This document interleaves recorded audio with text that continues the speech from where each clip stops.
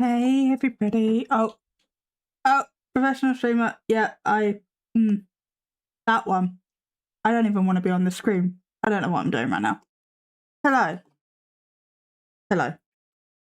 I do want desktop audio. As Kari just leaves. Kari, where are you going?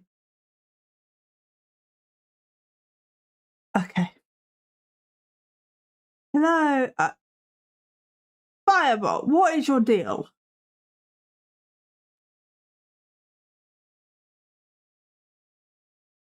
It's not on the screen. That's what Fireball's deal is.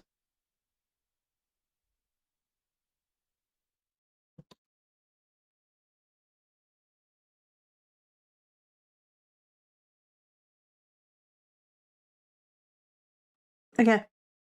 It should work now. Hello. Enjoy. Yeah, Purple Rain is streaming right now. If anybody would like to go over to Purple Rain, then I get it. She's doing some Sims 4 chaotic gameplay, as always. But I do want to show you something. Out of bed. Cool.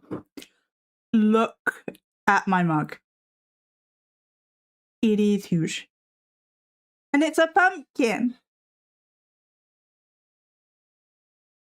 This bad... Ow. No, I didn't. I thought I spilled it on myself. I didn't. This bad boy holds 2 cups of tea. It also doesn't fit under my water dispenser properly. So I have to... I've just given up with, like, balancing it. And I just fill it up with the jug now. Well, hello again! Are you ready for round 2? Always. Always. So, Rainbow... A queen is never late. Everyone else is simply early. Rainbow knows a bit about what's been happening in the community, because I was... Taco. I haven't changed it. I realised as I went live, I was like, shit, I haven't changed any sound. I am on it. It is on my list. I just haven't done it.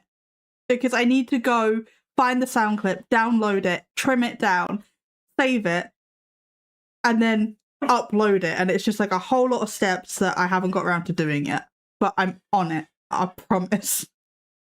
Before Tuesday, because I'm moving my stream so we can be there for Rainbow.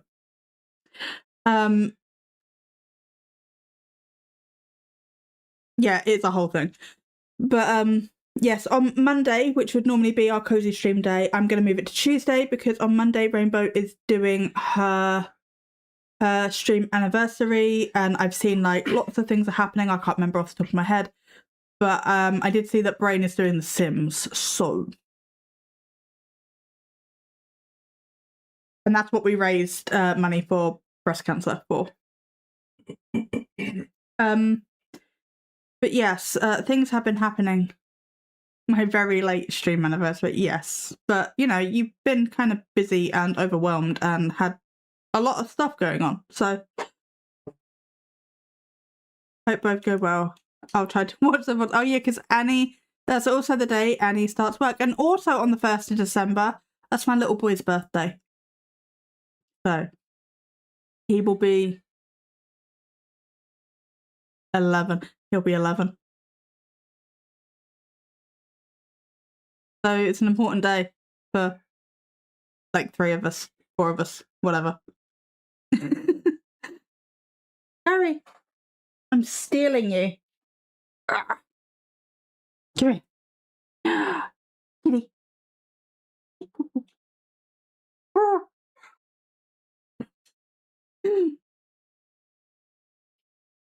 You're probably not going to stay because I'm very warm. Yeah, there you go. Are you abandoning? It will also be my first day off after 9 straight days of working. 9 days straight. Ow. That's a lot. I mean, at least they're feeding you. You're probably eating better than you would if you were left to your own devices, to be honest. The straightest I've ever been.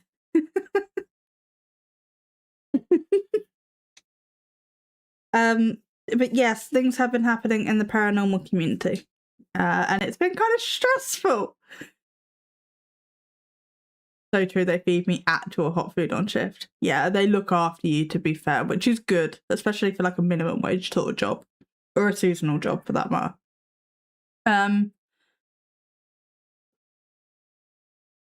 Tea, yes. Well, it's not been as stressful for like me as it was to the person that it happened to. Obviously, not trying to like detract from that. But a big debunker called Beardo Gets Scared got 3 copyright strikes.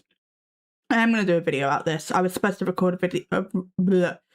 I was supposed to record videos today. I got to sleep at like somewhere between 7 and 8 a.m. because of a chronic pain flare. It was great. So slept in and didn't record videos today. Considered cancelling the live stream, to be honest, because I just feel like shit. But here we are. And I'm just being observed from the desk, by the way. Akari is like there. And yeah, so a couple of days ago, let me just fact check myself. Oh, sorry, Carrie. I did not mean to boop you on the nose. I am very sorry. I am very sorry, darling. Yeah. Yeah, 5 days ago, Beardo Gets Scared went live, basically saying that unless he can get these copyright strikes overturned, his channel is gone. So what had happened is 2 different paranormal channels had struck him at different times, or kind of at the same time, but it may or may not have been a brigade. It kind of looks like it was a brigade, which is against TOS, but you know. And so when you get 3 strikes, your account automatically goes into the termination stages. And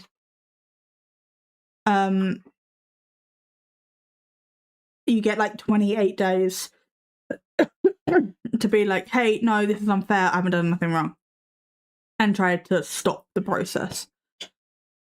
YouTube were about as helpful as YouTube ever are, to be honest. And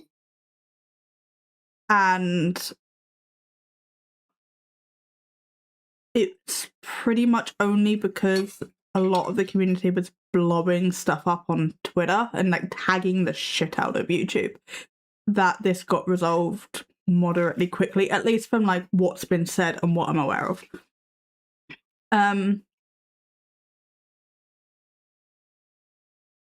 But this, because also the strikes were not valid strikes, it was malicious striking, which is also against TOS.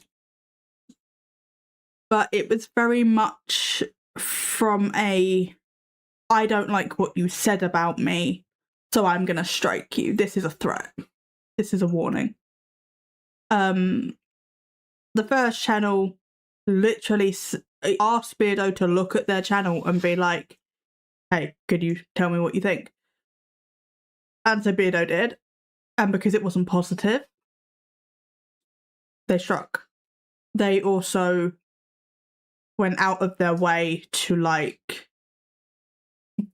brigade, try to get other people to join in. And one channel either did it independently or did join the brigade, and they've had beef with Beardo for a long time. They're actually the straw that broke the camel's back in regards to me actually starting debunking. I don't like this shit. I bet Firebot stopped working now.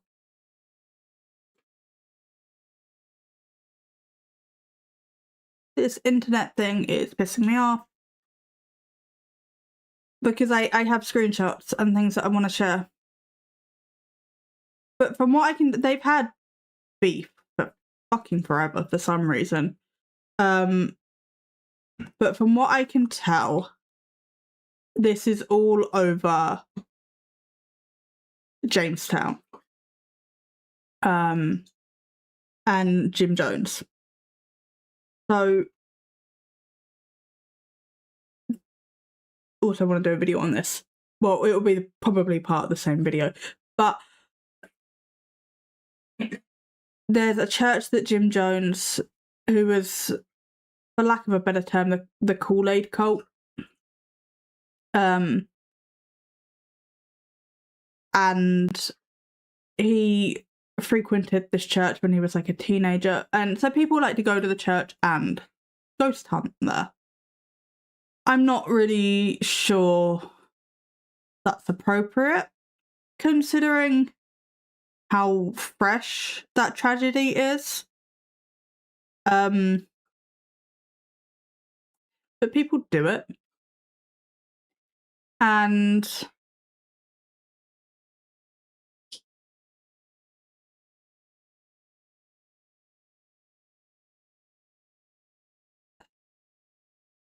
I'm trying to work out what I do and don't want to say.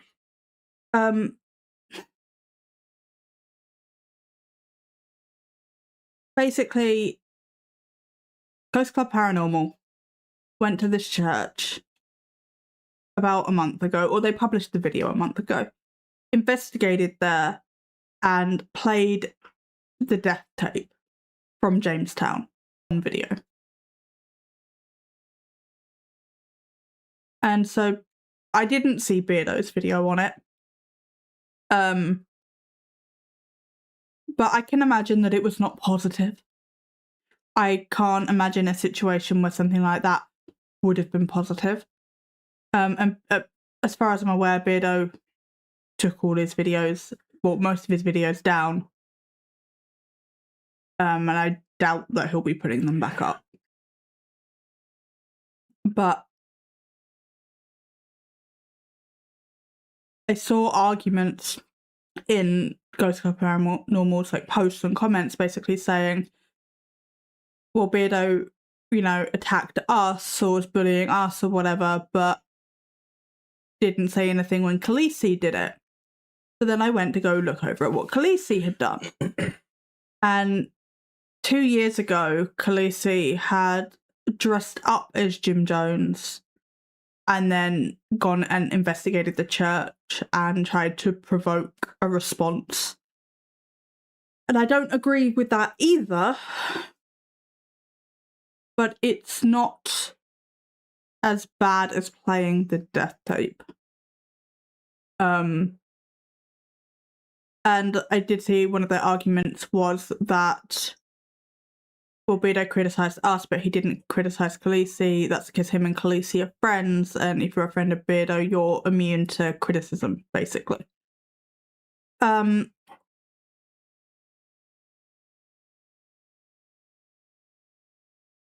not getting into friend politics, especially when people are YouTubers.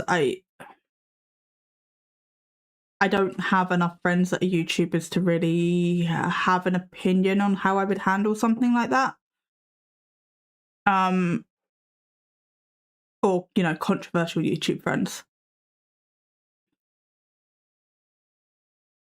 But I do get their point.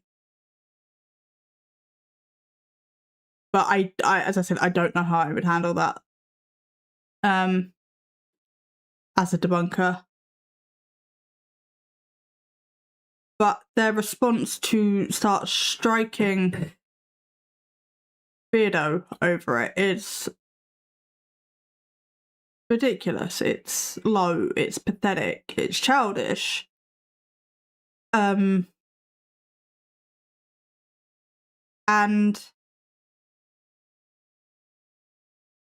so they claim that they claimed him, and I've dealt with the claims, copyright claim side of YouTube a lot because of the sim stuff and using copyright-free music that then gets flagged, and then you have to dispute it, and then it may or may not get unclaimed. It's the whole thing, and it's stupid. Because I've had videos that I've re-uploaded not get claimed the first time and then be just fine the second time. I've had videos get claimed the first time and then be just fine the second time, and it's AI. There's absolutely no rhyme or reason to it. So what happens is somebody claims you, you counter it or you dispute it. You may or may not win. If you do win, it goes away. If you don't win, if you're monetized, I assume there's some sort of like monetization split between the two channels. But again, if you don't win, you can appeal it, and it says in little text on the bottom, if you appeal this, you may end up with a copyright strike. If you get 3 copyright strikes, your account starts down the termination line. So either Ghost Club Paranormal are telling the truth, and they claimed him. Then it got messy with disputes, and they knowingly kept rejecting the appeals, knowing that it would end up in a claim. Not a claim, a strike. Or what Beardo has said is that it was just straight strikes. It wasn't claims, it was strikes. And we did see in Beardo's live stream that he brought up a screen that in his analytics it said that he had 3 strikes. But it doesn't say how they started off. So I don't know who's telling the truth, who's lying, who said what. But it doesn't, at the end of the day, it doesn't really matter whether it started as a claim and got pushed to a strike, or whether it started as a strike. But what Beardo said is that they striked him the first time, and he'd spent hours going down the list trying to remove all his videos before he could get another strike. And as he was going newest to oldest, they must have been going oldest to newest and got one of the ones he hadn't got to yet, and then he had 3 strikes. He was doing lots of things behind the scenes, YouTube legal, all that stuff, trying to like figure out what he could do to save his channel. And then he went live. I was not in that live, I don't think. I'm always like 3 days late to everything. I am always 3 days late. But I did watch it back, all of it. And it was really sad to see him like that, to be honest. You do not deserve to lose your livelihood over an opinion that somebody doesn't like. The copyright claim is for intellectual property. It's not to put somebody in a timeout because they have an opinion you don't like. And luckily all the strikes got overturned, but the first channel removed their strike at like basically the final hour, then did like a victory lap of like, oh, I'm the victim, or whatever he was doing. Oh, like, I'm such a good person, I removed the strike, I saved Beardo's channel. But except he didn't, because Ghost Club Paranormal had actually, from what I've heard, it was 4 strikes. And because one came off, the other one slotted in and took its place.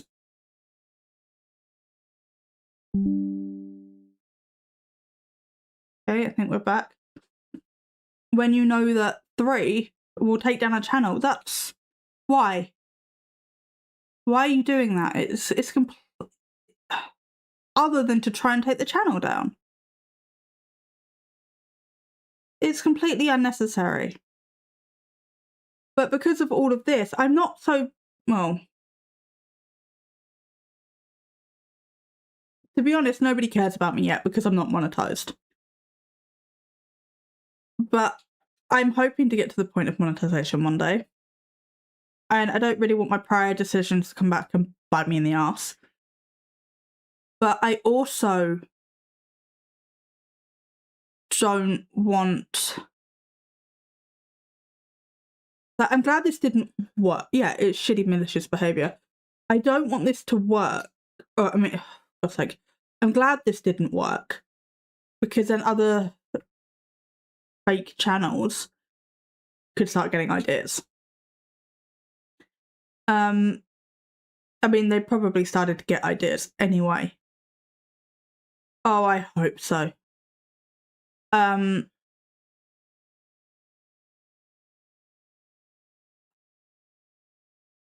But it's like really, it's how do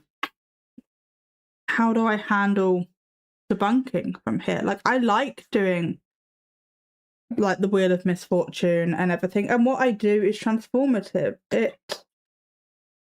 It does count as transformation. It is legal. It is within my right to do it.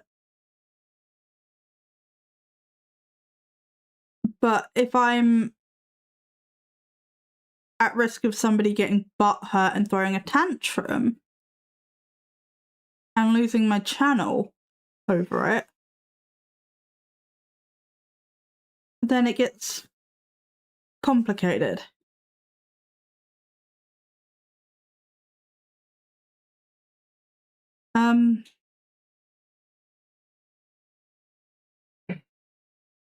Because they were striking over like 30 seconds, 45 seconds of footage.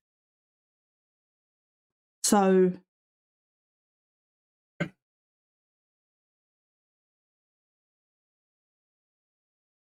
yeah, I've got things to think about. There's also things that I can do. Like, I know that a lot of people who like pure reaction channels, they like edit the voice and they play it in 1.5 times speed and things like that. Or like Seg's put like a Seg mask overlay over his TV clips. So there's possibly things that I can do. But it just sucks.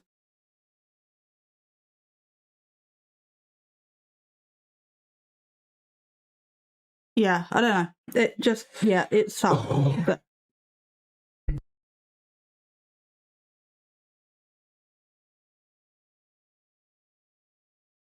Sorry, Fredo needed a cough. It just sucks that this has been ruined or tainted for basically everybody.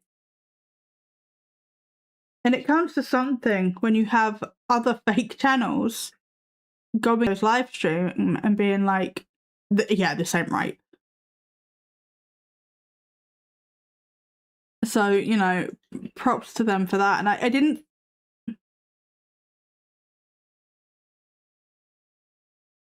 Can we stop dropping, please?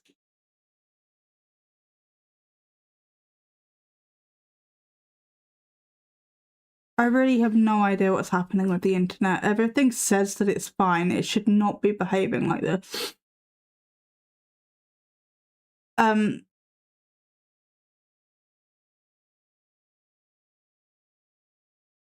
Yeah, no, it sucks that it's been tainted and like a whole group of people are now like unsure how to move. And I really didn't think we would get to a point where we are thanking people who, well, obviously there's nuance to how we're thanking the fake channels for reacting. Because, like, nobody's thanking people for being doxxed and death threatened and all the rest of it. But, like, we are thanking the people that will, like, cuss us out on their own channels and end up in, like, listening, gonna look while I'm in the store there. Okay, that's fine, Annie. But yeah, we're now thanking people for being utter, either ignoring us, flat out ignoring us, or being utter arseholes, like cussing us out on their own channels, and it turns into like a messy back and forth. Purely because they're not copyright striking us. It's ridiculous. Hey, Pump, I'm just bitching.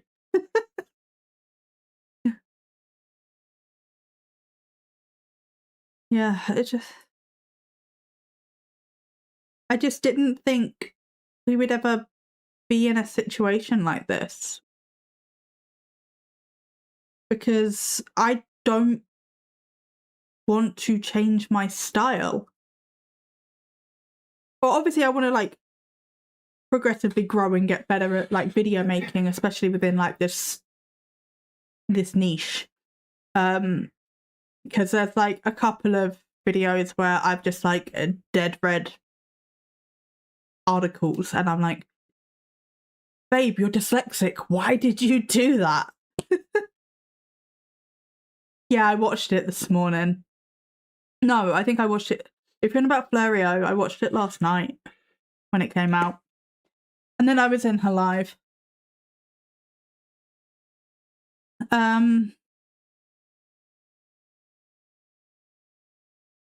But yeah, I don't want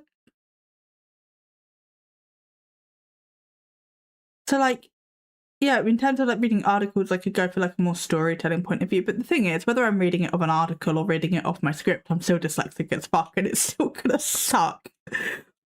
But I don't have a working memory, so I can't just like make shit up as I go. Like now I'm just like,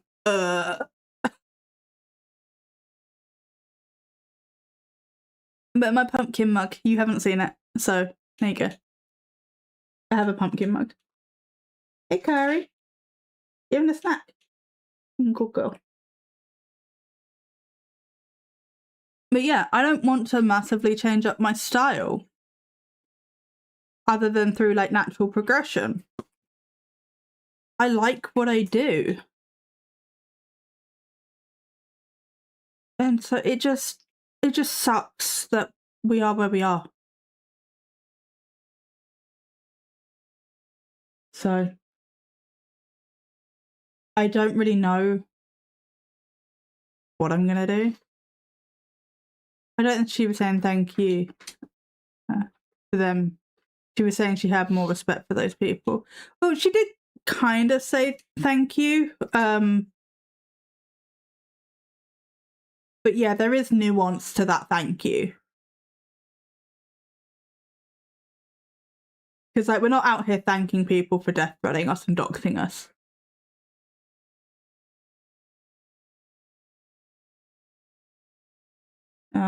Luckily that hasn't happened to me yet. I mean, I'm an open book, so you know, like, good luck.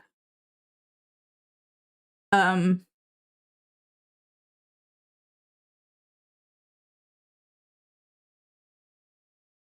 getting distracted by my cat. But yeah.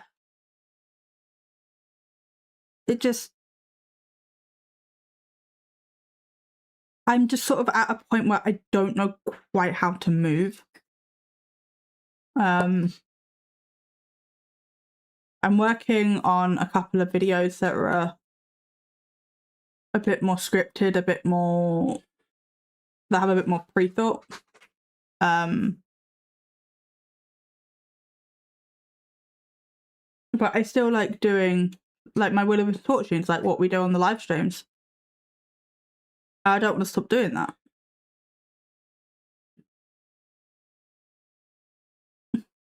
Oh, speaking of the live stream, I haven't even got the wheels up.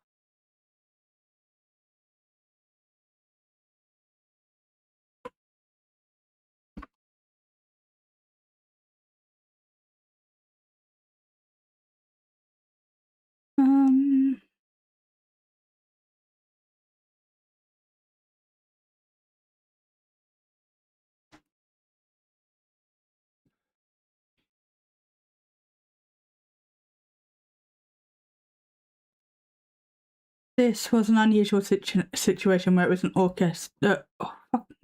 orchestrated attack Yes, the ruleless misfortune. Yeah, well, I actually make a decision for once. No, not happening. This was an unusual situation where it was an orchestrated attack and the copyright strikes were the weapon of choice. Yeah, it very much was. But unfortunately, we don't know if there's going to be a next time. If there is a next time, who is going to be the target of that attack? And it's either we figure out a way to prevent it from affecting us, or we just hope that it doesn't. Because, like, if I make 4 of my normal style videos, not even that, even if I just made 2 normal style videos on Ghost Club Paranormal, and then for whatever reason they decide that they don't like me and they want to strike me, that's their 3 strikes, because I've already got one. So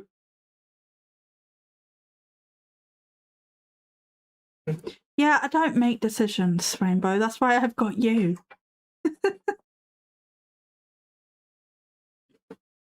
But yeah,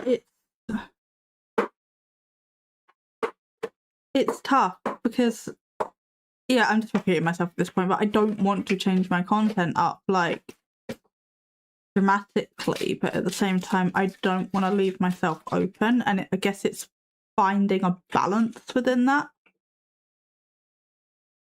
So I've been doing a lot of research into, like, I knew copyright well enough, but I'm really digging into copyright. To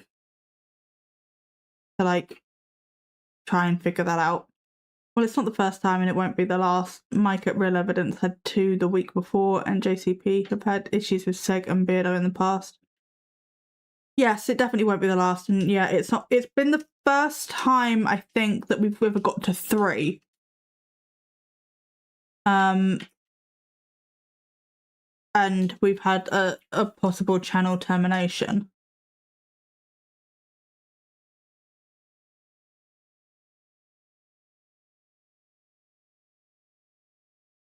But yeah, I know that the copyright system has been thrown around like a debunker's timeout for a while.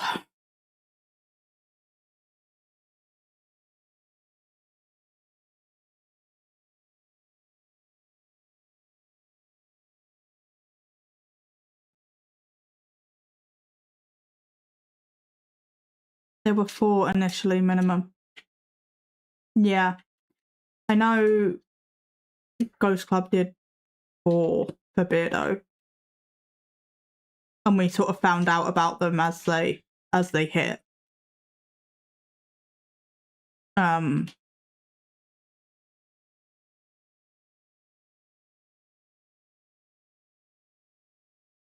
Yeah, it's a fucked situation.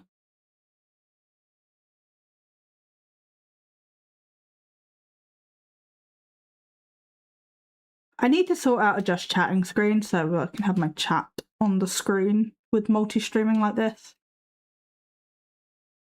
I haven't done that either. I also want like a more aesthetic chat. I just threw something up quickly. I need to look into like stream elements or something, see if I can do it another way. I currently have 2 bots. I don't really want a third, but if it makes it aesthetic, then it makes it aesthetic.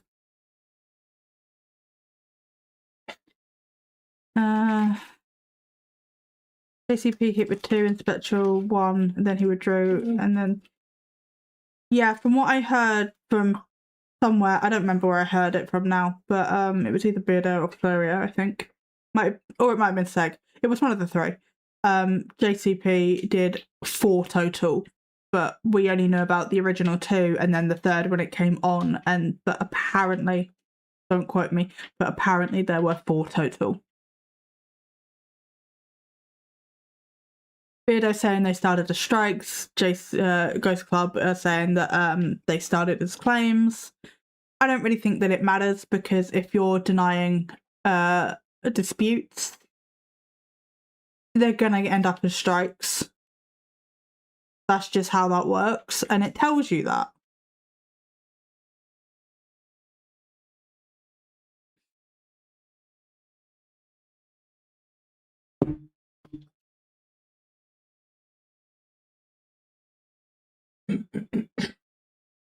Yeah.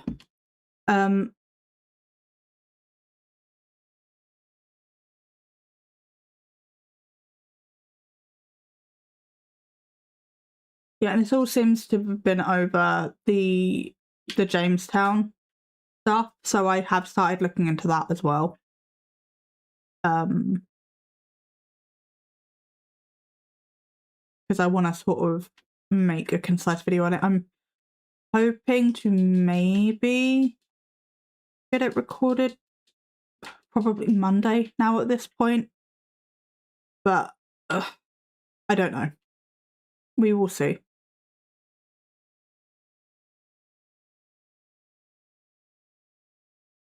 They're just trying to make themselves look less slimy. Same as Spectral, saying he withdrew his compassion. I don't know anything about Spectral, but if everybody is correct about him being quote unquote narcissistic, then it's not a word I throw around lightly, which is why I'm like saying that's what other people said. I was married to a narcissist. It's not fun. Be very careful if you cover that cult. Yeah, I think even if I did, they wouldn't care about me at this size. But you never know. Then it very much could have been holding it over Beardo and then getting fed off of the attention of that, and then getting fed off of the fear and the upset Beardo was very rightly going through. And then when it got boring, and then because he even came into the chat and started taunting, hi Ben, and started taunting Beardo. But when that got boring, he removed the claim. Because I kind of had if he was as narcissistic as everybody was saying, I kind of had a suspicion he would remove the claim, because then he gets to play hero. He's the one that saved Beardo's channel. You know, he may have been the one that put it in danger in the first place, but we're just going to ignore that. But he's the hero that got to remove the strike and saved Beardo's channel, and he's not a bad guy really, because that's the sort of villain hero complexes that not all but some narcissists like to play with. My ex-husband was one of those. Yes, this is tea, unfortunately. But hey, Annalie. Yeah, my ex-husband liked to put me in danger and then save me from the danger, so I've had experiences with those kind of people. So yeah, if everybody was correct about their assessment of Spectral and not just throwing around unnecessary buzzwords, I'm sorry, what a prick. Yes, he is. He's already played that card. Yeah. Okay, well, yeah, I don't know much about Spectral, so like, this is literally the first time that I've heard of him. How irrelevant he is to me. But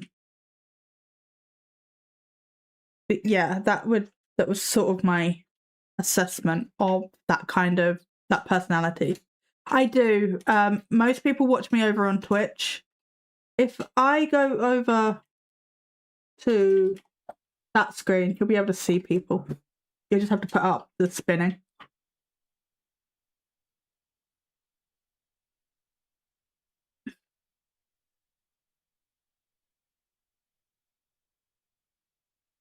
Yeah, I need to get a just chatting screen where I have it up so I'm big and you have the chat as well, since I have the 2 chats running. I also need a more aesthetically pleasing chat. Because this was done in about 10 minutes and kind of sucks.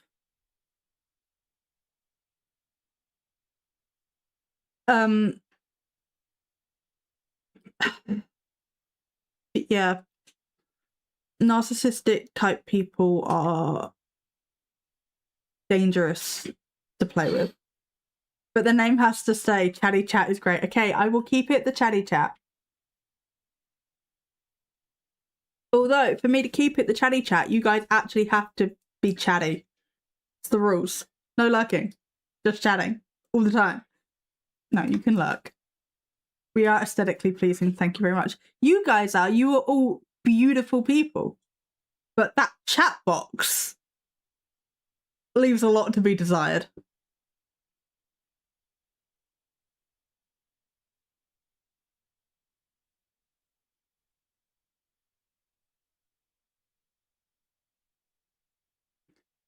Chatty chatting in the chatty chat. Exactly, Ben.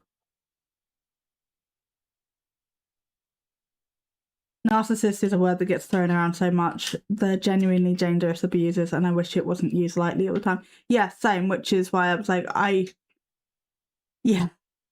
Unfortunately, I know that. Yeah, which is why I was saying I don't know enough about Spectral to make that sort of assessment, but that's what other people have been saying.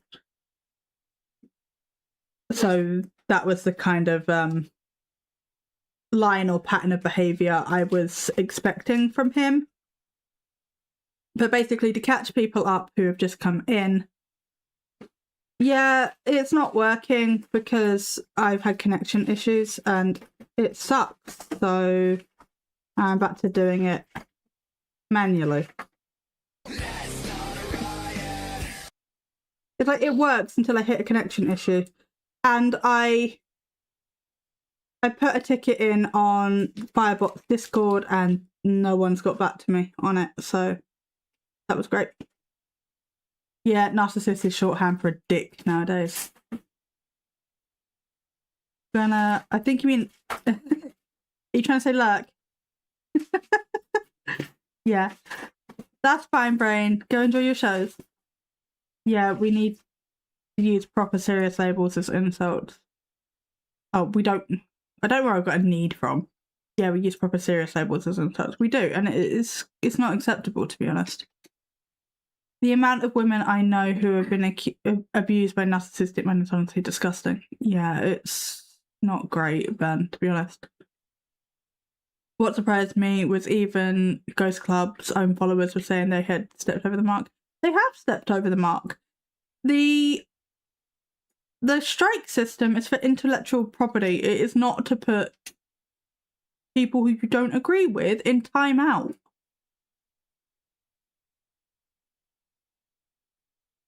And to be honest, I did start looking into what all this fuss was about with the Jamestown video.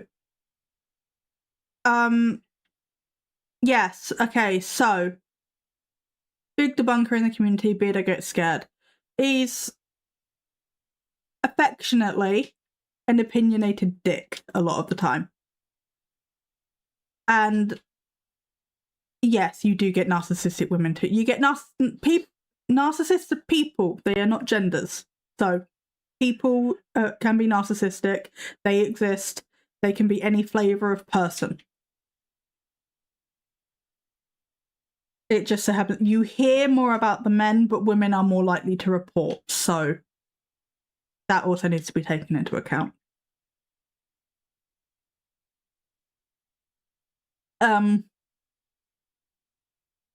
Catches, yeah, so Beardo gets scared, big debunker, got 3 copyright strikes, and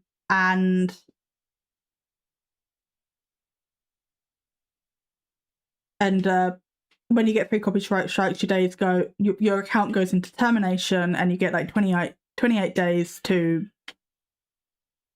attempt to fix it, basically. So that happened 5 days ago.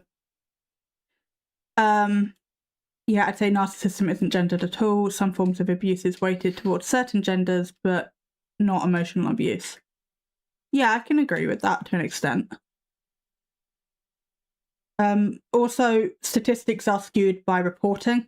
And if it's not reported, then... I mean, abuse just across the board is underreported, but women statistically are more likely to report than men. Men are more likely to report if their abuser was a man. If their abuser is a woman, then it gets made fun of, made light of. It's very underreported because of that.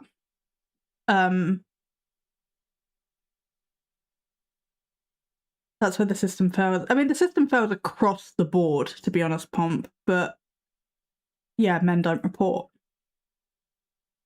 All victims matter and all abusers are trash. Agreed. Absolutely agree. I'm going to pin... You put it in... Oh, no, you put it in a...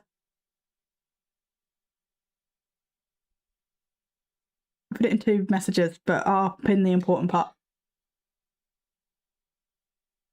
Both parts are important, but you know what I mean.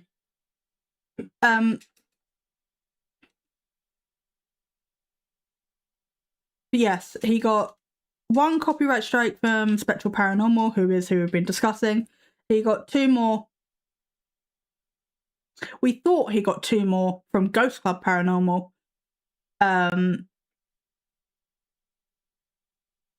But it turns out it was actually 3 to 4. Definitely 3, but we didn't find that out until later. But I've heard some people saying it was 4 total. I don't know. Ghost Club are saying that they started off as claims and then turned into strikes, but you have to do that intentionally by blocking appeals. So even if that is the case, it's still not good enough. And Beardo is saying that they started as strikes. Either way, they ended up as strikes. We saw the termination on his live stream. Like the termination alert on his live stream. Loads of people flocked over to Twitter to absolutely spam the shit out of YouTube to get their attention onto it. And he did get all the strikes removed and his channel is fine.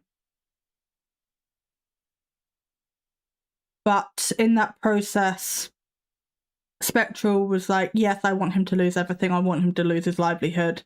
And Spectral struck him in the first place because Spectral asked Beardo to look at his channel. Beardo said something Spectral didn't like, and then Spectral struck him. And then may or may not have started a brigade, which Ghost Club Paranormal joined in on, because Ghost Club hate Beardo. For reasons. And from what I can tell, from looking at the Beardo Ghost Club situation, is that Ghost Club don't like the fact that Beardo is at times hypocritical.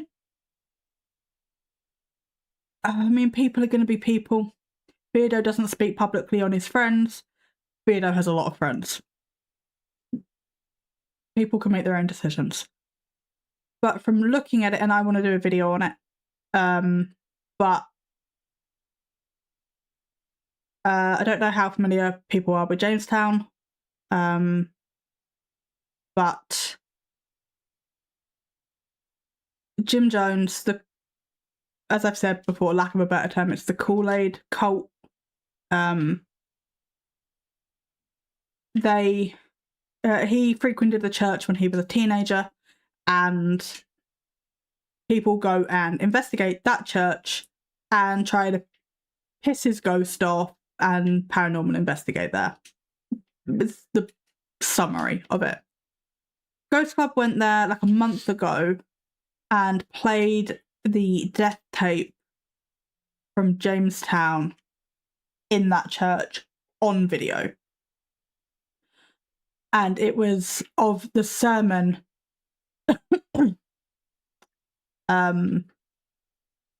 Jim was giving when he was handing out the cyanide flavor aid. and you can hear some people agreeing with him, children crying, other people disagreeing with him, being like, I don't want to die. And they didn't just play a little bit of it, they played it. Like, it was throughout their investigation. I watched the video, there was a lot of it. It was, I can't stand children crying. It was a lot. If you look into the Jamestown massacre at all, then not everybody drank the flavor aid. There are injection marks on a lot of the bodies. So it was not just a mass unaliving. Well, it was a mass unaliving. It was not a mass self-unaliving. It was, you know. And over 900 people died in that. And that wasn't that long ago.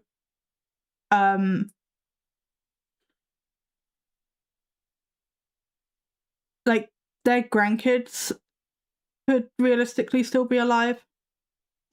You know, people who remember their family that died there are very much still alive. And I don't think it's appropriate to be talking on true crime that is that recent.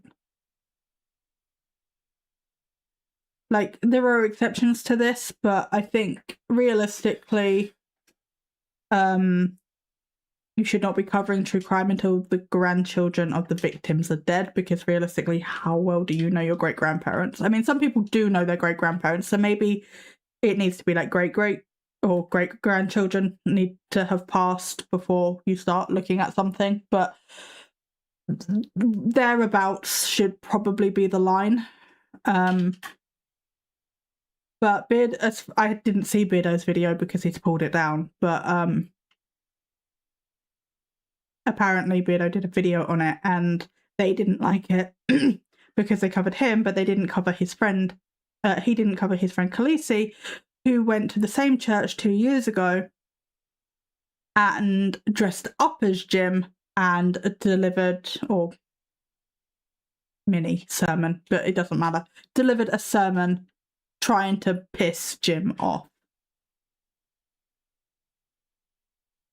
And that is certainly better than playing the death tapes. I don't think it's appropriate, but it is more appropriate than playing death tapes. And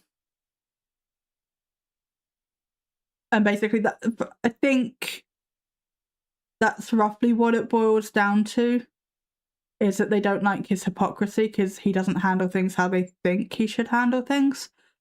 And I don't know my opinion on whether I would speak.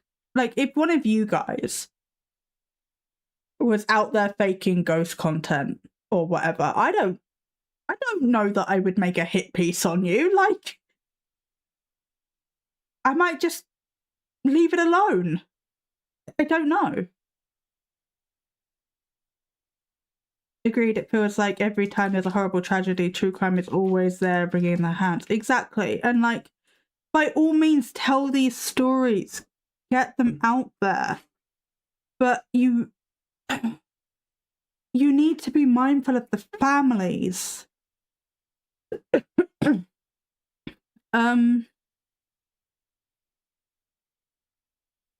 It's like, I recently did a video on Half. I'm not sure when it's coming out. But that was hard for me. And Rainbow knows about this as well, I think. I think a couple of you guys. If you're in the voice chat, you know about this. But, like, Half has been covering true crime. He's, like, spoken to Dharma, and he's spoken... Okay. Internet did internet things again. But yeah, the Epstein one really hit me because of my past. Yeah,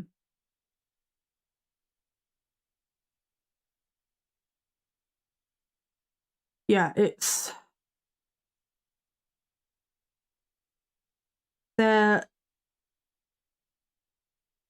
needs to be some tact with it, and there just isn't. A lot of people don't care. There needs to be a taste level. Yeah, exactly. And there isn't. People don't care. Like, Huff, like, he waited 2 days. 2 days after Ozzy Osbourne died before he was talking to him on his spirit box. And that was probably enough to do the spirit box session, edit it, and upload it. And let it sit in YouTube long enough for YouTube to know what to do with it.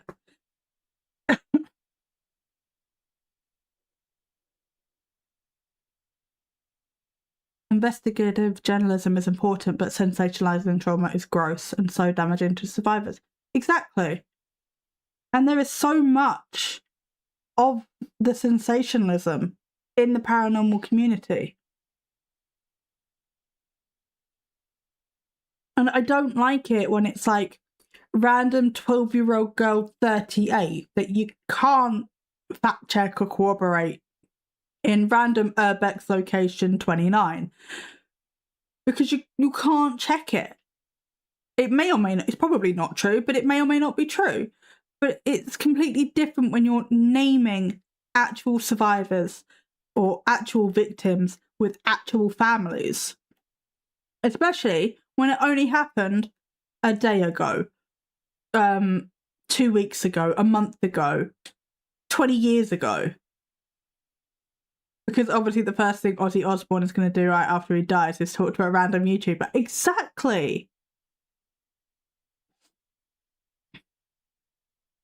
If his ghost is doing anything, it's bugging the absolute living shit out of Sharon, because that's what they were like in real life.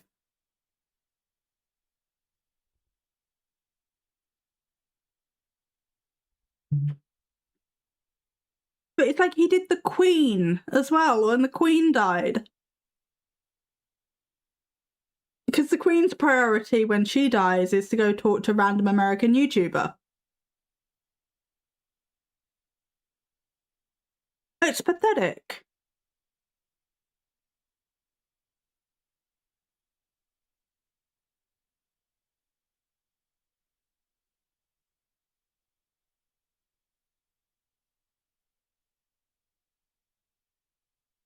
Imagine though. Oh, I kind of want to watch the Queen Elizabeth video now and we can just like rip the shit out of it. We could do that. We don't. Hi, nobody's going to believe you, but I'm the Queen. You know, a lot of us are British in here. We could do that.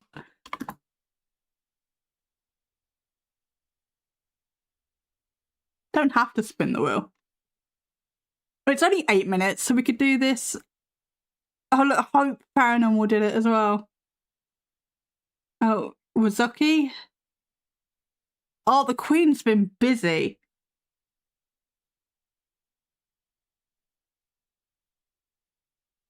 Yeah, I think it was just those three. Oh, Diana as well.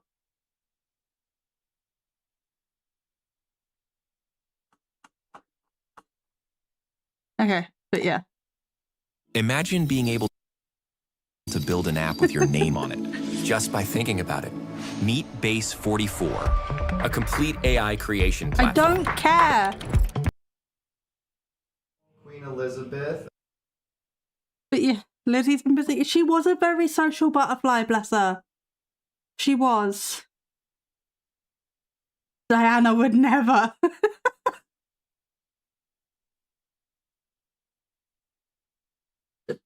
Diana was murdered. Prove me wrong.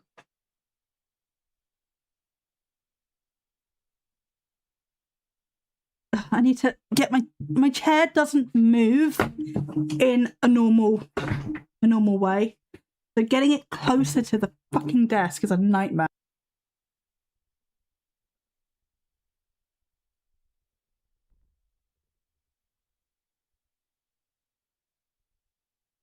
Okay. I think I'm good. Okay. So Queen Elizabeth. when did... does it give me an actual upload date? September 9th. When did she die? I can't remember. All I remember is the Spiffing Brit did a live stream and I was in it. And so was Freddie.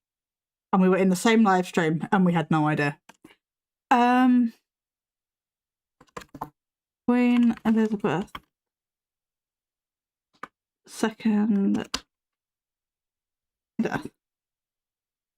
8th of September. Wow, he waited a day. A day.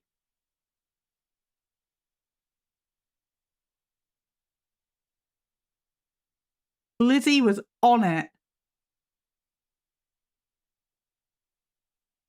I love you all. Remember that love is the key. This is a spirit box I have done. So many of you have emailed and messaged me today about this.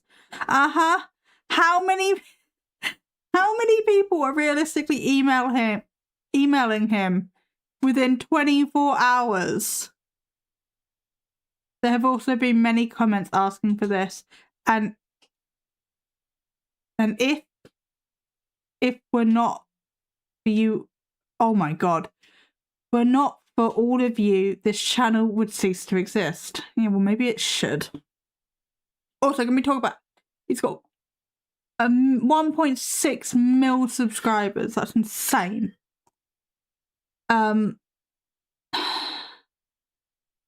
I love you all, and this is a beautiful real spirit box session for the Queen who passed today. It was not even 24 hours, at the age of 96. This session is all about respect, as her life should be celebrated. We should not be sad. We should be dancing to celebrate her accomplishments and the fact that she lived a long, wonderful life. I can tell you that her soul felt beautiful. She is the real deal and she is the light. Love you all. How many times are you going to tell us that you love us? This feels like fucking love bombing. How I connect with spirit and what I do. Problem loading page. Cool, that page does not work.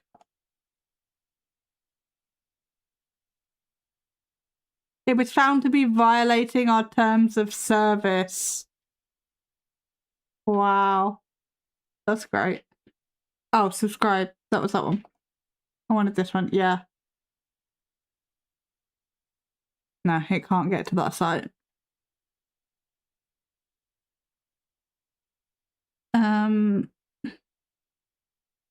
Disclaimer, my videos showcase advanced real spirit communication techniques and devices.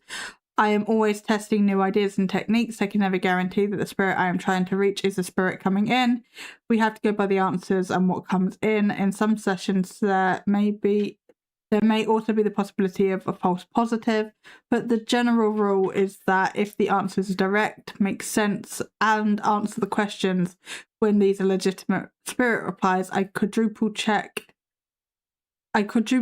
this one for false positives and found none. Laying it on thick, exactly. My voice imprint technique has been incredible and it is what I use for most of my sessions along with my bridge device. It allows for conversational sessions that are clear, direct, and with one spirit. The days of fast scanning radio in my videos are over, as my goal is to progress ITC and see what is possible with real spirit contact. I love you all. So how many love yous was that? That was 1, technically 2, because love is the kid. No, 1.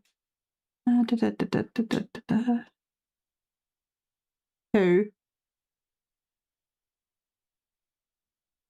3, 4 in one very short description. Can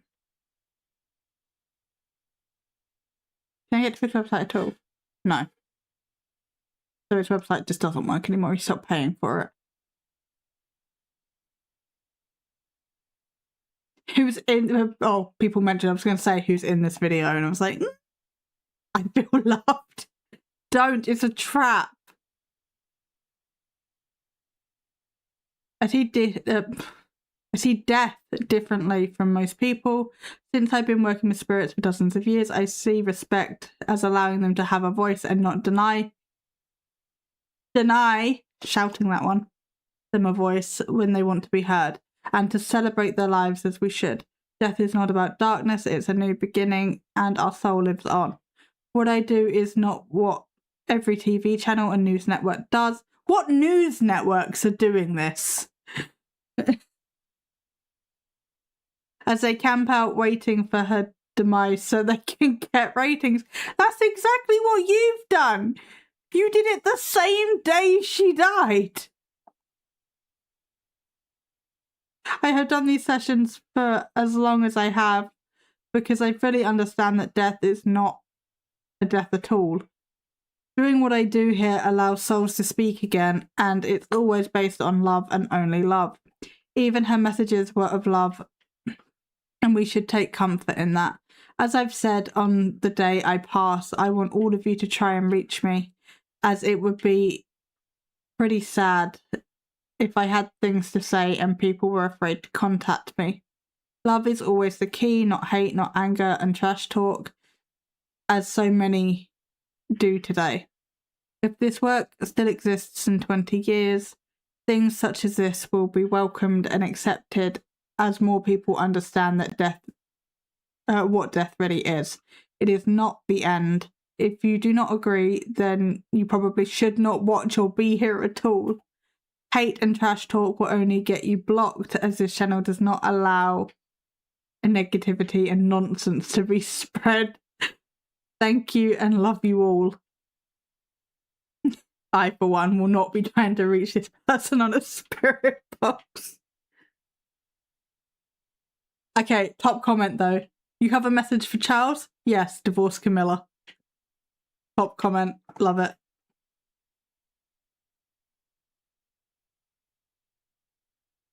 The thing is, if this channel does not allow negativity and nonsense to be spread, delete it. Delete the channel. Because it is spreading nonsense. Earlier you said you saw William. Do you have a message for him? Love. Love him? Is your soul here with me, Elizabeth? First I died. The little Lizzie at the bottom left is sending. I would 100% be the ghost who would sing pop songs at the top of my lungs to annoy someone. At least you'd be good at it, Annie. But it's the fucking reverb on this shit. It gets me. Why does the spirit box look so phallic? Because it has to have a crystal on it.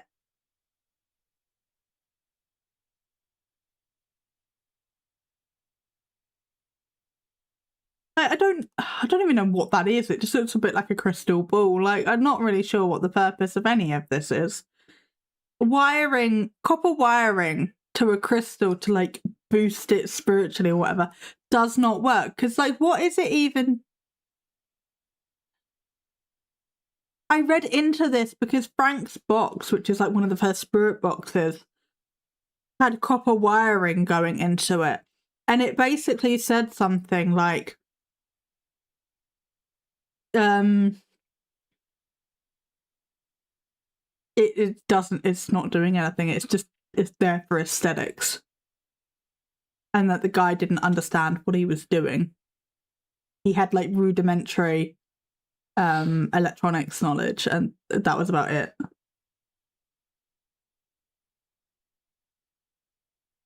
What would you sing? Pick something with some decent reverb you can't achieve in life.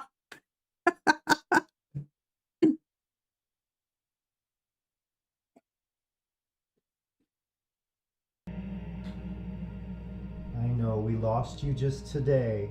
Queen Elizabeth, I send love to your soul. Thank you so much.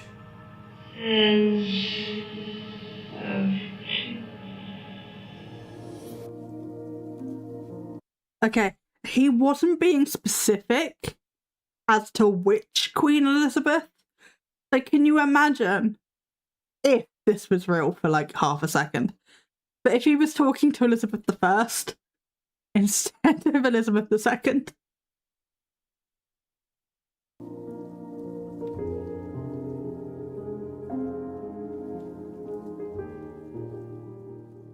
This is too cool, guys. And remember, her life should be celebrated, right? When we pass, our soul energy leaves our body according to spirit. Been doing this a long time. And that energy can still come back. That energy goes to a light if we are meant to go to that light. Not everybody goes to the light, but most of us do and will. This is absolutely fascinating. Do you have anything else to say? Ads.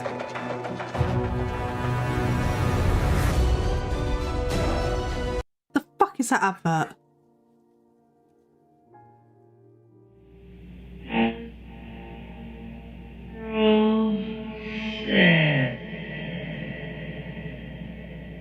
They're all sad. Your family and fans and those who love you, they are sad today. Is your soul here with me, Elizabeth? First I died. I know we lost you just today. And it is a fact that the best time to reach a soul, the easiest. Imagine she's just like, Spanish Armada. Exactly. Elizabeth I, I know she was like a woman of her time, but she was fucking brutal. She murdered her cousin, for fuck's sake. Is the first 48 hours. Been doing. I would definitely want to process the fact that I died before I talked to this man's crystal dick. Respectfully. Same. I would like want to go like lurk around my family and grieve with them. I'm not fucking off to America to talk to this dude. This a dozen years, guys. But your soul didn't die. Your soul still lives. Our soul is eternal. I am Steve Huff. I feel an energy across my back and shoulders. Is that your energy? I'm gonna miss you. It didn't say you. I'm sorry. If we there was nothing after miss. Don't just insert a word. You'd be like, ooh, afterlife. How does this work? Exactly. You'd be like experimenting with your ghostly powers or whatever. I really want to like do some kind of research or whatever into like near-death experiences or like people who have like flatlined but come back. I got interested in a Netflix documentary called Surviving Death. And that had a really, really cool story on it of this woman. I think she was a doctor. I can't remember. It's been a while. And she was canoeing or kayaking, whatever, they're the same thing, basically, with her friends, or they were whitewater rafting or something. They were doing something with water and boats. And she capsized and was being dragged along with the current underwater. She was underwater for like a good 15 or so minutes. And realistically, should not have survived that. Like the brain damage she should have received from the lack of oxygen going to her brain for that long. She should have been dead. And she survived and she's fine. But when she was out, she talked about like observing her body, basically, the river. And she was like full of like this euphoric peace, and she was, I don't remember the story in its totality now, but she was like with somebody or in like this this like other space, and it's like she could be everywhere at once, and it was so euphoric she didn't want to leave, but she whoever was there with her was like, no, you have to go back, it's not your time, you have to go back to your body now, and she didn't want to. And as someone who's had a near-death experience, if she's describing the same sort of euphoric feeling I felt, oh, I get it. I fucking get it.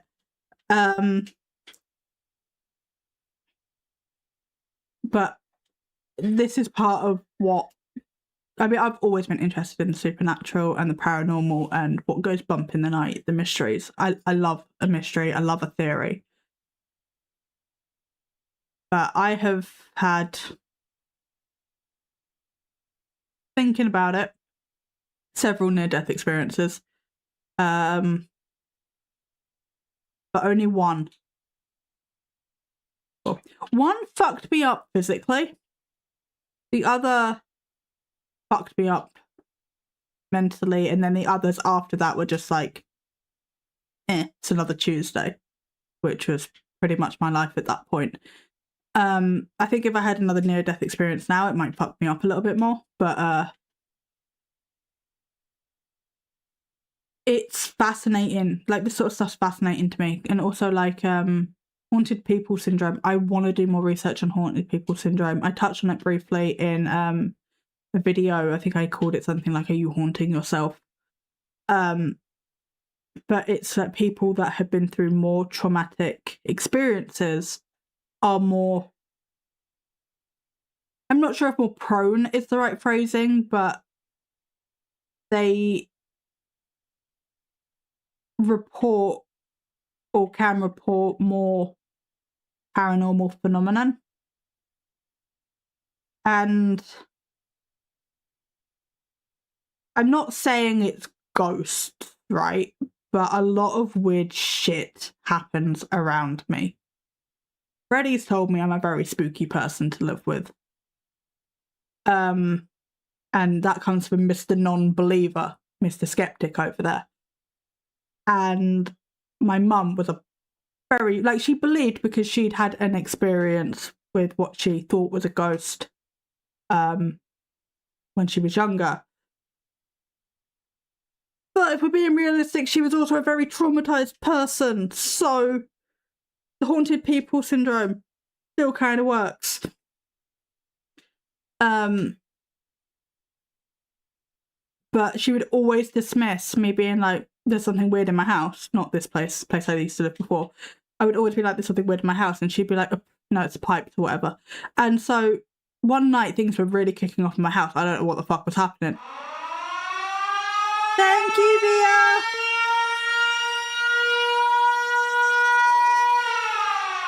Thank you for the raid.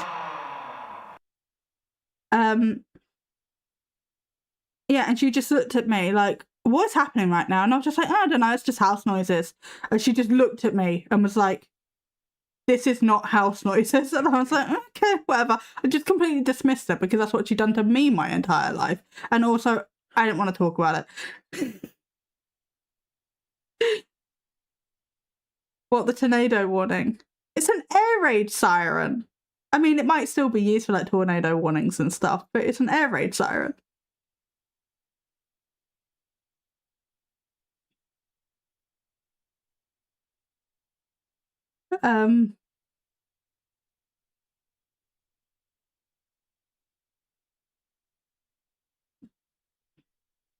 How was your stream? How are you? I'm with you, any tornado warning. Well, just because the World War II air raid siren gets used for tornado warnings doesn't mean it's not an air raid siren.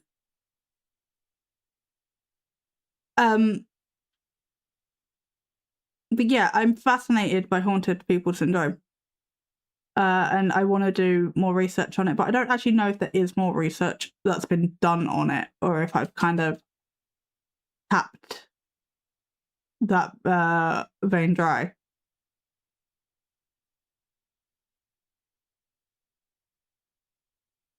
But yeah, anyway, let's get back to good old Liz.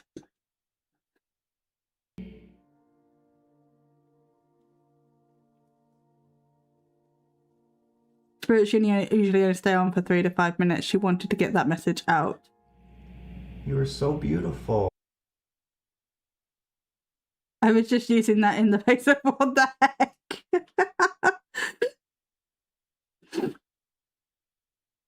Oh, it's a raid. So I use an air raid siren. So, you know. Oh. Such a sweet, sweet woman. I am honored. I'm Steve Huff. I come with love. I'm envisioning the light coming into this room. And I see with his YouTube plaques on the wall. You with a white light around you glowing and your smile. This is absolutely incredible. The energy I'm feeling is intense. It's beautiful. It's amazing. When you feel that light energy, it's almost like a high of sorts, but a very love-filled high. It's not a drug high. It's aside from this being ridiculous, how is he managing to make it so creepy? I don't know. I think it's probably because of the camera angle. He's just like, he just sort of grabbed the camera and yanked it. He was just like, come here. It's like, no, I'm good. Thank you. And I think he handled the video I covered of him, which isn't out yet.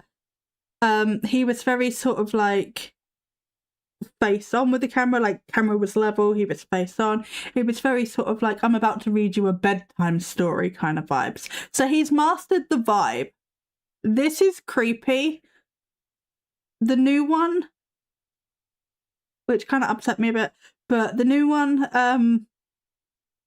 the vibe's down. Little left corner Lizzie is so transparent too. He really said spirit chic. But how else are people going to know that she's dead? remarkable. Let me get back to recording. If she's still here, she will talk. Do you feel that love energy? Embrace the love energy. That's what she means. Now, spirits don't talk as fluid as we do. They're energy. They're not physical. So keep that in mind. Convenient. What they're doing here is a miraculous feat. What in the Wally is going on here?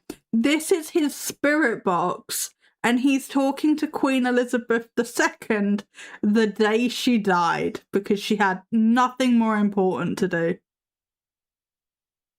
You can't say, do you feel that love energy to a deceased queen? Show some decorum. Stop. It's true. It's what he's doing. A spirit session for Queen Elizabeth, beautiful, full of love. The 9th of September. The day she died, the 8th of September.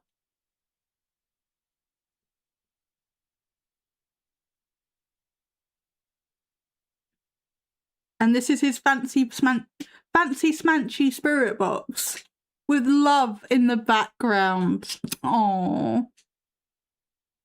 When they connect, and they don't always connect, the light is here. Now, a lot of you watching this kind of thing for the first time, if you are, I don't know if people will watch this outside of my subscribers because YouTube doesn't really push these videos out like they used to, but with AI, you can create any character you want in seconds. This used to require huge Hollywood light. There was a movie in the 80s called Short Circuit, and the robot looked just like that thing. Did it? Oh my god. Can we not?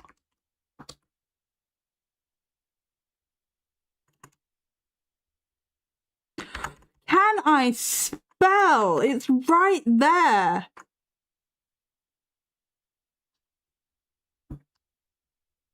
Fucking hell.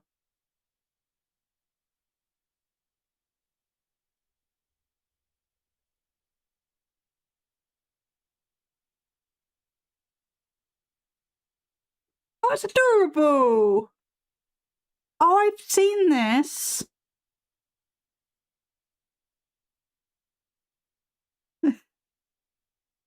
Adorable. Look at the little guy.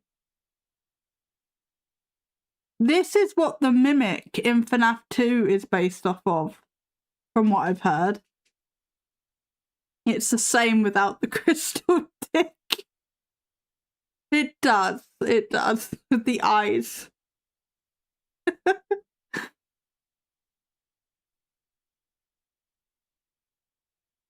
Is here. Love is here. This connection is made with that love and light. And over the years, spirits have talked about that love and light. She sees the light. She's giving. She's receiving. You are amazing. Thank you. Is there anything else you'd like to say through the bridge?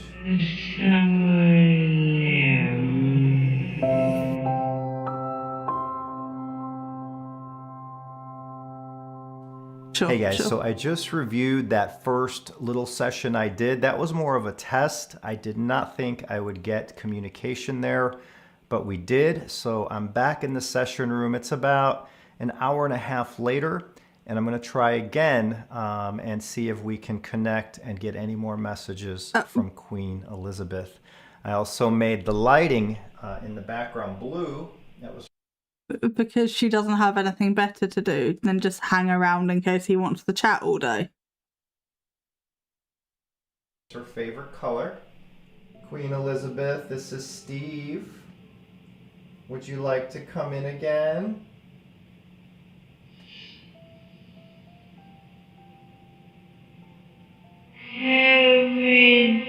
I'll come in. Thank you. You know, I went back home and reviewed that footage, and I was blown away by your messages. And now we're back. And as I was home, I turned on the news, and you were on every channel. People have gathered for you. You're such a beautiful soul. Do you have any messages for Charles, who will now be king? Charles? Charles, yes! Wow, I just got an electric feeling all over my body. My name is... I don't want to know about your body feelings. Stop saying come to the Queen. And just like have some respect. You can't talk to her like the average spirit. Like, call fucking Your Majesty. And all the rest of it. Like, put some respect on her name. Jesus.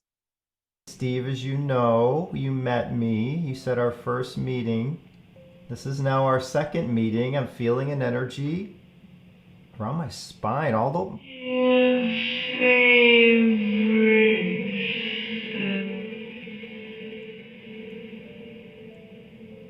Queen. Yeah, sure, that's what that said. Not even close, but sure. Like, she's not going to be... why is he telling her she's all over the news? Like, she's not going to be excited about that. Bored by it. She was always all over the news. And what? And what? You know? Poor woman couldn't fucking fart without it being all over the news.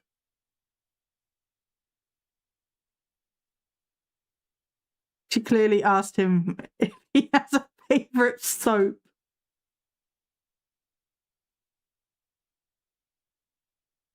This whole thing is just bollocks. Elizabeth, I feel an energy going up my spine. Live in peace in the afterlife, no paparazzi. Exactly. I mean, she gave zero shits anyway, to be honest. Like, in the war, she was like... I think she was a nurse, but she was like running up and down and driving around in the jeeps and the military vehicles and all that. She gave it zero shit. She was down and on there. She was doing what she wanted to do. Fine. That's a rare one. I don't feel... I think I've only felt that twice. Are you with me right now? I didn't understand that. Sometimes I won't hear what you say until we play this back.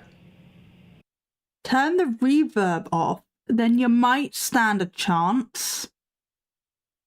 Why does she sound drunk? Because of the fucking reverb he's stuck on it.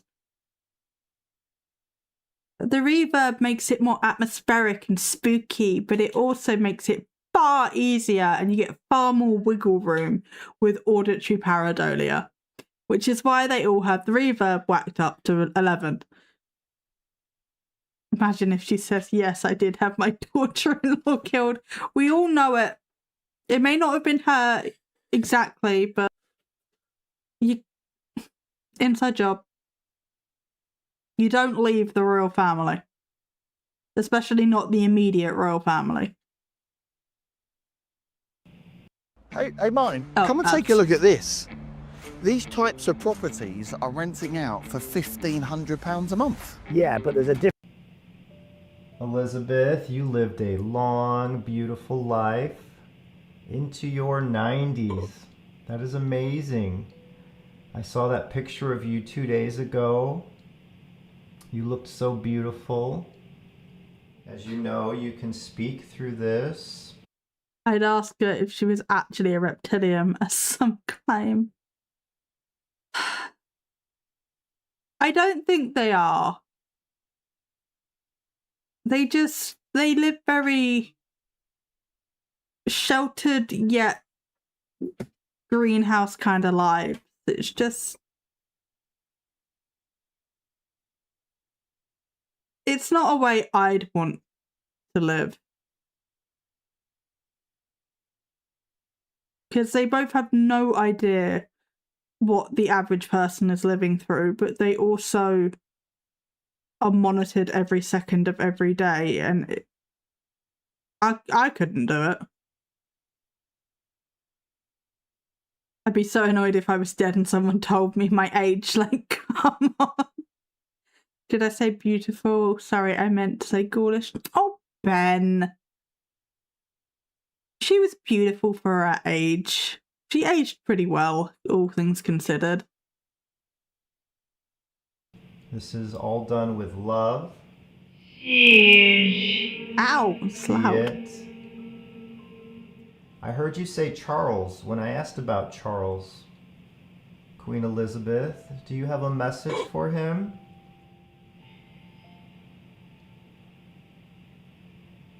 Nope.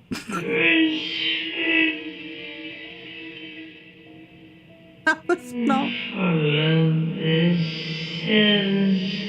And for love this is. Did not That's say right. William. This is all about love and light.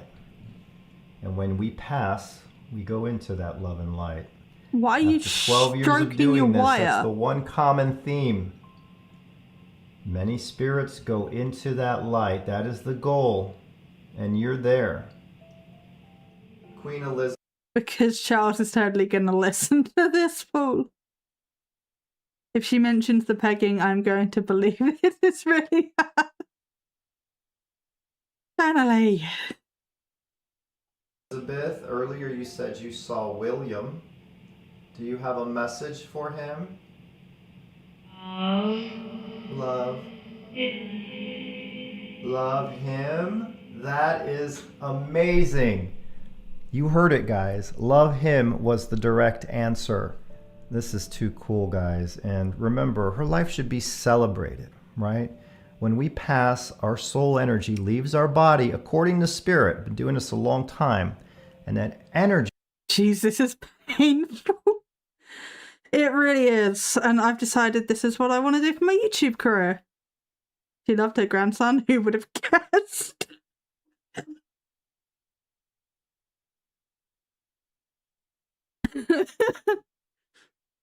Ben spitting bats. No mention of Harry. Yeah, well, Harry's the problem child. Child. Oop. Can still come back. That energy goes to a light if we are meant to go to that light. Not everybody goes to the light, but most of us do and will.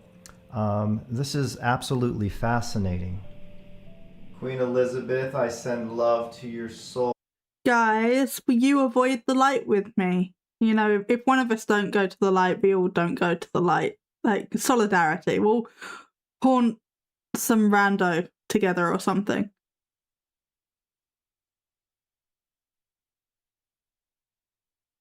Thank you so much.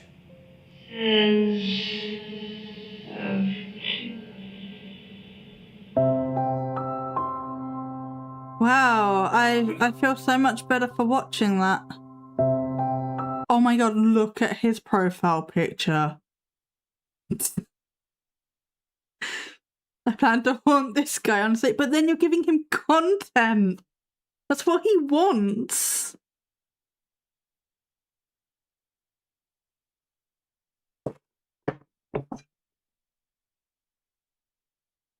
Imagine if you said, yeah, I don't like the ginger one. Not even related to me. It's part of that butler guy. Just going to tell him I'm random celebrities and say I love my family. Hey, Vinny. Hang on, one sec. Looks to me like you're on the wrong side of the river! Welcome in. Yeah, so that was Huff.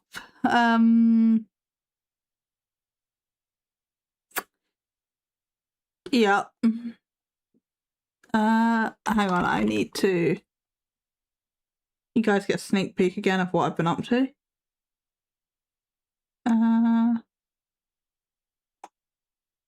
Yeah, whatever. Cool. Sounded like he was high on the vibes of the universe. Maybe he was. Maybe he was. Alright. I think...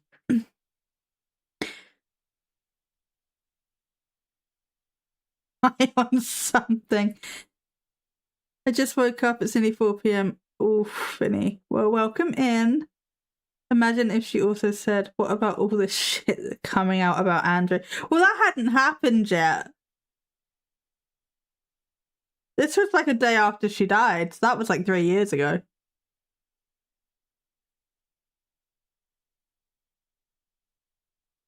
Oh, she knew what's up with Andrew. Okay, fair.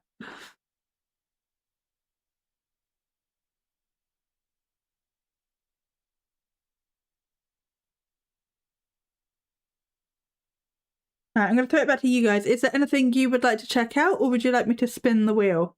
I have been warned by Freddie that he does have 5k, and he may or may not respin our wheel at some point. Imagine if she revealed it to this guy back then. True.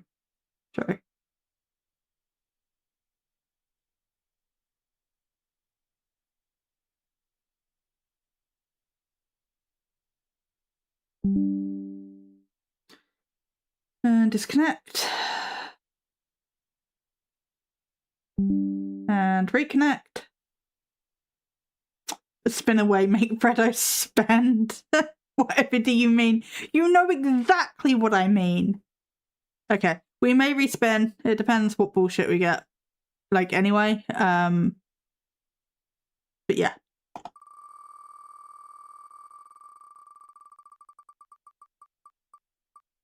Why does it always land on this side of the fucking wheel? No. Oh, you know what? Fine. We'll do nuke. But it always lands on that side of the wheel, and it doesn't matter how many times I shuffle it, or how many times I fucking spin the bloody thing. Rigged.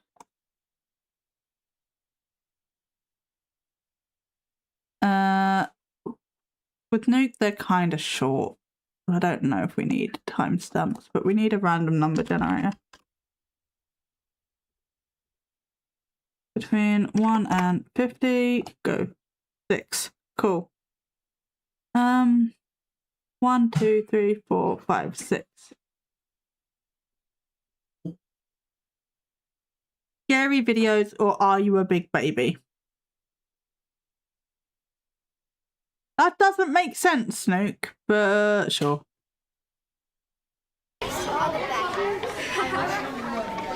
Muller, love every bit.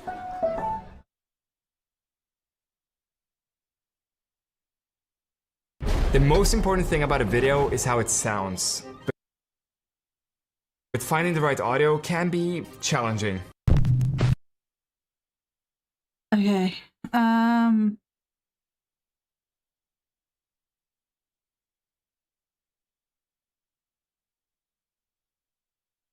Please timestamp the scary stuff if the video is long. Okay. Nothing important in the description. Never normally is with Nick, to be honest.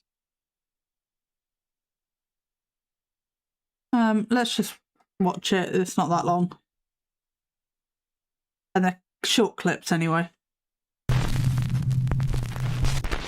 Proud mom Savannah says that she often took her daughter to see her grandmother at the nursing home, and that her little girl always loved those visits.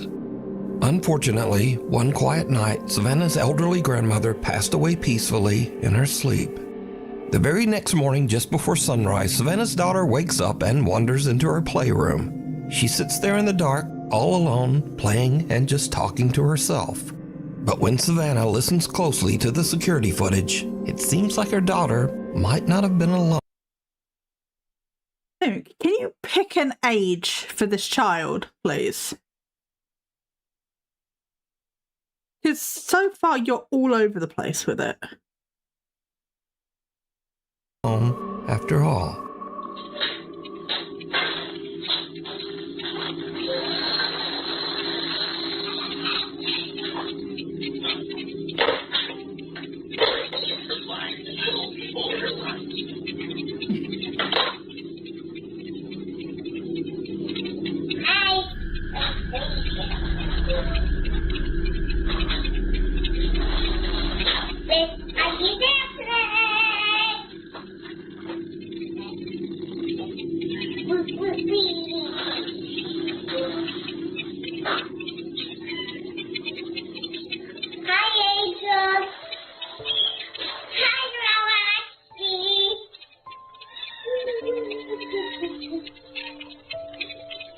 It's night time we can sleep.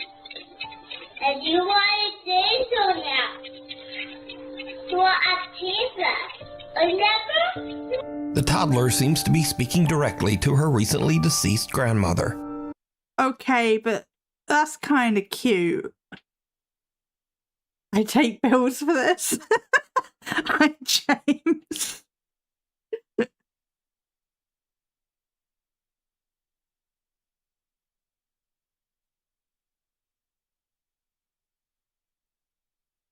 I mean, regardless of whether there's like actually a ghost there, that's fucking adorable.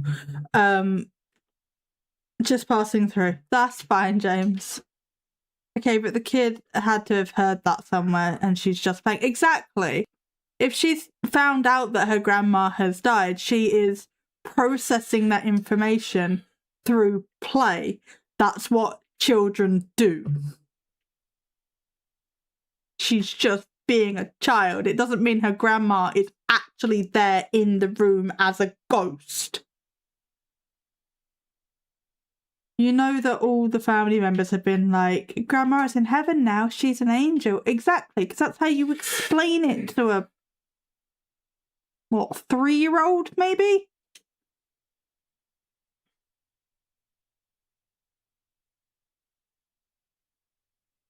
Yeah, so she's just processing the information through play. Being a child. Cute as shit. But doesn't mean there's a fucking ghost there. Even gently reminding Grandma that she's now with the angels on the other side. Hi, Grandma. See? It's night time we can sleep. Let's be honest, we talk nonsense to ourselves when we think no one is watching. Exactly. It is pretty cute. It's adorable. It's sad, but it's also adorable. You want to say so now. You want a pizza?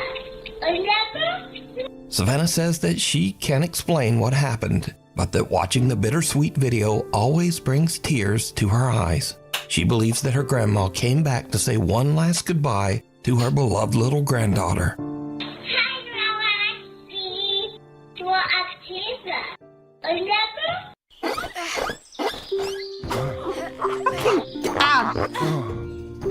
Ruined the pipe. That clip. Oh my god. I'm dead inside, so my heart stomp twitches. I get that, James. I get it. It was very disturbing. Like, what the fuck was that? The unseen observer, Rhett Anderson, who is an Air Force medic, says that strange things often happen at the military base's treatment facility where he works.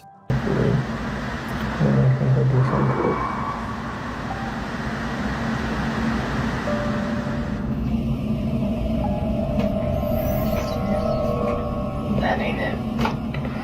One late night, Rhett is sending his wife a Snapchat message when he captures something that is pure nightmare fuel. But yeah, there's that.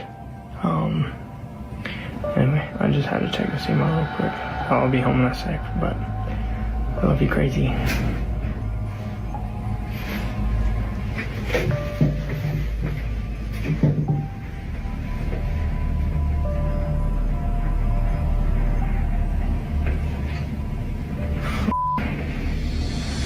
Did you see it?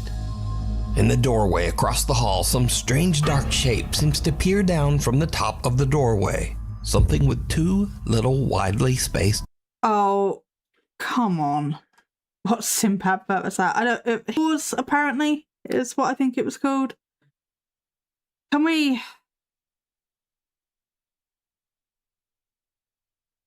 just take a moment for the pareidolia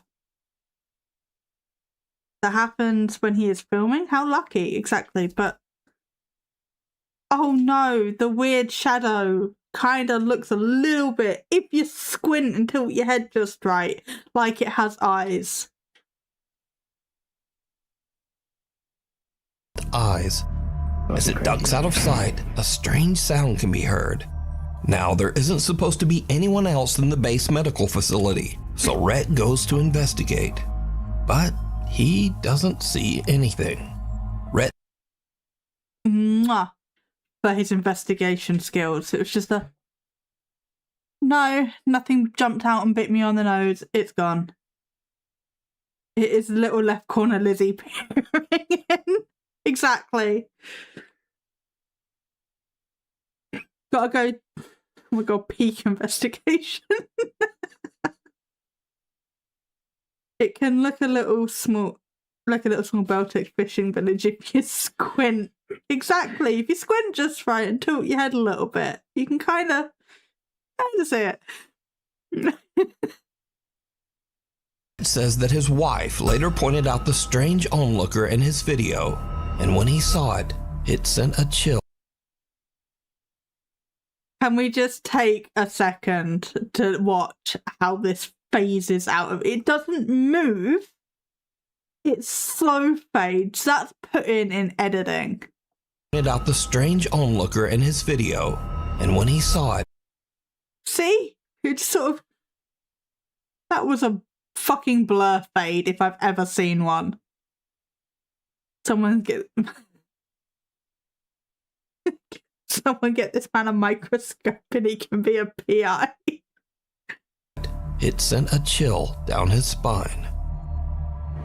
Next stop, nowhere. Also, at the beginning, there was this cup that just was not commented on. Oh my god, can we... Yeah, this big fucking arrow is if you're not going to see this cup moving across the table, right? It's on this overhang. It does not move past the overhang. There's a magnet. How I think it's done, there's a magnet in like a really fucking strong one in the cup, and there's some guy down here, and it's just like whoop, the magnet on the underside of the counter. Only fishing wire, Batman, or it could be fishing wire, but there is a lot of shit on this counter But to be honest, it could. This is a mouse pad actually with something else on it, so the fishing wire could be around the bottom of the cup and going through this shit, so you can't see it as well. The moustache. Yeah, it's fishing wire or a magnet. Ugh. Imagine being able to build anything just by thinking about it. Meet base 44. Next up. If that is the height of intelligence, I want my job to be investigating now. It looks easier than I thought. But if that's the height of intelligence of the American army, whatever he was, then there's not much hope, is there? Ugh. What ugh? Nowhere. The property manager of a high-rise building in China steps into the elevator for what should have been a routine ride. But out of nowhere, things take a terrifying turn. Not a haunted elevator. There was a movie about that and everything.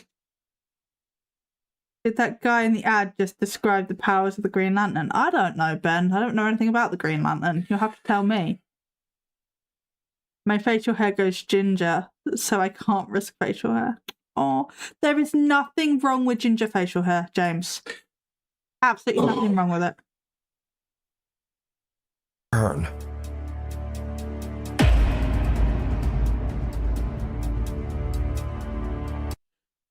Oh no! Not something sketchy happening in a sketchy looking elevator. That's never happened before.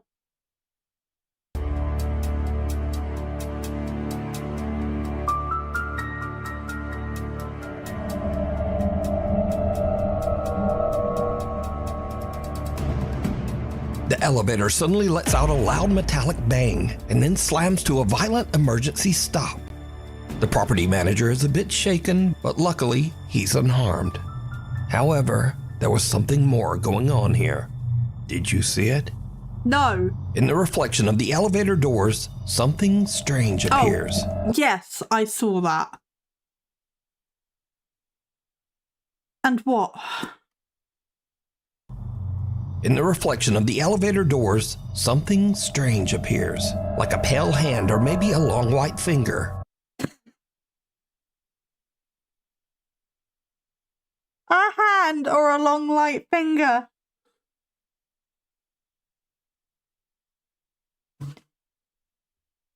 Something strange appears. It looks like fucking flickering. That is not a finger. A long light finger, yeah. Guys, behold the finger. If the elevator... It's a goddamn E.T. spider finger. I hate it when my fingers flicker in and out of reality like that. So annoying to type. It's E.T.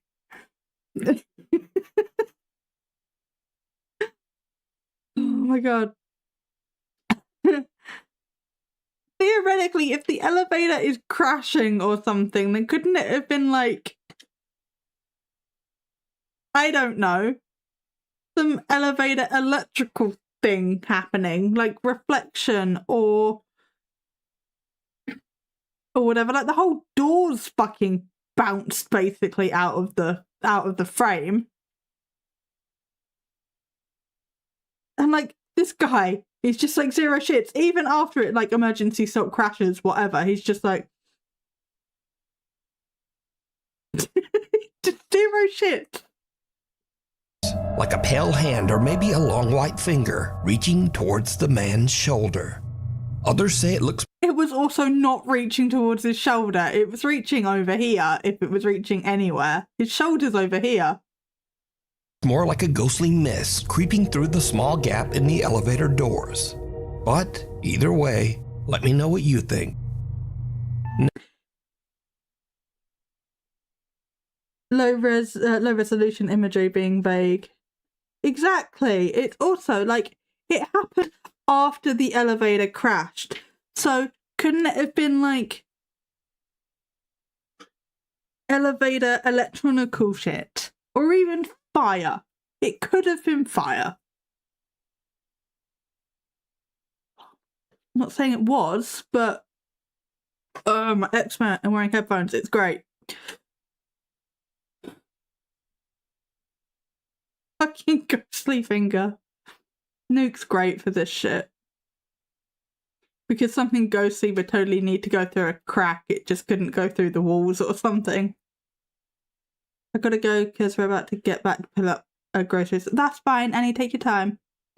Okay, I'm finally alive enough to hold a convo. Welcome to the mess, Vinny. If one of you guys could let me know when we're in ads in a minute, I will pause.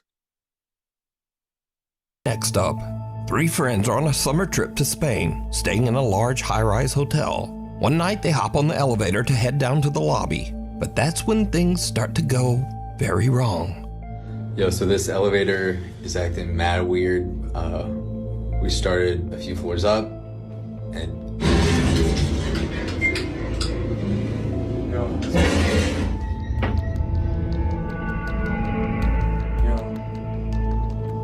Fast. So the elevator broke down because elevators never break down. Unheard of. Forward to 45 minutes later, and the guys are still stuck in the elevator as the lights flicker and the temperature begins to rise from the summer heat. Alright, so the power is out. The backup, yeah, there you go. The backup generator has been coming on and off. We've been having the time of our lives. And yeah, we're like cooking alive. Now, luckily, the hotel does have a backup generator, but unluckily, the generator seems to be malfunctioning. And here is where things start to get a bit weird, because for some unknown reason, the elevator takes them to the hotel's 16th floor, which is currently abandoned and under construction. Oh, no, look, it worked. No. What is... Alright, so it's been doing this for a minute. Because it's broken. If that floor had just so happened to have been an active floor with nothing on it, or just like a normal hotel floor, it wouldn't have been creepy. It's just because this particular floor is under construction that it's creepy.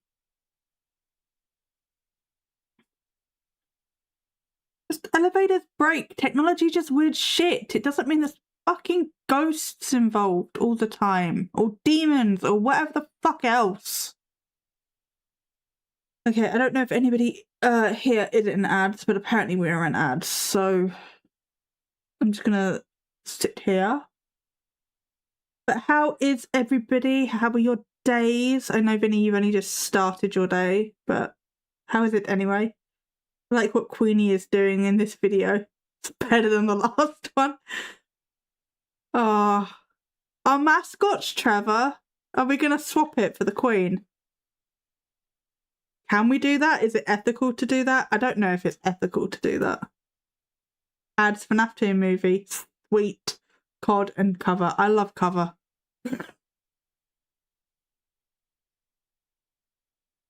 They do have really good insurance prices though, to be honest, because when I was briefly learning how to drive, I did use cover. They were pretty good.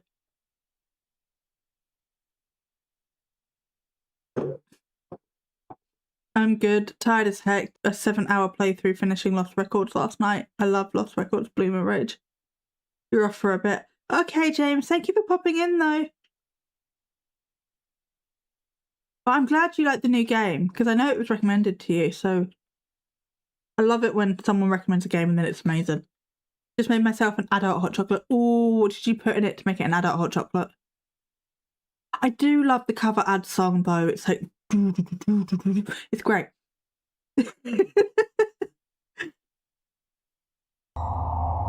and there's nothing out there. Hey, no, that did something. That did something. No. Dude, I don't know. I have a concept for these guys right now, and it's gonna be a wild concept because they look a bit dim, to be honest. I may be stereotyping, but you know. Get out and go down the stairs.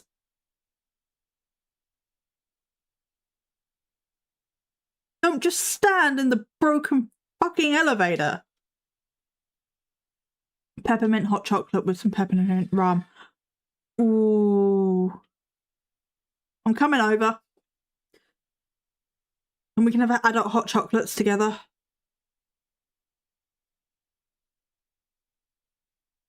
Oh my god, we need like a live stream or a group chat or something, like a Discord call or something, and we just like we have like mini Christmas, like just hanging out. It doesn't have to be on Christmas Day.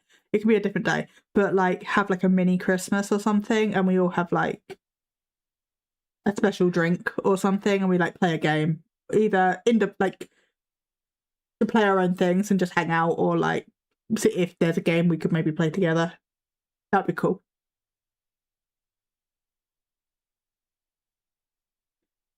Yes, mini Xmas. I love it. I do want to stream on Christmas Day, not like the whole day, not like a long stream, but special drink. Well, it doesn't have to be alcohol. Some people don't drink alcohol, so if they wanted like, I don't know, Coca-Cola or normal hot chocolate without the alcohol in it, then go for it. The special drink. Yeah, I didn't want to live stream. Beardo started something called No One Alone for Christmas. And so like people are going live throughout the day. I have no idea how to get the your favourite energy drink does work too. Are you suggesting we put Coca-Cola in our hot chocolates? No, I am not suggesting that. But yeah, if I can find out the schedule for No One Alone for Christmas, I would kind of like to slot in a gap if there is any. And you're going to take that out of context because Annalie's in the fucking chat, but you know.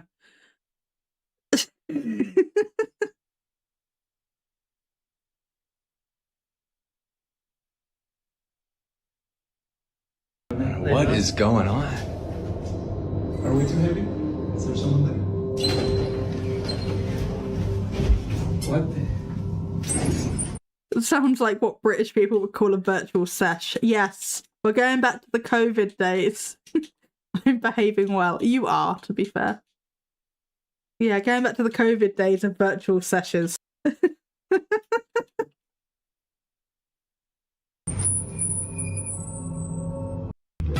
Christmas is made in the small touches. Shop at the doors. I would never be feral in front of the Queen. That is fair. That is fair. Shut again, trapping them inside. But a little bit later, and finally there's a silver lining, as the elevator power seems to come back on. We're moving. Fine. Thank you. Stop. No way. No. That's the same one as before. No way. I'm betting level 16 is the top floor. Can I see the buttons? Not really.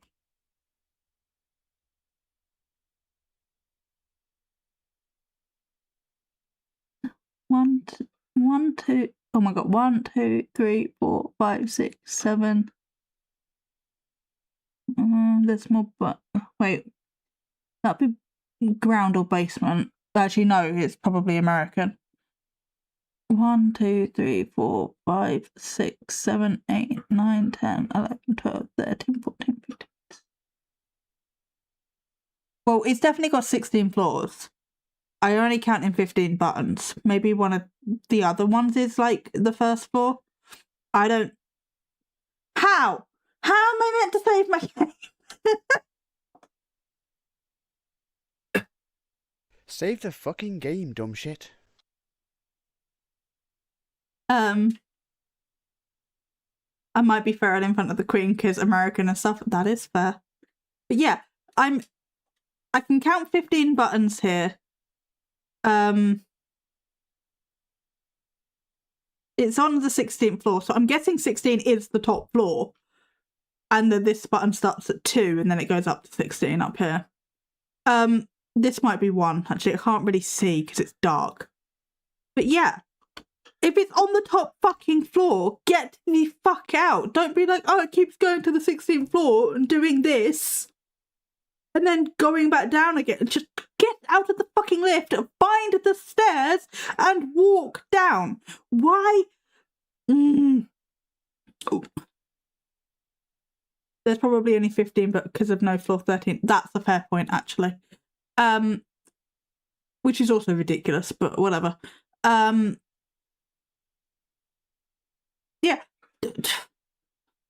What is this fucking wounded bird syndrome that so many people have? Where it's like, oh, I just can't help myself. I can't save myself. I'm locked behind this gate, but there's no fucking fence. Right? Or it's like that picture of the cage where all the bars are like really close together. And the guy is like, oh, I'm locked in a cage. But there's like no bars on the rest of the cage. Or he could very easily walk out of them. It's this fucking mentality. Maybe if they didn't realise that they had pressed 16 because their fingers flicked out of reality. Yeah, it's ET fingers.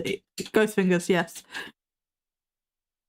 Just say, I get it's spooky and derelict and whatever, but why are you laying on the floor suffocating or like cooking or whatever because the fucking aircon isn't working in the lift when you could get out with your phones, which you're recording on, use your fucking flashlight on your phone and go find the stairs? Probably accidentally hurting yourself on possible building, whatever they're doing on that floor, is better than plummeting 16 floors to your death. Exactly, Rainbow.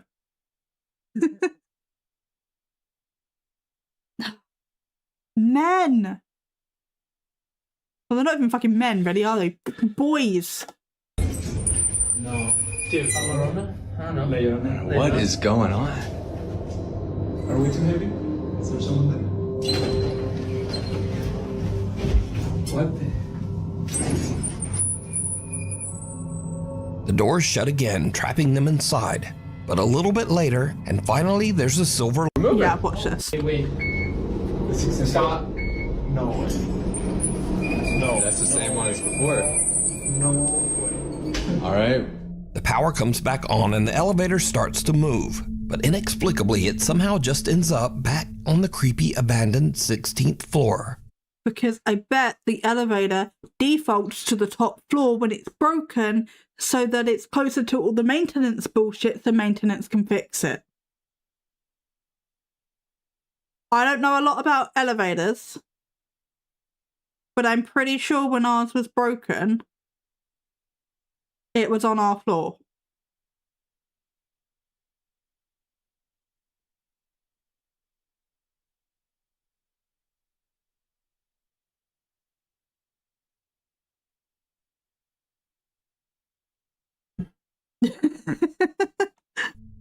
At this point, the friends debate just stepping out and trying to find the stairs.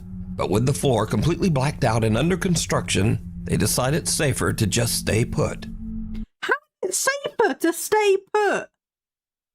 You have torches on your phones. Yes, plummeting 16 floors because the lift malfunctioning is totally safer than stumbling around in the dark with a torch, finding the stairs. And the stairs are typically always near the fucking lift anyway.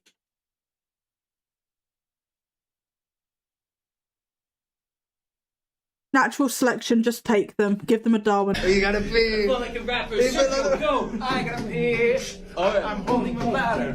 Yeah. I gotta pee. I don't know what else is going on. I gotta pee. It's making me mad. Go on like so. I gotta pee. Angry like Bowser. Guys, this is probably the worst thing anyone ever. Now, shortly after this clip, power was fully restored and the guys finally made it down to the hotel lobby. They upload videos of their harrowing adventure on the elevator, but their viewers spot something. Harrowing adventure. Okay. And enjoy your lurk, Vinny. Something truly chilling. Again, did you see it? No. As the guys are goofing around while stuck on the creepy 16th floor, something black seems to appear behind them and rise. Not a shadow. Unheard of.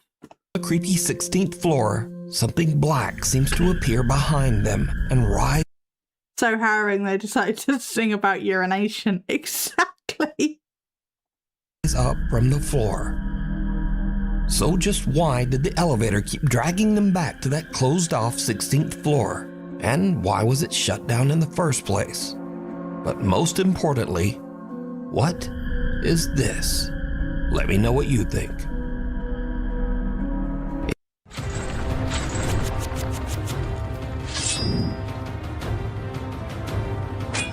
If you see the elevator has a boner.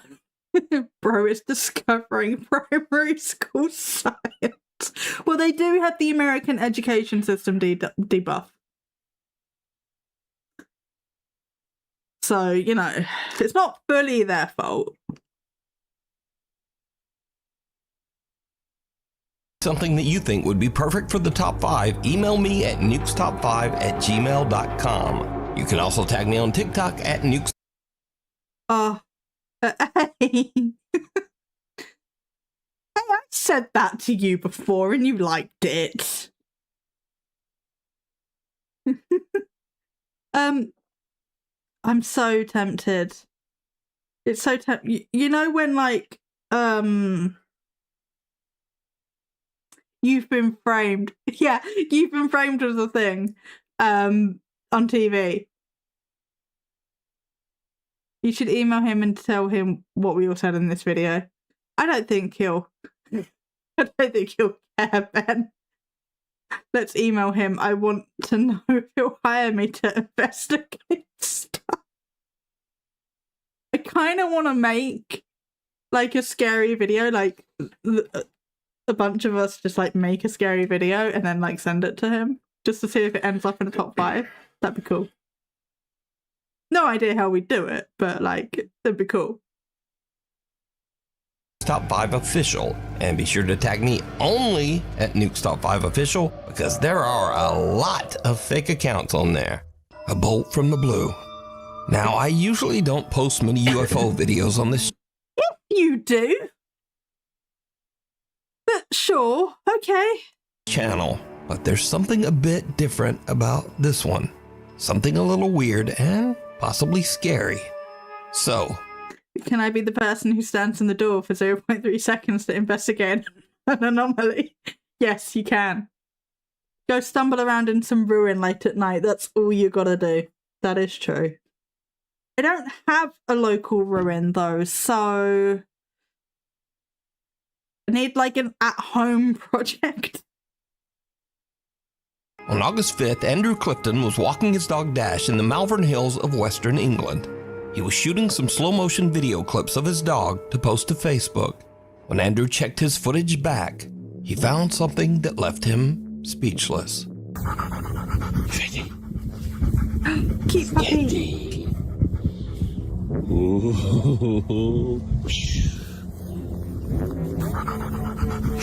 What? Steady.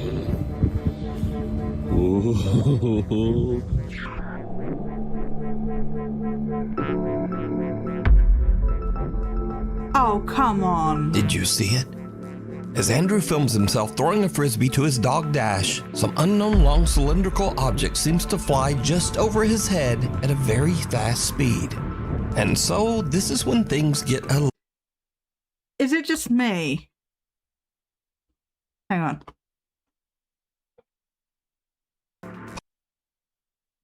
Thanks, YouTube.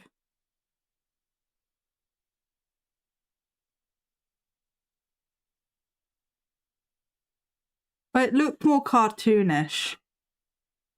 Possibly shot from a bow or I love it when it does this. I'm just like, I'm trying to look at something right now. It's when things get a little scary, because cynics and debunkers claim that. I bet cynics and debunkers claim nothing. And so, this is when things get a little scary, because cynics and debunkers. Close enough.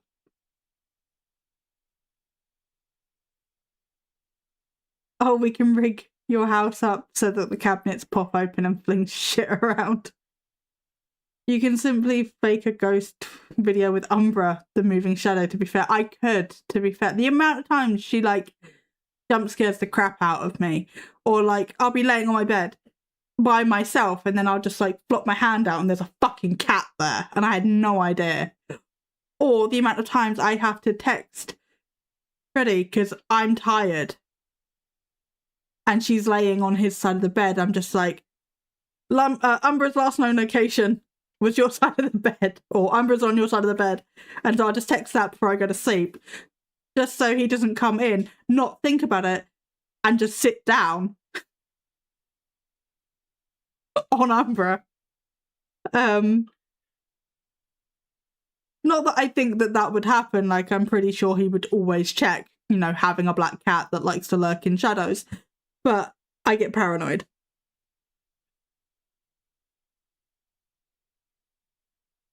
Yeah, or it's like, I have no idea where Umbra is, and I just stick my hand in a box. I'm just like, oh, there's a cat in there. Okay. Where is she? Bumble?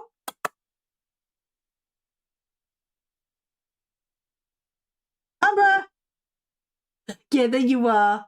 I thought you were there. She's in her basket.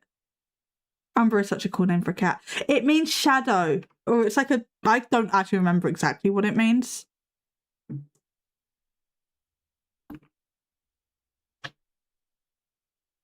The fully faded inner region of a shadow cast by an opaque object, especially the area on the Earth or Moon experiencing the total phase of an eclipse.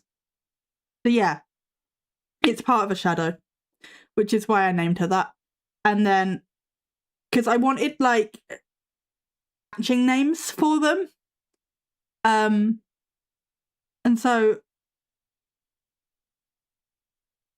we were trying to, like, come up with sort of, like, black and white names. So I suggested Umbra, and then Freddie was like, yes. And he was like, Akari, which I think is light in Japanese.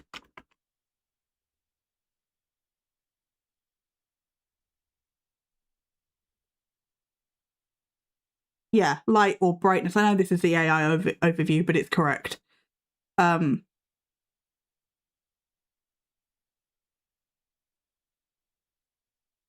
yeah, they have little matching names like that. The pub across the road has music absolutely thumping tonight. I need to go to bed, but it's like trying to sleep in a nightclub. Oh no. Oh, that sucks. And it's not like you can go tell them to shut up either.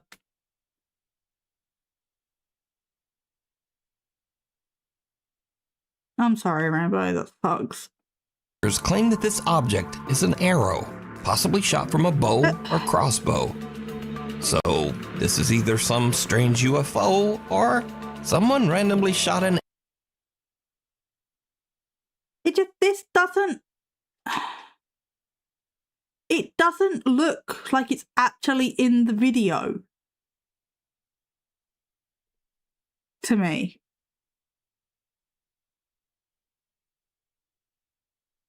Like, it's got weird glitchy shit round it.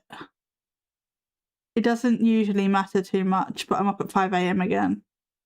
No.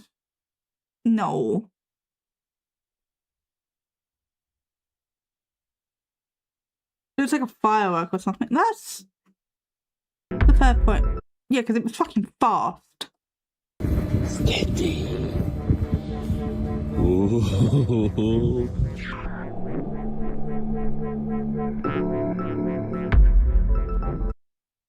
The thing is, they slow down this footage so that you can see it moving really fast. But if it was moving that fast and the video was at normal speed, would you even be able to see that? That's my question. I think that's overlaid. I don't think that's actually in the video.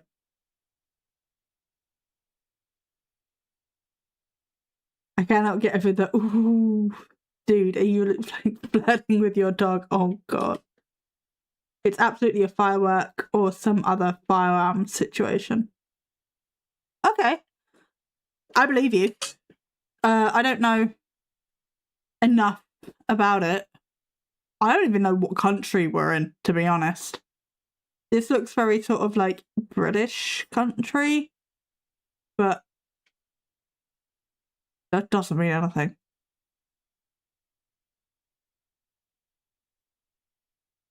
Decide. With Vinted's new electronics category, you can save again and again. Thanks, Vinted. The fourth floor. A young woman named Aria is staying at an old hotel in Virginia. One night around 10 p.m., she's walking back to her room when she notices a strange-looking man following her. She starts to record with her phone, pretending that she's on a video call to try to scare the guy away. But it doesn't seem to work. Okay.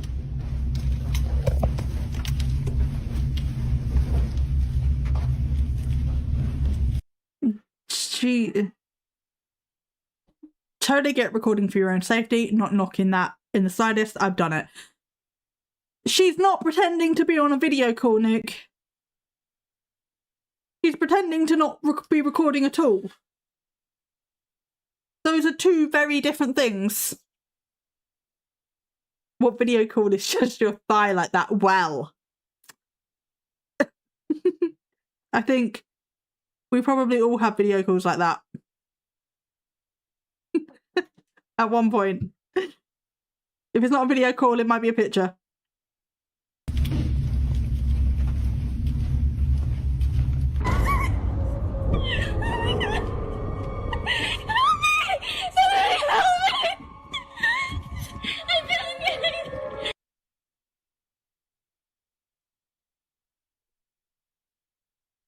Not to victim blame, but she's not shouting very loudly. If she actually wanted someone to help her, wouldn't you be like screaming at the top of your lungs? Or like banging on the doors as you go down?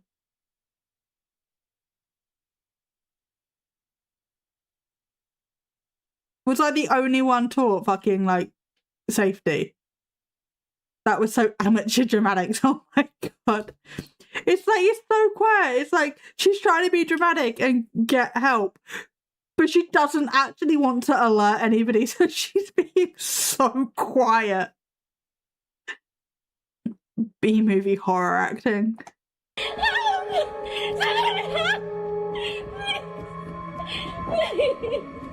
Aria says that she heard the man's footsteps behind her start to get faster, and she thought that he was chasing her. So she runs and starts screaming for help.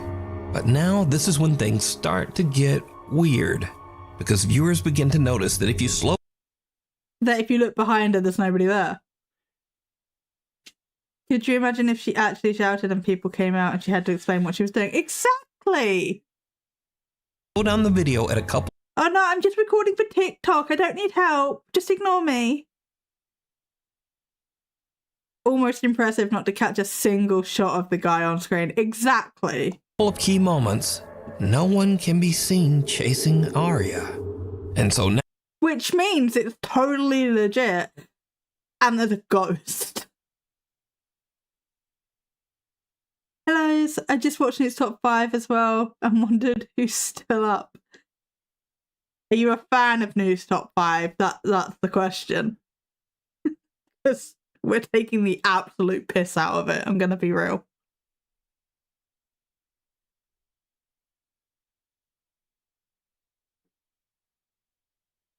You love that shit show. As long as you know it's a shit show, it's great.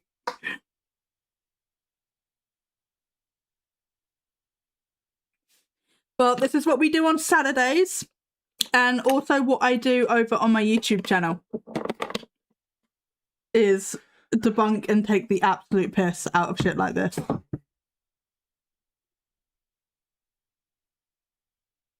Now we cut to a completely different TikTok account, one made by a guy named Tony who is a maintenance worker at the... I'm just amazed the Queen has been in so many ghost stories. Oh, I feel... I'm always hiding in the comments because they scare me a little. That's fair. I think once you know how they're done, they're a lot less scary. But I know when I was younger, I was certainly scared of stuff like this. But she's been busy considering she hasn't been dead for more than like a year. Rainbow, she died in 2022. That's 3 years ago. What timeline are you on? She did. Yeah, she did. I don't know, I'm old. Rainbow, did you get stuck in 2023? Also, is it ethical for me to make the Queen our mascot? I don't think I can make... Have you watched the newest video from Nuke from like an hour ago? We have not. On Saturdays, we spin a wheel. So we spin a wheel of fake channels. We get a timestamp if it's a really long video. We have a random number generator so that we know which video we're going to. I do need to copy this link though.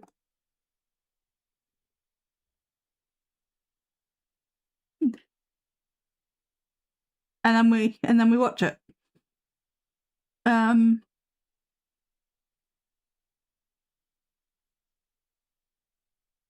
She'd love it. I need a ghost Lizzie emote ASAP. You do, I do.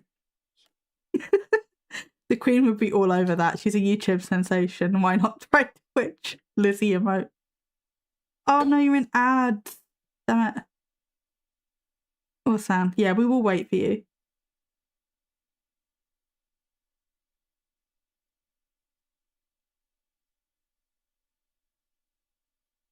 Oh, that's what I meant. I need you to get one. Well, I don't have an income. Add prisoners over. Yes.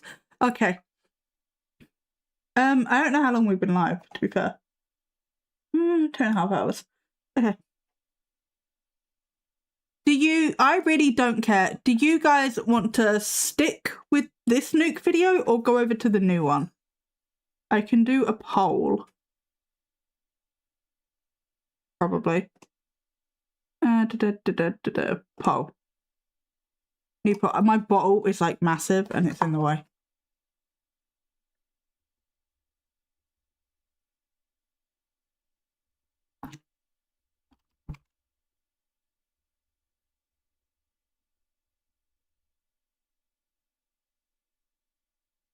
Poll. I'm gonna unplug my headset. I don't think I need to plug it. I need it plugged in now. We've got, I don't know, like just under 20 minutes left on this one.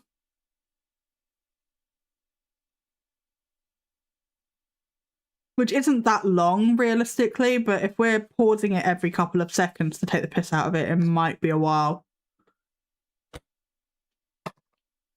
I at least want to see Tony encounter this. Who's Tony?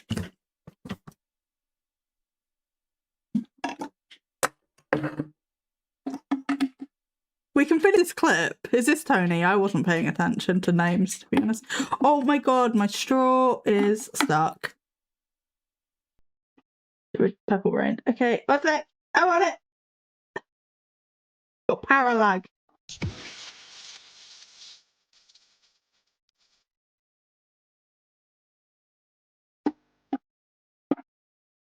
Read the name badge. Oh,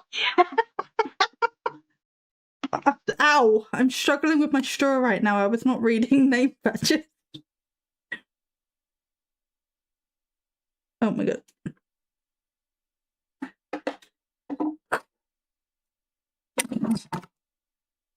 To be fair, name badges aren't always everything. Fredo used to have a name badge at work that said Winston on it. His name's not Winston. Guys, I broke my straw.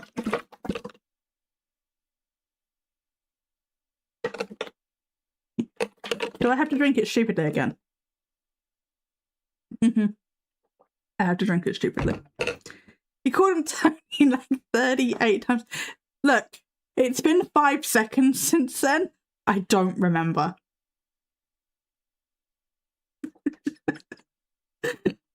This very same hotel. Tony sees Arya's video online, so he goes to check the hotel security footage. He finds this. Y'all, so here's video of that girl that posted, and I'm gonna let y'all know now, it gets really weird.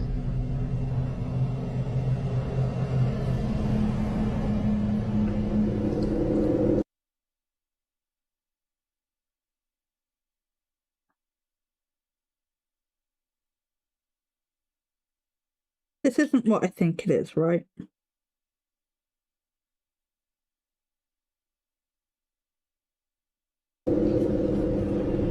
It's like she acting like she's running from something or hiding from something, but there's literally nobody else in the frame. Like she tweaking. Yeah, it is weird. And the elevator door is not even closing.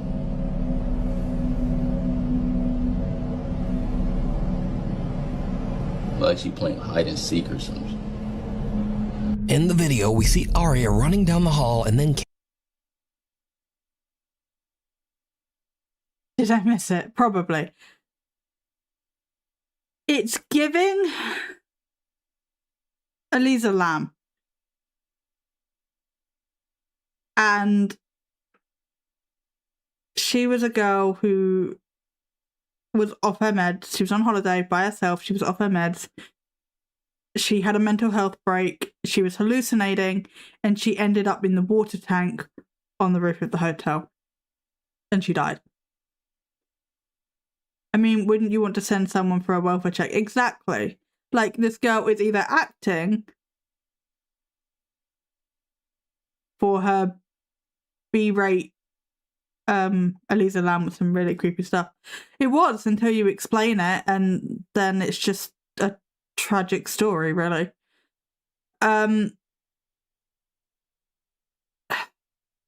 She's either acting for her B-rate horror movie, or she is having some sort of episode. I don't think she's having some sort of episode, because she was yelling like this and trying to be really quiet. So I think he's just seen her shitty acting on the security cameras. Cowering in the elevator. So how did she get into the tank? She climbed in.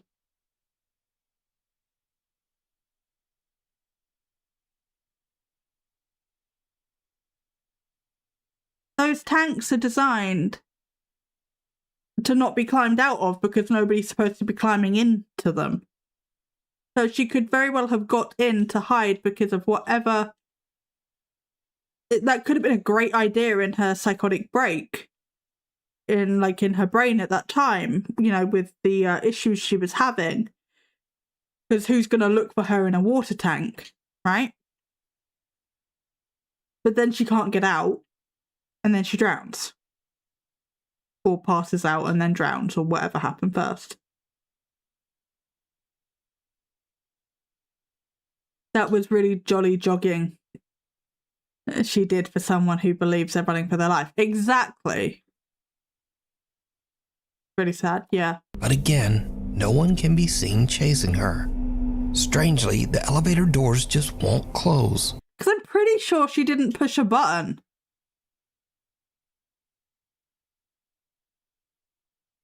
So Aria runs out. Tony says that the front desk clerk said that Aria did eventually make it downstairs. She left in an Uber without a word. No, the doors were closing. She pushed a button, they opened again. She pushed the open door button.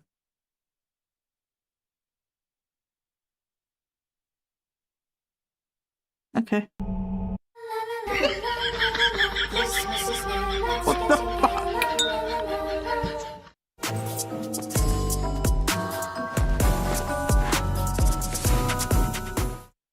So now, Tony is curious as to just what might have happened to make Aria run away. He finds the girl's room number and goes up with a coworker. What they find is truly disturbing. It's gone from 311 to 310. But okay. It's like all stuff. Cool. So 0 out of 10 as a hotel guest. I just left here.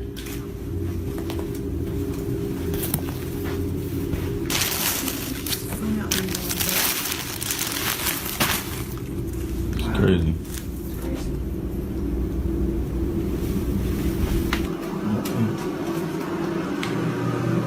Yo, this shit's ridiculous. What the heck is this doing in here? Yo, hold on, y'all. Why the f is this in here? Hold this. Yo, y'all. This is crazy. All of Aria's luggage is still... I mean, don't yuck somebody else's yum. I have too wanted to run away from cleaning many times. Same. But they obviously haven't checked out. I think they were recording some sort of horror thing for TikTok or whatever. They obviously posted it. They haven't checked out the hotel yet. They've left it in a state because they didn't expect anybody to go in there. And they're coming back. They've probably just gone out for the day. In the room. Even stranger, the room looks like it has been ransacked, with things strewn all over the floor. Weirdest of all, Tony finds something commonly called an underdoor tool. This device is often used by criminals to break into hotel rooms with a latched door. So now Tony thinks that someone might have been in Aria's room. If you have broken into somebody's room with an underdoor tool, why would you just leave it in the bathroom? Why wouldn't you just take it with you? If you have left, you would take it with you. That is evident.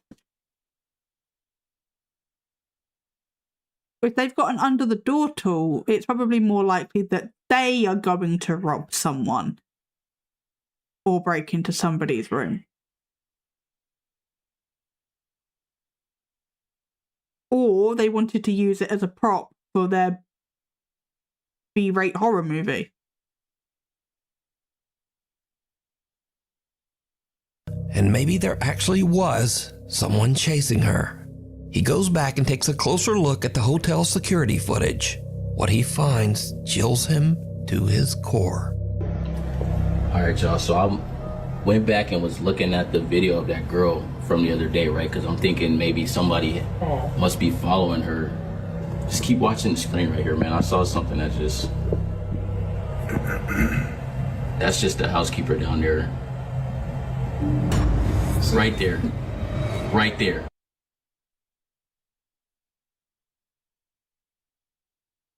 Okay.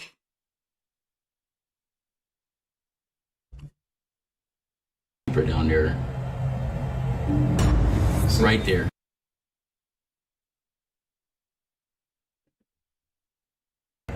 That's just the housekeeper down there. Right there.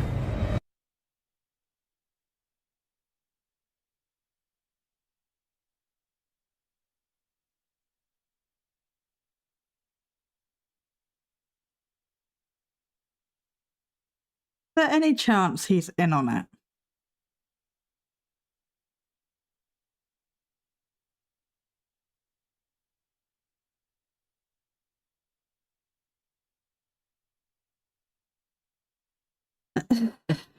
It looks like the shadow of someone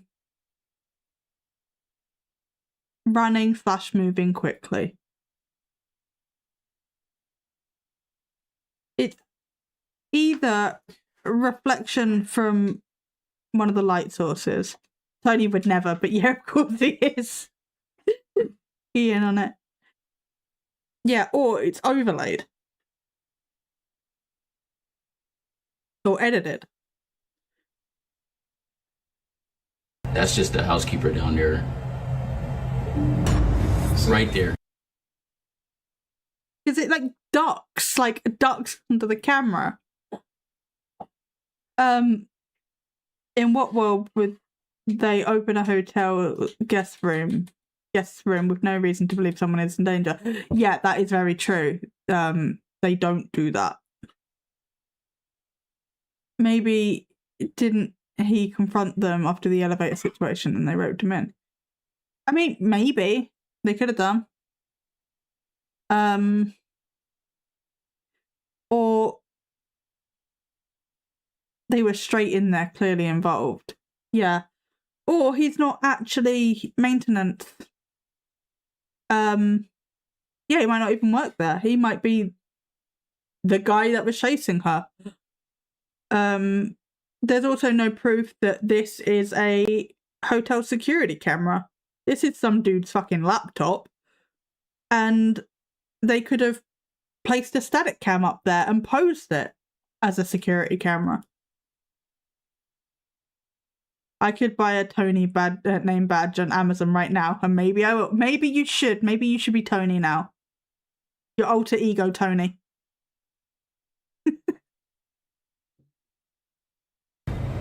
Right there. I don't know what that was. This is crazy. And y'all think that's crazy? Keep watching. Keep watching, like right by that door right there, by that table. Keep watching right over by there. Okay. My hand is shaking. Right there. What is that? Oh, come on. Maybe we're all Tony. Maybe we are. My hand is shaking. Right there. What is that? That was thrown from this corridor. That was thrown. What the heck? Bro, that's a rock from that table right there. Those are stones and those in bowls right there. Yes, but it came from this direction. Somebody is standing here and threw it there. They took it from there. Maybe Tony was the friends we've made along the way. I mean, he's a ride or die friend. He's not going to rat you out, you know. He's just like, yes, and goes along with the plan. That table, and that one of them stones just fell on the floor. It didn't fall. And there's no way that should happen because there's no wind in there. Okay. Pause and stream.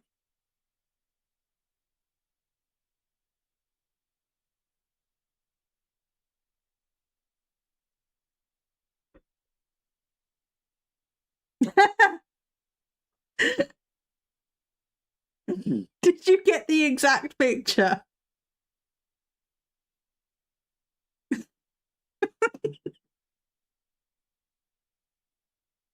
That's what Rainbow sent me on Discord.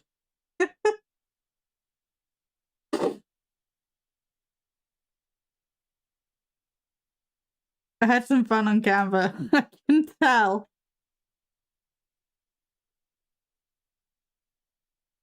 We need like a little cartoon ghost with a crown.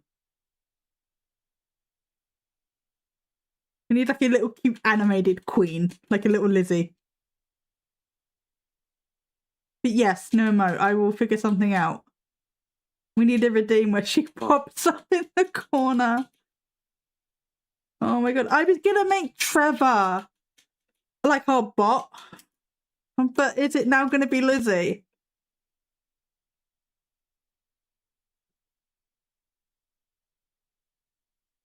You go.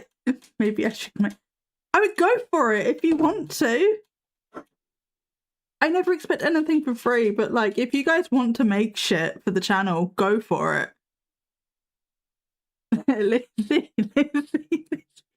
It's under para. There you go. It's just everything's in the link tray, so it's far easier to just have all the bullshit under one command. Because I technically have 2 Discords, so. Need that Lizzie pick though. And what we need.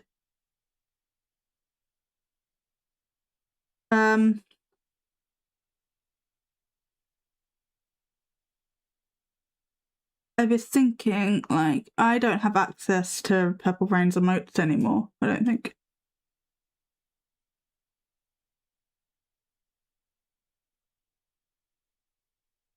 No. I don't think so.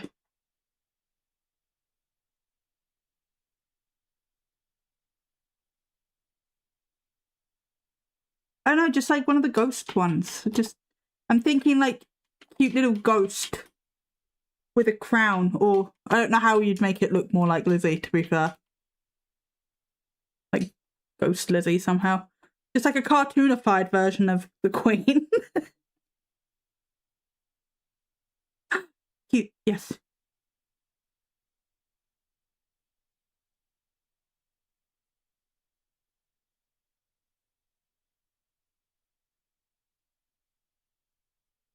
I relate in my soul to this emote. Fucking mood.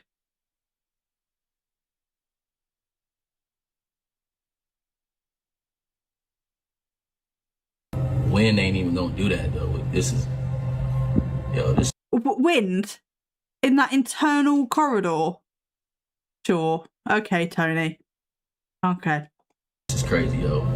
Just a few minutes after we see Arya running down the hall, we can see a strange unexplained shadow that seems to speed off down the hallway in the same direction. Shortly afterwards, a stone from a nearby decorative bowl mysteriously launches off the table and lands in the hallway floor. Now, Tony says that he doesn't know exactly what happened here. He says that he has never experienced anything like this while working at the old hotel, but he has heard strange unexplained sounds from time to time. Yes, I could upload the Queen from Rainbow and auto animate it. I could.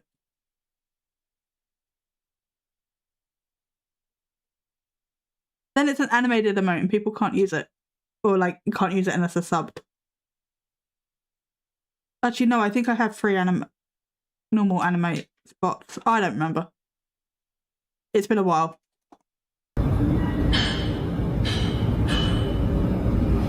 Keep in mind there's no construction going on. Nothing. So was some real person with bad intentions chasing Arya? Was this something supernatural? Or is it all just a very elaborate hoax? As always, you decide. I think they were making a poor taste horror movie thing off of the premise of Elisa Lam.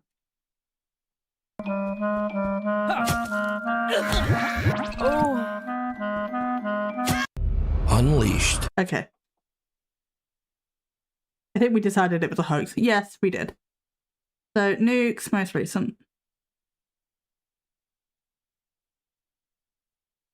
Scary videos that'll make you pee a little. Nuke, I don't need the help. I've had 3 kids.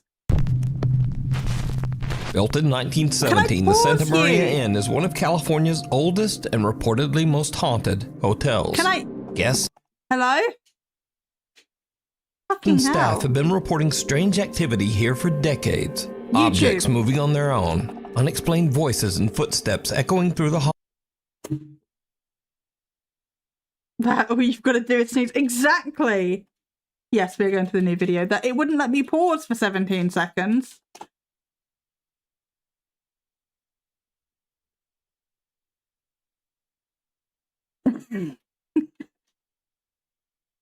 Exactly. Not even that elaborate of a hoax, to be honest. It's pretty basic.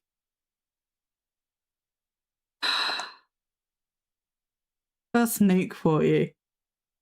He has also been known to take videos. So like if you go and find some of the original clips, he's taken videos. Why is your bot so hilarious? I just programmed it to every time somebody says hello, hi, or hey, it'll just welcome people to the chat, because most likely the first thing they're going to say is hello. Love that I'm going to randomly be able to be welcomed. Yeah, it's just anytime somebody be lonely again. Oh, well, that's the point of my channel. So, for the lonely. But yeah, anytime anybody says hi, hey, or hello, it'll trigger the welcome message.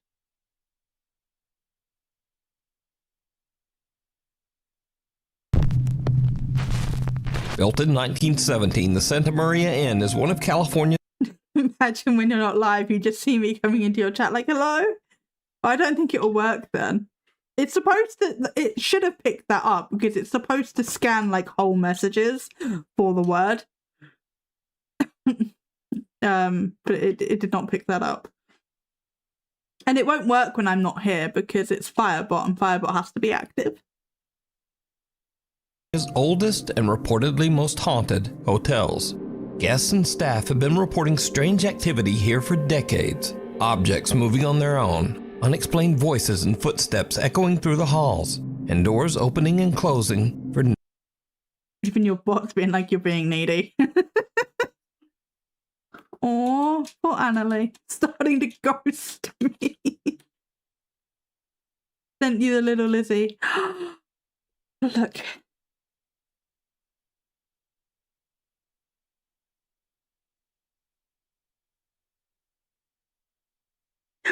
Cute. Look at little Lizzie. Oh my god, can't see.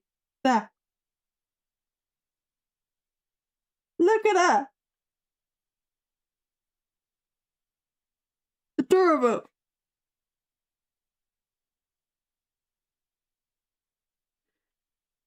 It's adorable. Thank you so much. I'm going to add her later.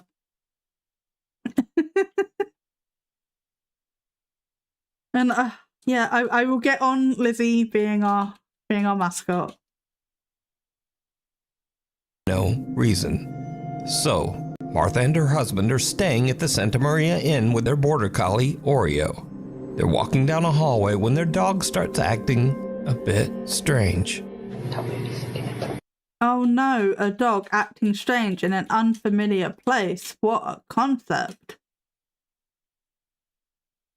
He was looking at them. Look, he's looking at He's looking at the bench. That's because Collie's in neurotic as fuck.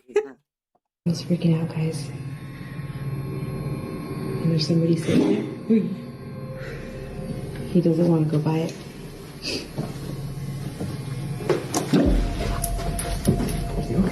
That's all right. Come on.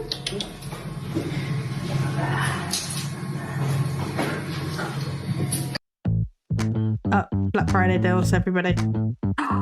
Wooden puzzles. I totally would. Come on.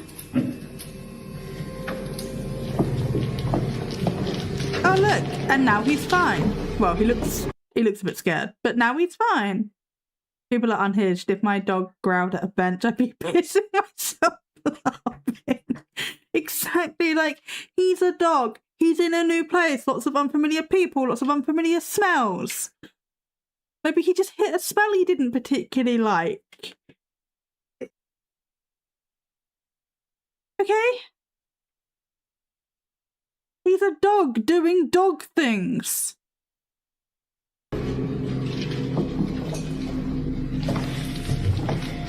That was crazy. Yeah. The dog Oreo freaks out and wants nothing to do with the bench in the hotel's hallway. He jumps back, growls, and flat out refuses to go near it. But that's not all that happens in this video. Oh, of course because not. It's what they hear on the recording later that makes their skin crawl.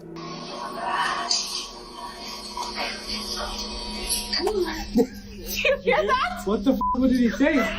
On playback, as Oreo is running away from the bench, a chilling disembodied voice whispers, "Come back, come back."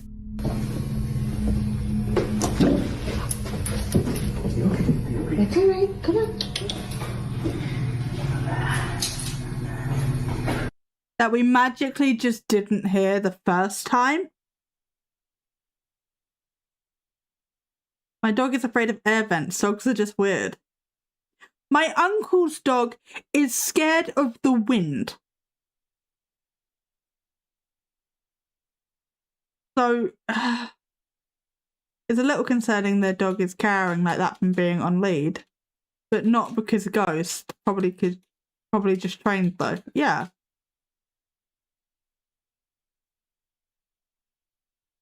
But also, this come back was not on the original track. So, you're really expecting me to believe it was there in the first place and wasn't manipulated or added in some way. My dog is scared of elevators. Imagine the haunted videos I could make. Oh. Give me something to debunk. Yeah, so you start a haunted ghost channel, I'll debunk you, and we can make money off of each other. Be fine.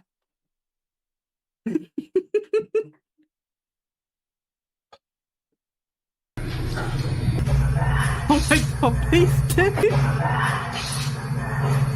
Now, Martha originally recorded this video of the dog's strange reaction over 5 years ago, but she says she only recently realized that she also captured this chilling, unexplained voice calling out. I'll debunk you. It's like the new flirting. It's fine. For their dog. Ads. Okay, we wait. My dog barks at the basement stairs, so clearly my basement is haunted. It is very haunted. You've got like an Ouija board down there, haven't you? Is that on your wall, or is that not on your wall? You've got other things on your wall, so it looks haunted. It'd definitely be haunted. I used to be around horses. Imagine how many ghost videos I could have made. One of my horses would literally shit themselves at a leaf. Oh, bless them.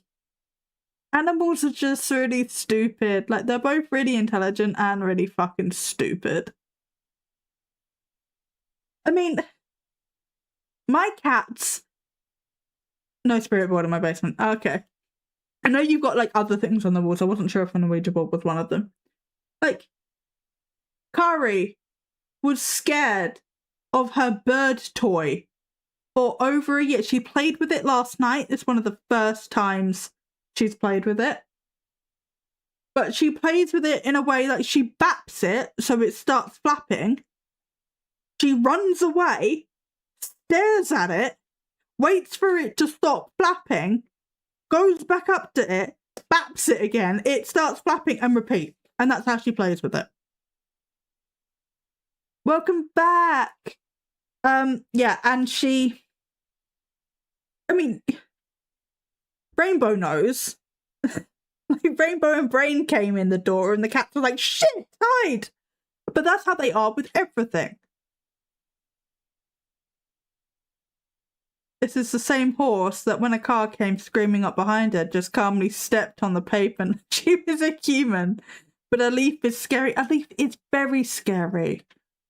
Haunted leaves are scary. Remember when that bird thing went off and you called your cat something? I called my cat a pansy. That's what I called her. Because she is. They both are. They are literally scared of their own shadows. Like, the amount of haunted ghost videos I could make because of my cats. It's insane.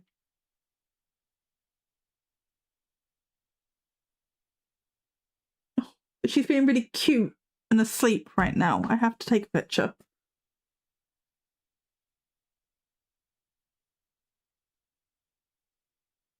No. How did you know? Go back to sleep. Go back to sleep. The second I picked my camera up, he started side-eyeing me. Go back to sleep. Close your eyes. Everything's fine. Everything's fine. Go back to sleep. Go back to sleep.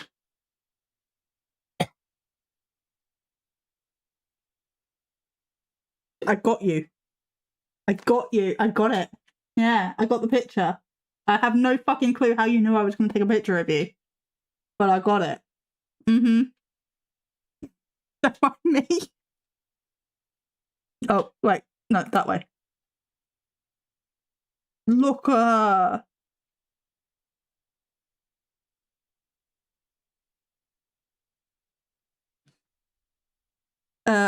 skittish babies. They are. That's true, but the way you said it was hilarious. You've made the bird go off and now you're scared fucking pansy. Exactly, Ben! My horse used to fall asleep walking and about threw me off when the reflection on Airstream trailer woke him up. Oh, bless him! Oh my god. Oh, baby. Yeah, she's baby. But it's just like, I don't know. Even if I don't say anything, the second my camera goes up to take a picture of her, she knows. And she's like, nah. And just moves. It's not going to let me get into my gallery now, is it? Because my phone's locked. But, like, this... It's not going to focus, is it? Oh, there we go. The second I tried to take the picture, she woke up and just stared at me. She was not having any of it.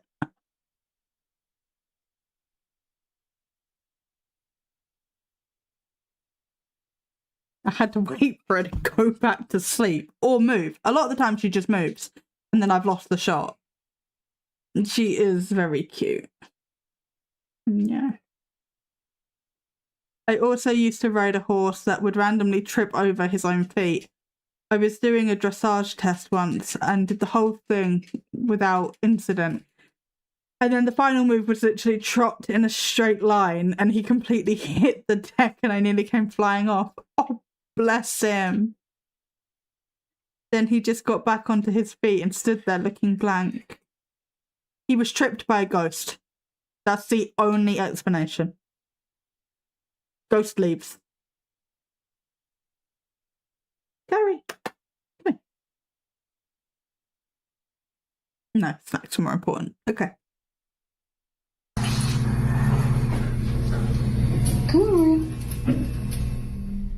Unseen attack.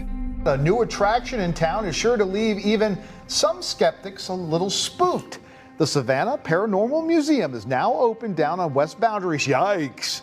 The Savannah Paranormal Museum in downtown Savannah, Georgia is dedicated to the city's long haunted history and all things paranormal. The museum also houses a large collection of supposedly haunted artifacts and dolls from around the world, and many believe these. I'll send you the picture. I actually bought it from the photographer because it was that funny. Oh, yes, need to see. Very items have actually led to the building itself being haunted.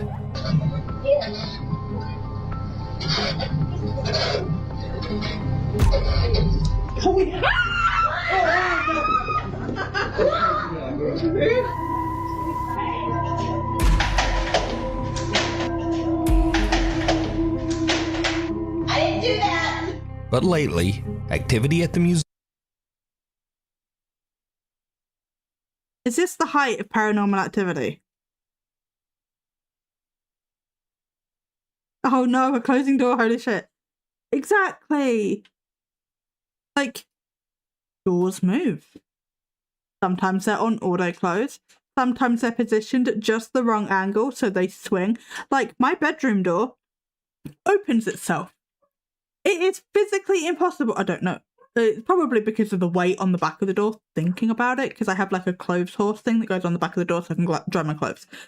There's probably the weight on the back of the door, but it is physically impossible to not have that door just sort of go the second you try and close it. Oh yeah, my office door closes itself. Exactly. But your office is haunted. I don't know what to tell you. My bedroom's haunted, your office is haunted. Curry, if you start fucking about with that bird, I swear to God.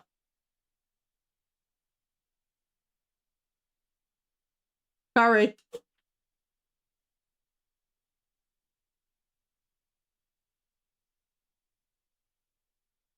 Yes, your sister's fine. She's not in your favourite basket.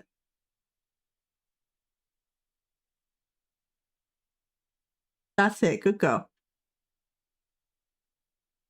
I'll just save it. Be fine. Our wardrobe door slides open and closes because the house we live in is crooked. Oh, sage it. Exactly.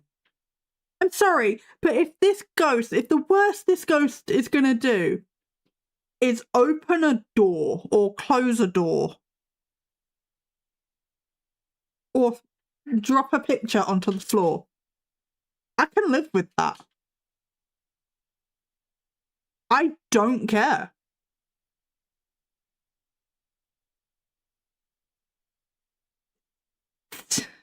It's not a threat to me. Just shouting back at the ghost, were you raised in a barn? A funny story. I was on call with one of my old friends. And because we were on voice call a lot, they would overhear some of the shit that would happen. It's happened here a little bit, not as much. Some of the shit that happened in my old house. And they would be like, I don't know how you live there. And I'm just like, it's normal. What am I meant to do? It's not like I can fucking move. Well, I did move eventually, but like, it's not like I can fucking move. What am I supposed to do about it? But it was just like really loud bangs and well, there was other shit going on, but mainly towards men and not me. I don't know what that one was about. I will say I had a picture fly off the wall on Halloween. When they throw a picture, it's probably a bad picture, so it's doing a favour. Exactly. It's helping you decorate. But yeah, or like, there was one that happened here, and I was just sitting here on voice call. It was like, I'd just woken up, so I was sitting here like, yeah, morning, whatever. And then, I can't remember what it was, but something happened, and it made me jump, and I was like, okay, I'm awake now. And they were like, what the fuck was that? And I was like, I don't fucking know. I wouldn't have been bothered, but it barely missed my face. Ooh, yeah, you don't want it to hit you. But then I just went right back to what I was saying. Or I think I've sassed shit before. Like, I've whether it's there, not there, whatever. I don't give a fuck, really. I've also found out that seeing like shadow people out the corner of your eye can be a trauma response. It can be a visual hallucination, which is really interesting because the week before I left my ex-husband, a very bad, abusive man,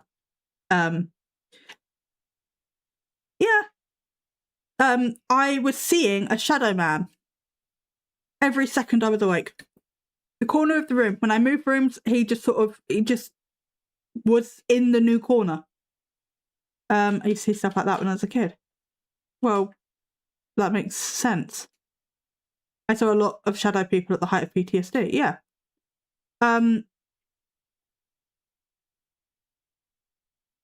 Yeah, it's a way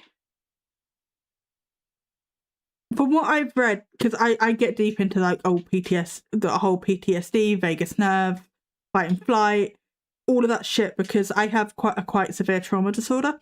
So I want to learn all this shit so I can help myself and also like get a good understanding of like the brain mechanics at play. Because once you understand something, it gets significantly less scary. Also, just generic movement in the corner of my vision. Vigilance can do that. Oh yeah, I see shit out the corner of my eye all the time. If it's out the corner of my eye, don't trust it, dismiss it, whatever. Sometimes it makes me jump though. Like bathrooms just generally. I'm comfortable sharing this trigger on the internet because like, what are you going to do? Throw a bathroom at me, you know? I am very, very triggered by bathrooms because of something that I've been through. Several things that I've been through, not the point. But I can't shut, unless I have like guests that I don't want, you know, the bathroom door open. I will shut it for that reason. But like if it's just me and Freddie here, that bathroom door does not shut. I can't handle the bathroom door being shut. It used to be any door. Now it's just the bathroom door, so I'm making progress. Moving helped with that. And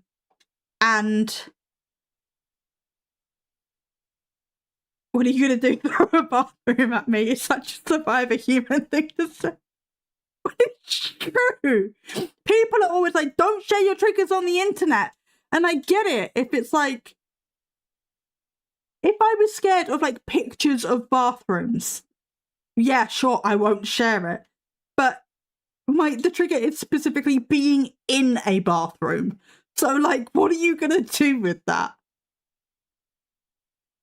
The only thing I get is an uneasy feeling after watching paranormal stuff, like someone standing pretty close to me. Thankfully, never seen anything like figures and stuff.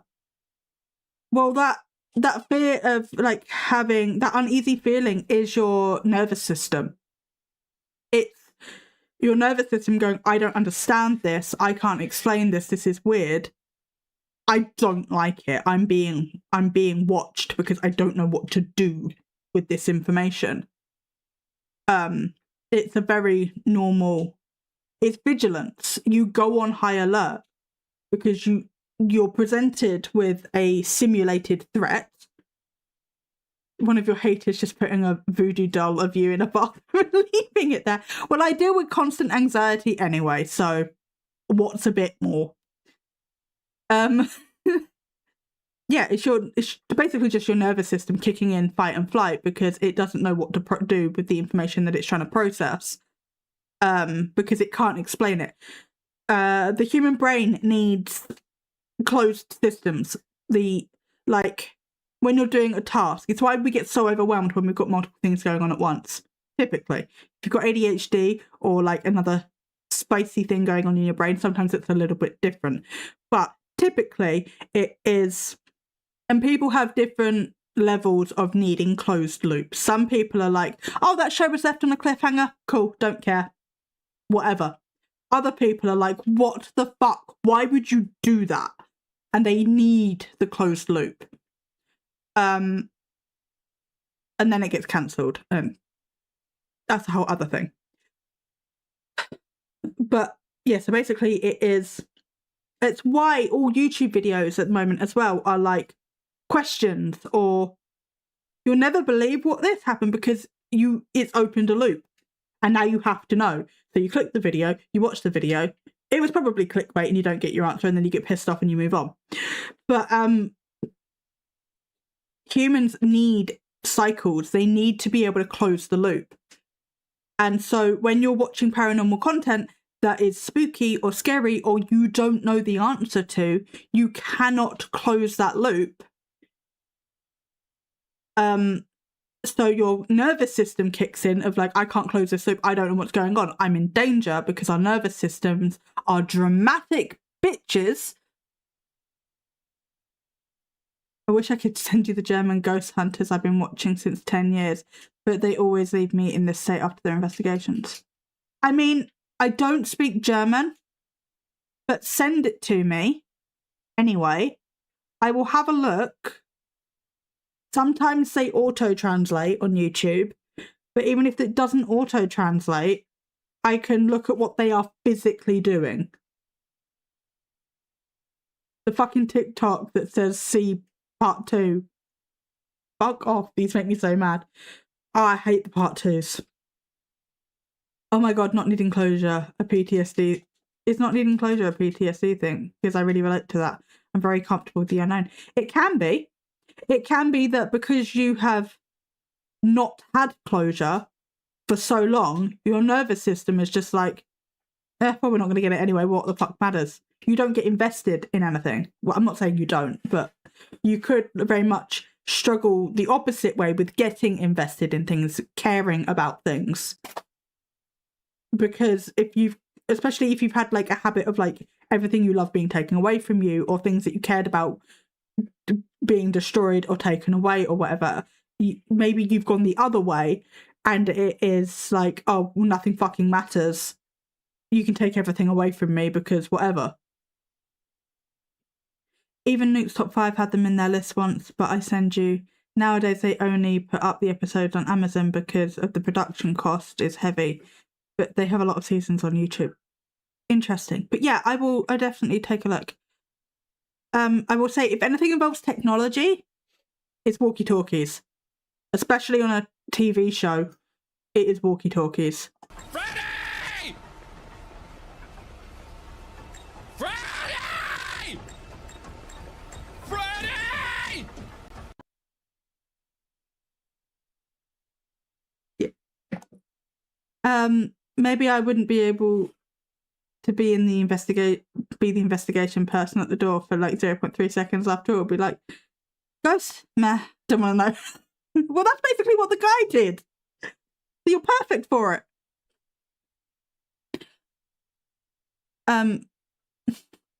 But yeah, basically the uneasy feeling is your nervous system being like, I don't know what to do with this information. But then it kicks in fight and flight, and then you feel a bit awkward and uneasy and like you're being watched because you can't close that loop.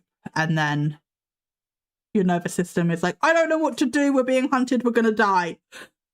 Because our nervous systems because humans evolve very slowly, or evolution happens very, very slowly.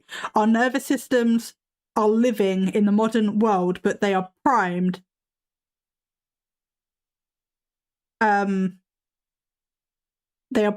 for fucking foraging, hunting, and gathering. So they're like, oh my god, we're going to be eaten by a bear. And it's like, no, dude, I'm just trying to make a phone call. We're fine. Are you good? We get into heavy topics sometimes. I know you're interested in them, but I just want to make sure that you're okay. Yeah, I'm okay. Thank you for checking, though. I really appreciate it. I'm generally quite good with heavy topics, unless they're on very, very specific subjects. CSA is one that I really, really struggle with.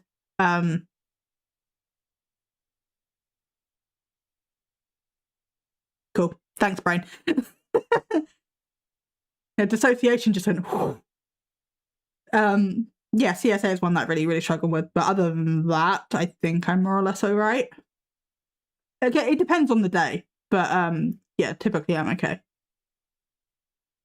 Parrot is indeed wise. Unfortunately, being wise comes from life experience, and I nearly said torture. That's not what I meant. I don't even think I'm allowed to say that on YouTube. God's sake. What did I mean? Because it wasn't that.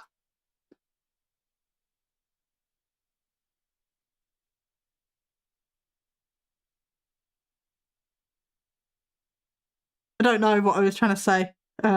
Dissociation into the chat. Every 5 fucking minutes with me. That's why I'm just like, all the time. Trauma. Yeah, probably trauma. Same fucking thing, innit? Thank you, guys. I'm just gonna have a drink and carry on with this before I drop myself in it again.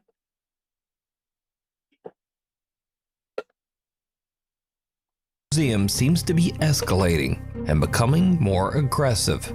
One morning, the museum's podcast producer, JT Timmons, is working at the front desk when something happens that terrifies him. Don't raise dragons right off the bat. For new players, at the start of the game, don't rush to raise dragons. Everyone quick, grab your special drink. Yes, grab your special drink. It's really annoying me that this is hung upside down.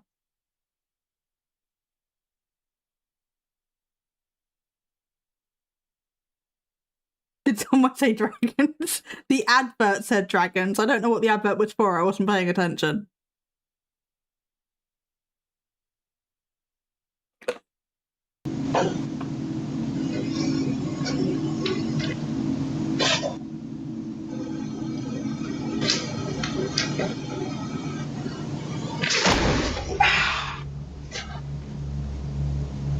Wait, what?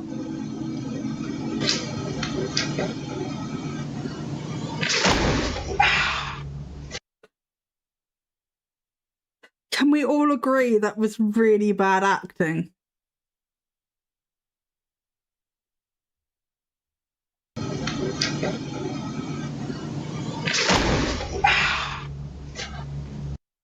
That was terrible.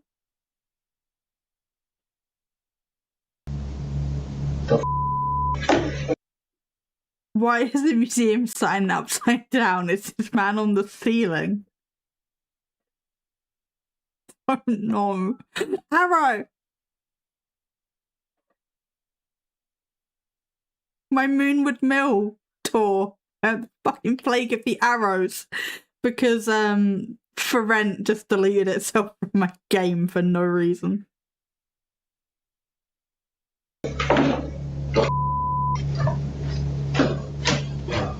He just takes the laptop. He's like, nah, I'm out. Also, why was he working on that side of the desk? If he was working the front desk, shouldn't he be standing over here? I mean, that kind of thing would be good for business, but it's quite the coincidence that it was caught on camera. Exactly. That's why I don't trust promotional material.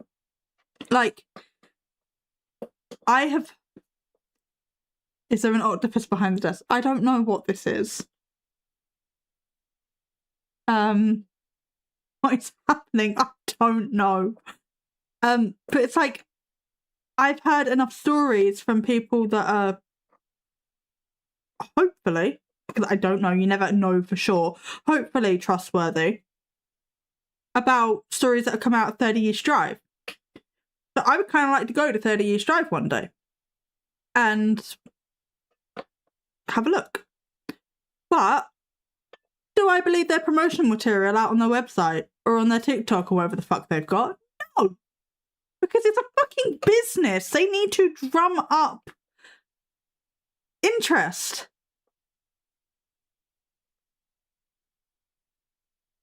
People are stupid. People don't... Octopus, that made me laugh. People don't have media literacy anymore.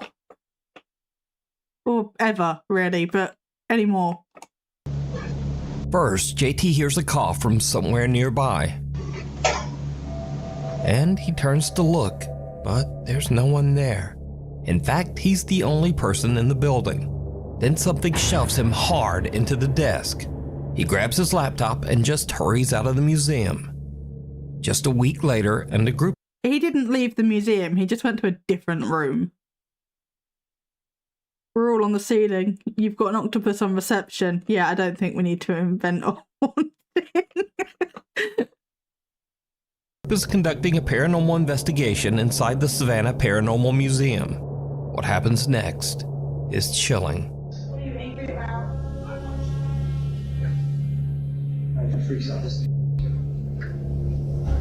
Zero away. Dust! Yes, dusting actually scares me.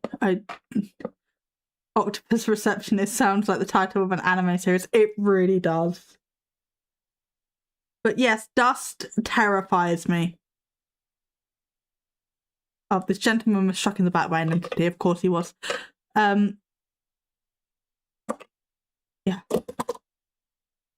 or a cozy game. Or that, yeah. Could be either. It's do this. Please. You alright? One of the paranormal investigators is slammed in the back by an unseen force, nearly knocking him to the ground. Yeah, that's what it looks like. Why dust though? Because I hate dusting. I will literally swap my entire chore list. No, I will take Freddy's entire chore list off of him if he will just do the dusting. It may take me significantly longer to get anything done. But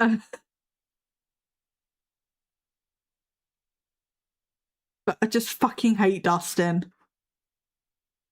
I would play Octopus Receptionist, a cozy game management sim. Like, you run it like a little hotel or something. New Subnautica DLC just dropped. Right, now we need to find somebody that can code.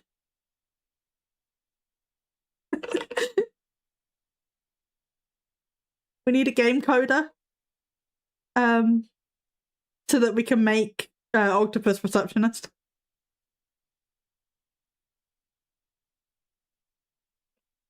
Ads are going to start in a minute. I am actually going to go to the toilet.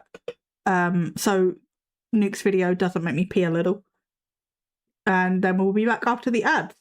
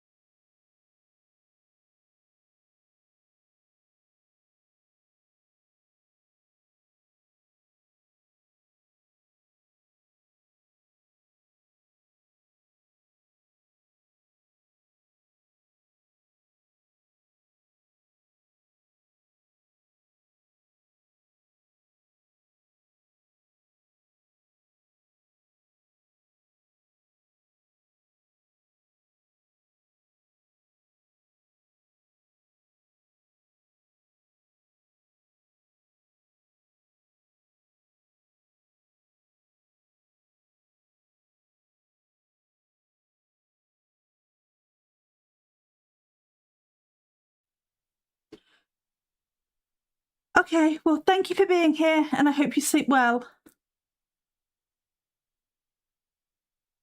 Yes, almost 1 a.m. and you need to get up rather early. Yeah, go rest. And thank you. And also, I don't know if that counts. Can she code games? That's the question.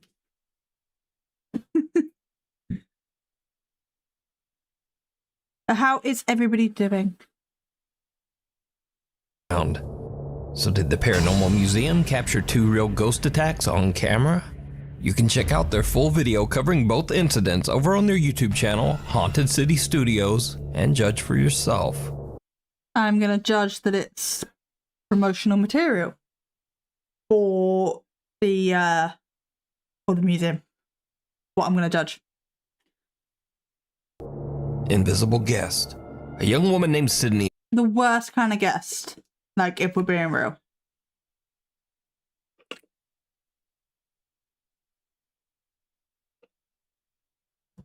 Like, how am I supposed to be a good host if I can't see you? Is invited to be a bridesmaid at a family wedding. She's thrilled, especially when she finds out that the bride's parents have rented a nice old Airbnb for her family to stay at all week. But her excitement fades fast, because from the moment they arrive, Sydney notices that her dog starts acting strangely at the bottom of the staircase, as if something there. Oh no, not a dog being a dog. You can be an invisible guest as long as you aren't paying with invisible money. Yes. Yeah, if I have a ghost, they're paying rent. Or if you can move a chair across the room, you can move a mop. You can help with the chores. You know? Is really disturbing him. We were just out walking my dog, and when we came in, we heard... The wind is blowing the curtains. I bet the dog is scared of the wind.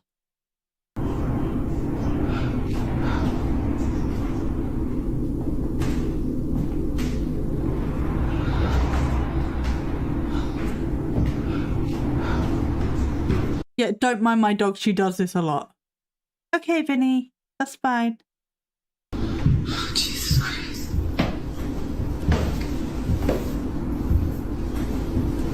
That's a cute curtain though, like with the swans on it. That's cute.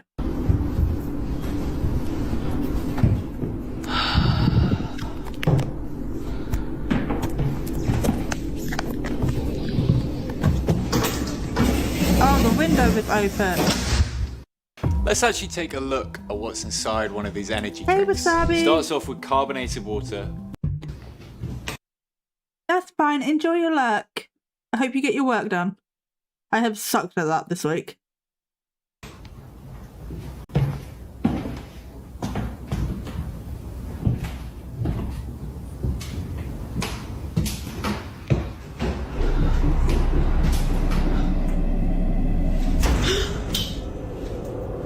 Great! Some unseen force seems to suddenly pull the dog's leash upward before it falls back around the dog's neck.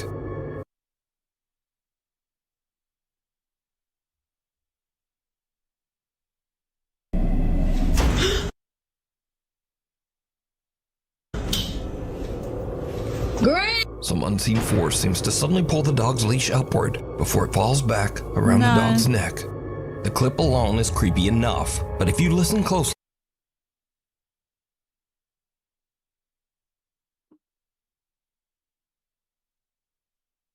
right before the leash seems to be yanked upward, you can hear what sounds like footsteps running up the old wooden staircase. Yeah, that's what I was thinking.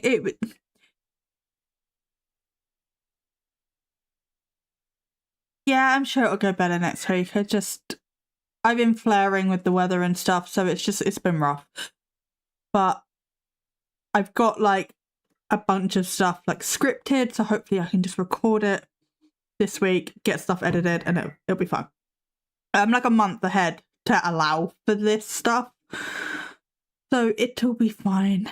Yeah, that was them dropping it in reverse. My other thought, which is what I was staring at, was it on fishing line and then they've just yanked it, but it looked like it was reversed and like thrown a little bit because it sort of goes like that and then goes down. Which it's either it coming up and then this way, which it wouldn't. It would just come diagonally. So it looks like it's thrown. And it's been reversed.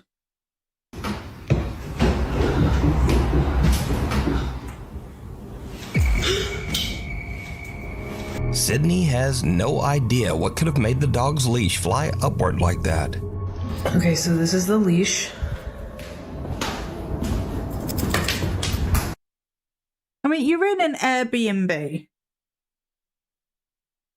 You're away from your actual home. When better to fake ghost videos?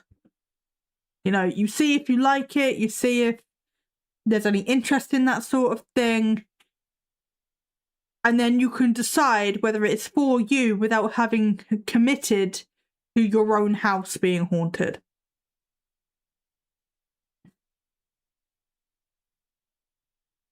Or you get popular for the ghost videos and then you go on to do something else, which is what you actually want to do, which is what a lot of people do.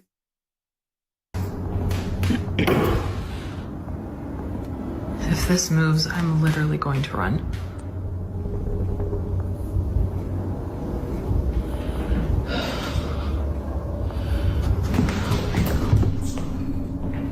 There she goes again. I don't think the leash is gonna move, but she's definitely sensing something. I can't have been the only one that is like, has had a dog or looked after a dog that is like, oh my god, my lead's been touched, that means I'm going for a walk. She's gone to her lead. She's not sensing shit. She's waiting to go on her walk.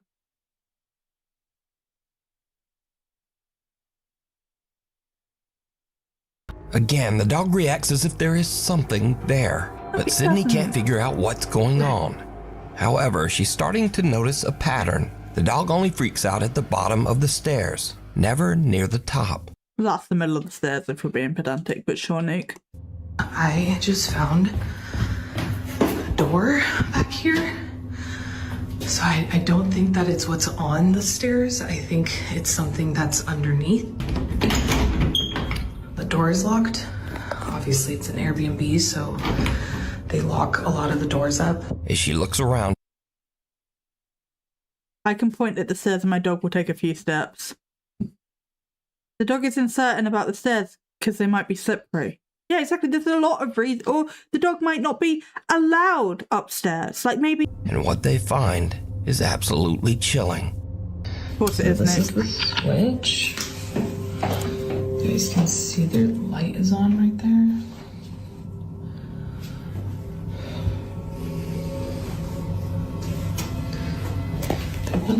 We're going to see a shadow, I can guarantee. Oh, if she had lost her phone.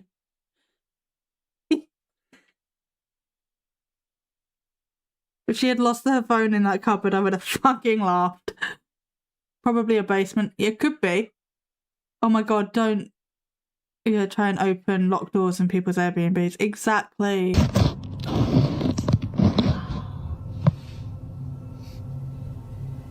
Just, there's something right behind the door. Oh my god.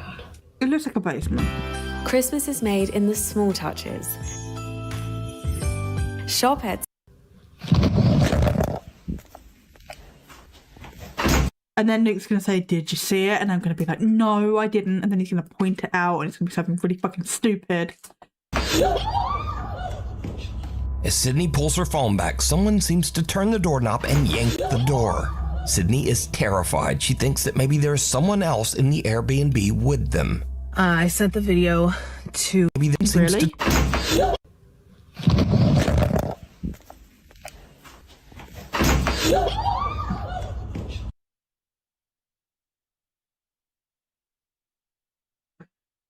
Okay.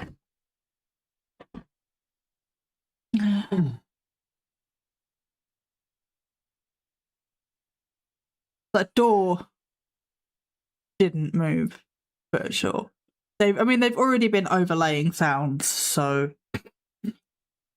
As Sydney pulls her phone back, someone seems to turn the doorknob and yank the door.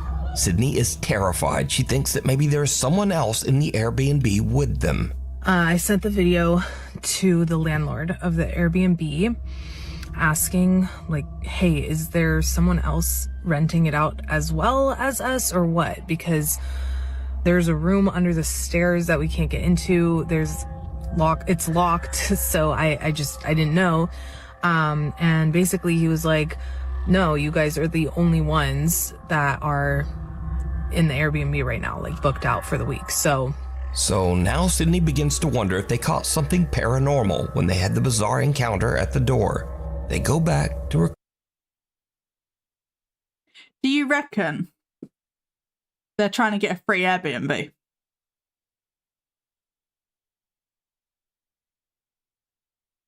Because, like, especially if they're going to... Oh, why am I not in center frame? Especially if they're going to the owner and being like, hey, is somebody else in here with us? Like, this is weird. Things are going on.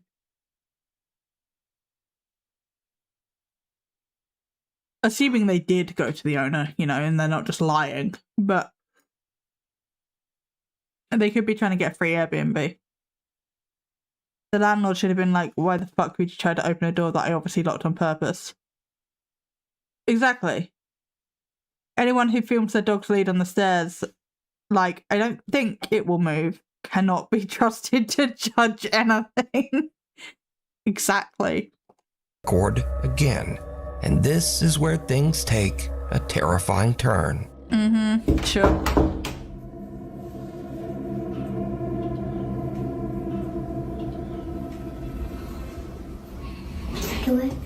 Yeah. Scary. Okay. Oh yeah, let's just rope your kid in. Why not? Okay, every time we've knocked before, this doorknob would turn a little bit.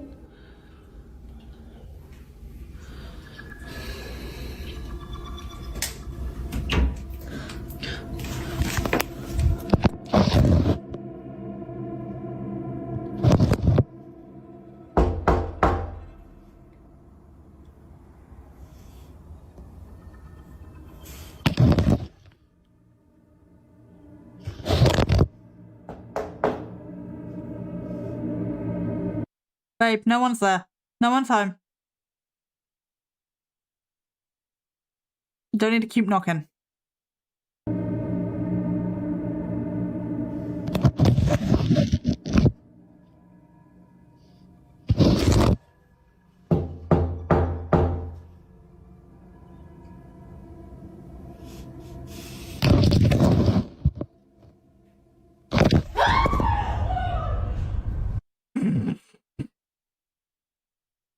No, her phone fell down the fucking step.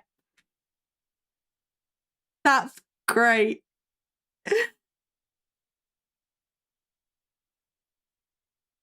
Yeah, you can see it starts to slope down. Well, obviously it starts to slope down. It's under the stairs, but you know what I mean. The fact that she already expects something to happen and is filming. Well, they said every time they've knocked off camera, this paranormal thing's happened, but then they can't get it on camera. Like, of course you're going to get some confirmation bias. Exactly! I love that she lost her phone in a locked room and now she has to go to the owner and be like, hey, can you come unlock this room so I can get my phone back?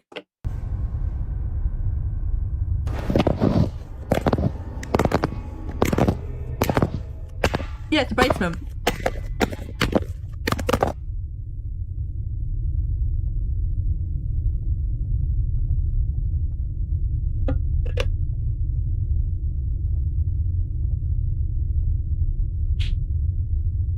Boo.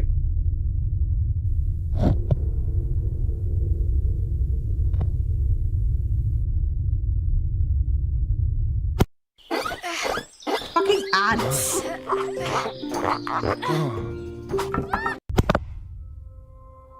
Suddenly, something yanks the phone right out of her hand. Then there's a second pull, just enough to start the phone sliding down what looks like a set of stairs on the other side of the door. And then, weirdest of all, the phone seems to lift back up and point toward the door before... Thanks, YouTube. Not that far. Jesus.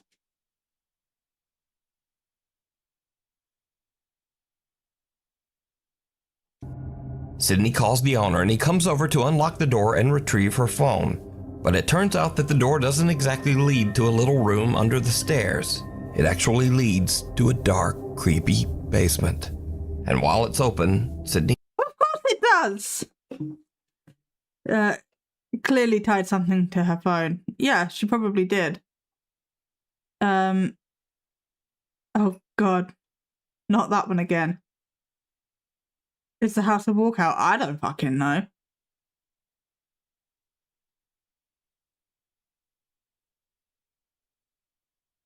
I don't even know what that means, to be honest. He notices some strange scratches on the bottom of the door. It's just chipped fucking paint. It obviously hasn't been painted in a while. Sydney and her family have now left the old Airbnb and returned home. Or the door was never locked and not the owner. Oh, and that's not the owner. And we're just all pretending. I mean, that is also very true. It could be like...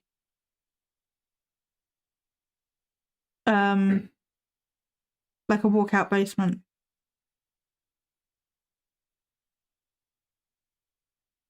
Does that mean the basement goes outside? Like the basement door is technically like a back door?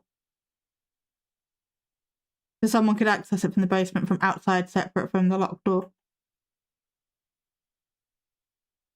Yeah, because that's another question. It's like... Or like if it led to like a crawl space or something. I don't know. But they've got a kid with them. Could the kid not have been like hiding in the basement? Also, we could literally pretend any door in any house is locked, right? Yeah. I mean, if you get a set of keys, and if it is a walkout, like Purple Rain said, yeah, some basements will have an exterior door. Yeah, if you've got a set of keys for the Airbnb and the basement is a walkout, then surely you would have the key for that door. Technically a fire exit.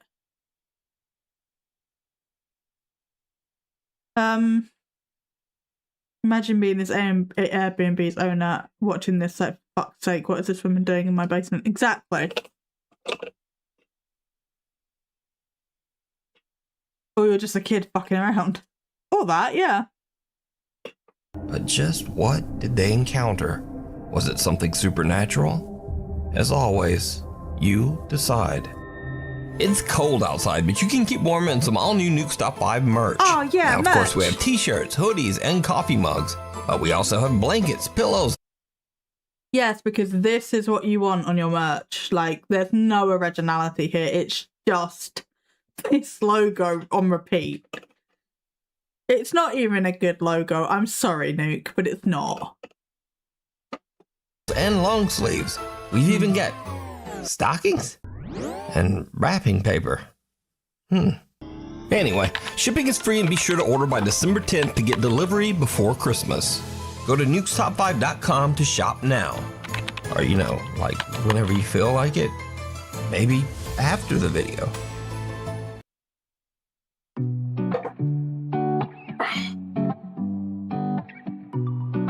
Hitcher. What was that, sir?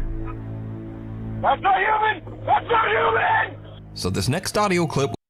Oh, so this guy's having a trip?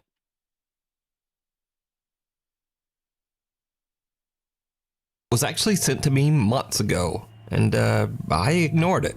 I figured it was another fake, over-the-top 911 creature encounter story. But after it kept getting sent in to me over and over, I finally decided to look into it. And it turns out this is a real 911 call. Oh lord, this guy ate some bath salts. Drugs are bad, kids. The call was made in Pender County, North Carolina on July 31st, 2021 at around 11 p.m. And Snopes.com actually confirmed it with the Pender County Sheriff's Office. It is maybe the weirdest 911 call I have ever heard. Take a listen. We have a bumbo.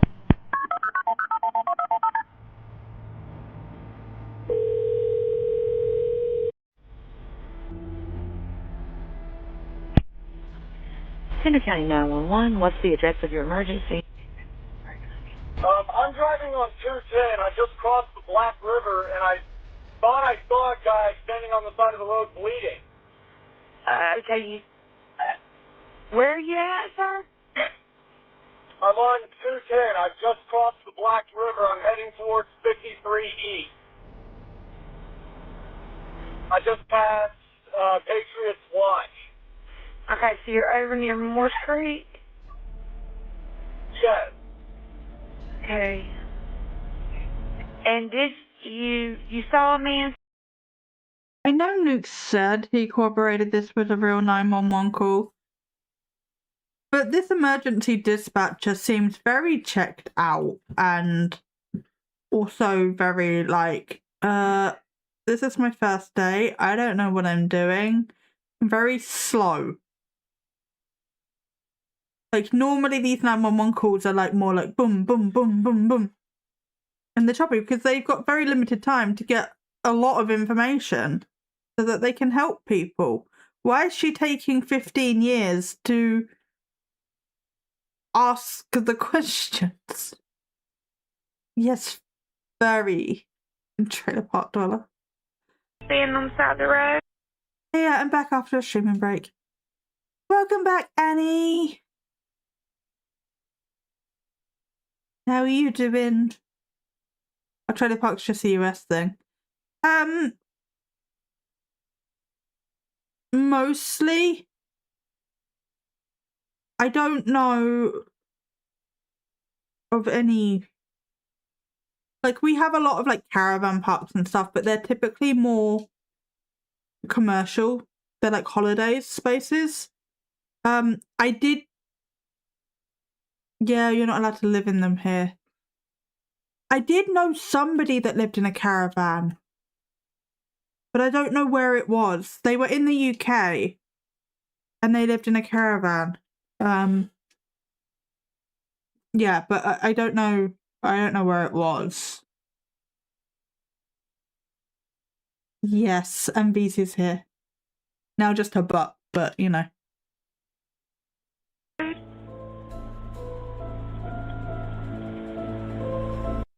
You can live in your own private one on rented, on private land or moving around. Some trailers are not truly movable, not like a caravan. No, we get like a lot of static caravans.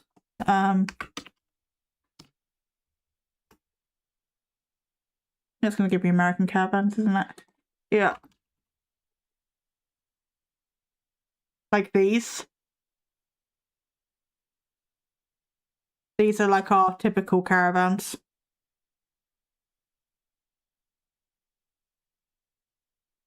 So we'll have like holiday villages like this, where it's just like,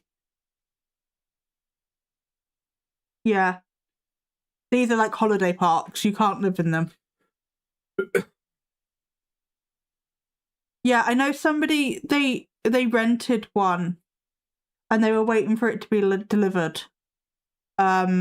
And then they lived in it. I'm assuming it was some sort of private land or something. I don't really know much about it. I think if you own one, you can stay in them a maximum of 9 months. Yeah.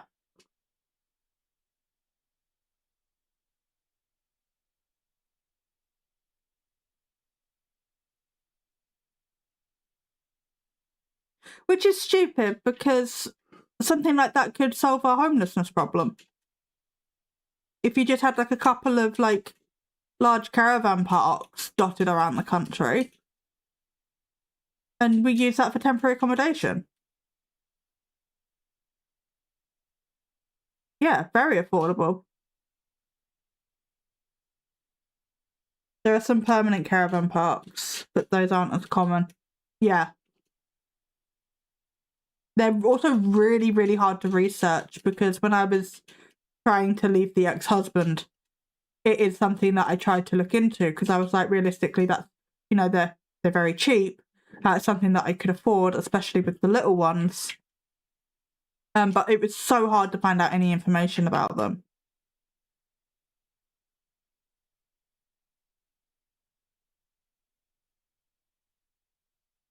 A lot of low-cost housing in the trailer park situation.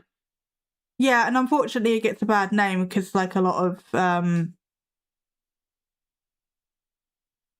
people doing drugs and things like that end up in them, but they're not a bad thing.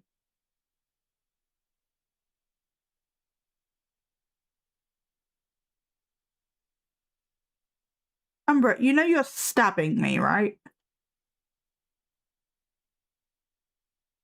You're also very heavy, hurting my arm and purring like a trooper. So you can stay as long as you want to. He's like buried, her head is like in my neck. It's so buried under my chin.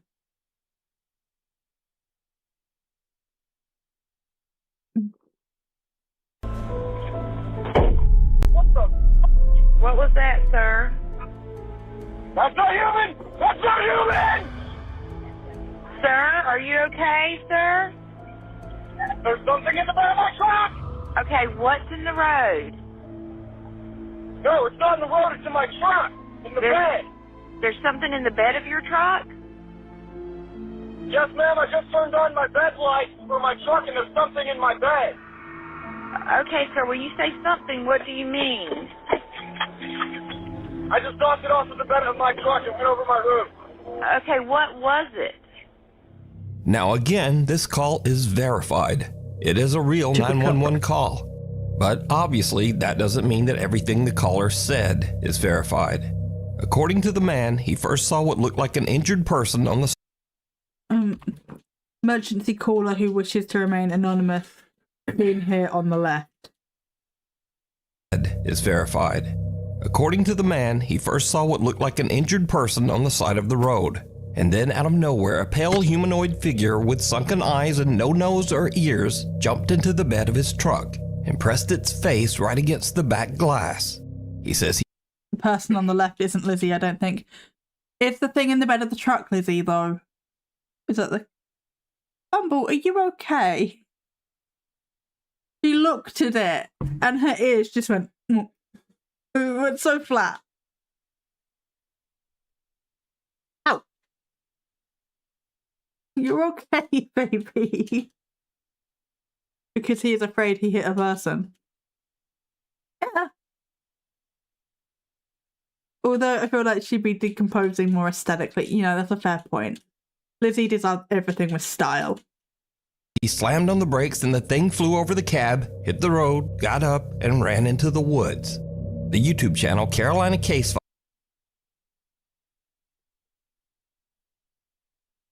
That doesn't sound plausible to me. Like, okay, I don't know a great deal about trucks, granted. But if it was in the bed of his truck, right? I don't know how it was in the bed of his truck, but it was in the bed of his truck. If he slammed on the brakes, surely it would just slam into the cab.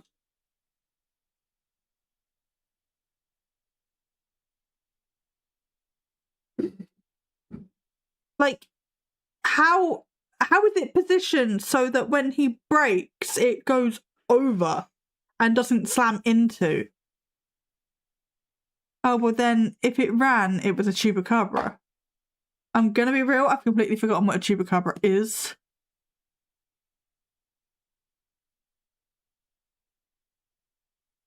Oh my god, copy and paste, please.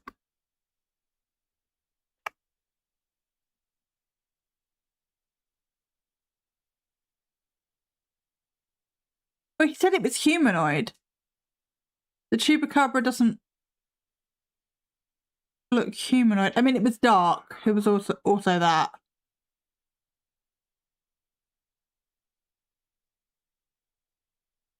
Who knows? He also could have been high.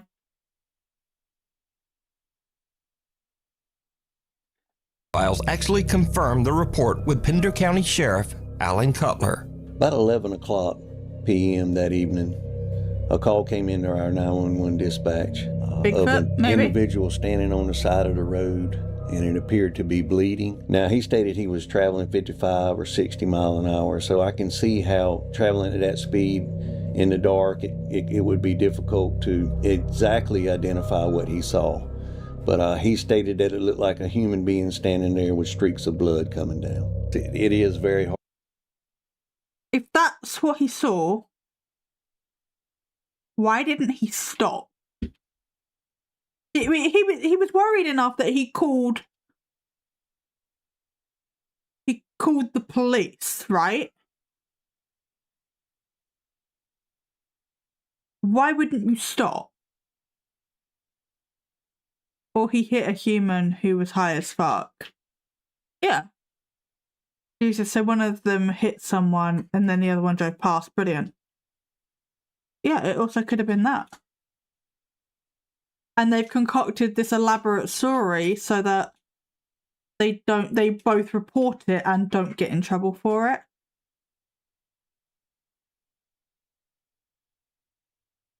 Or maybe they've hit someone and it being in the bed of the truck and then going over the front was how they explain the damage to the front of their truck, because they hit someone.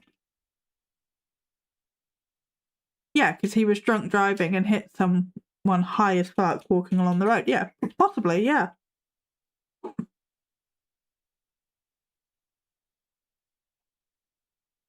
Hard to listen to that call, to that 911 tape, without becoming somewhat unnerved.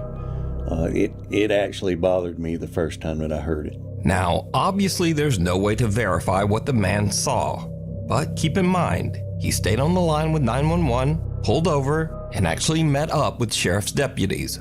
And he wasn't arrested for making a false report or for being under the influence of anything. So what exactly happened out there? Sheriff... That doesn't mean anything. That could mean they didn't even test him. Cutler says people in that area report strange things all the time. For years, the residents and people out there in the Curry area near the battlefield have reported seeing things and hearing things that they couldn't exactly understand. You can watch a full deep dive on this case over on the YouTube channel, Carolina Case Files.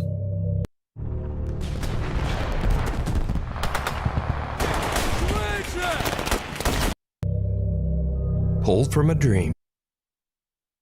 Yeah, local cops. It was after the fact, nothing we can do. Yeah, exactly. Did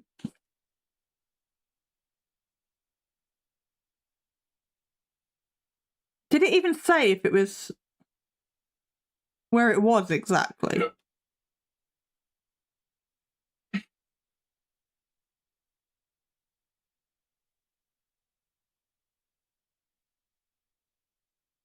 North Carolina. Pender County, North Carolina.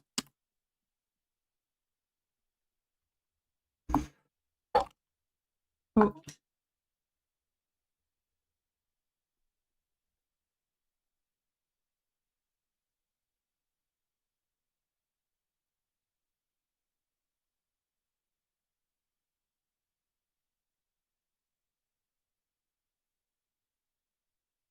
They're probably in the fucking mountains. Yeah.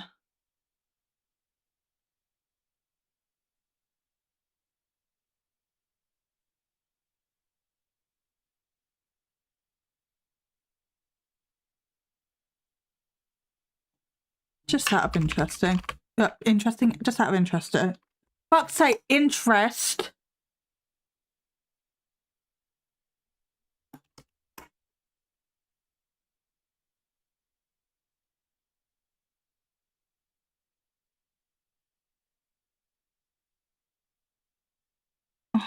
You know what, fine.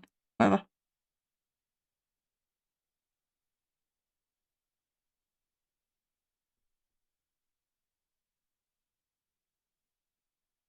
Cool. Yeah, that's great.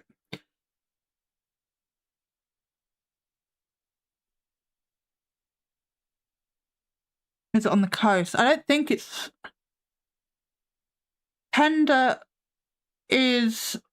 Yeah, could be on the coast. It's sort of south. So it's like here. I think also that map is awful.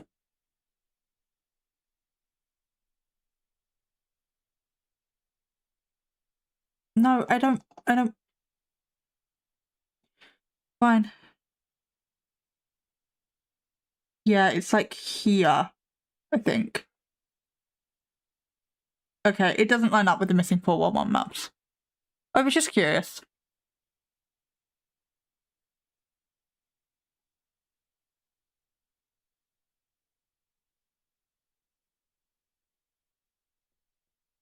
The edge of NC is coastal.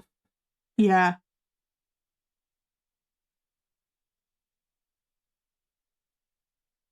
I mean, I've done a lot of missing 411. Sort of like... I was going to say research. I have not. I have listened to a lot of the Law Lodge. A lot of the missing 411 cases are explainable. Some are not. I do think there are things in the woods that we don't know about. And that can be anything from cave systems, people living off the grid, the whole like cave people or tree people, the wild men that are meant to be in Appalachia. There are things in the woods, and I think especially this is a thing in America because you don't have the same sort of like wild camping laws that we have. Like here it's illegal to wild camp. You have to get the landowner's permission. I'm obsessed with the people who go diving and go missing. Or go diving and find missing people in the water. Oh, that's so interesting. Is there a channel that covers that? I love the Law Lodge specifically because they do a lot of missing 411 and they're like, yeah, David Politis, who everybody treats as like the holy grail of missing 411, is full of shit. Because the Law Lodge actually take the time to do the fucking research. Yeah, there's whole sects of people who live off the grid in the mountains. Yeah. I know that there's like a whole thing of it in like Alaska, but I'm sure it's all over America because you don't have the same, oh yeah, that'd be cool. You don't have the same wild camping sort of laws that we have here.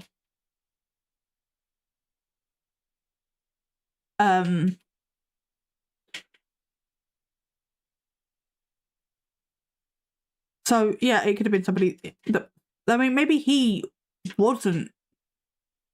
I mean, he could have been drunk or high. Yes, in Scotland you can wild camp. You can't in England. Oh, still in Wales. That's interesting. I think you should be able to in England as well, though, to be honest. Like, as long as you take nothing, live by, like, take nothing, leave nothing, you should be able to... You should be able to do it. But you also don't have anywhere near the degree of land to monitor. Yeah. Like, you should just be able to find, like, a cute area in the woods and just, like, stick a tent there. That shouldn't be illegal. But it is.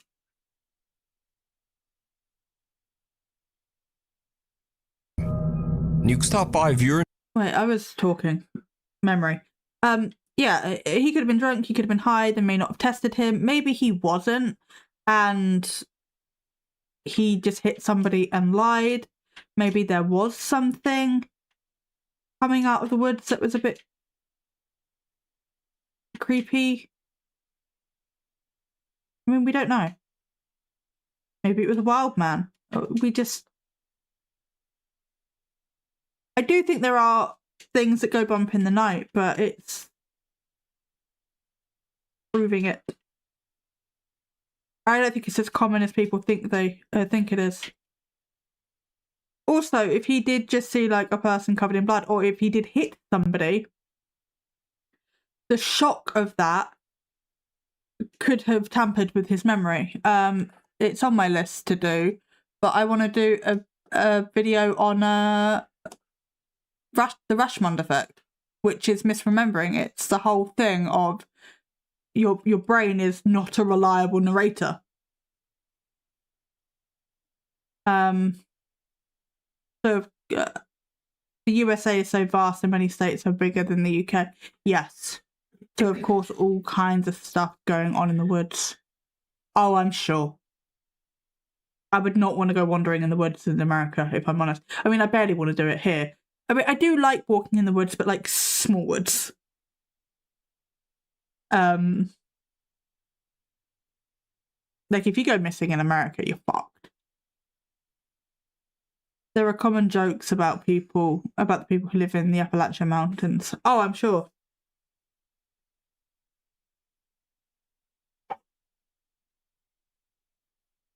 Yeah, it's not, I don't think it's something I could do.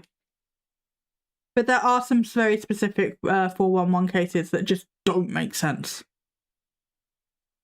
And I do find that interesting.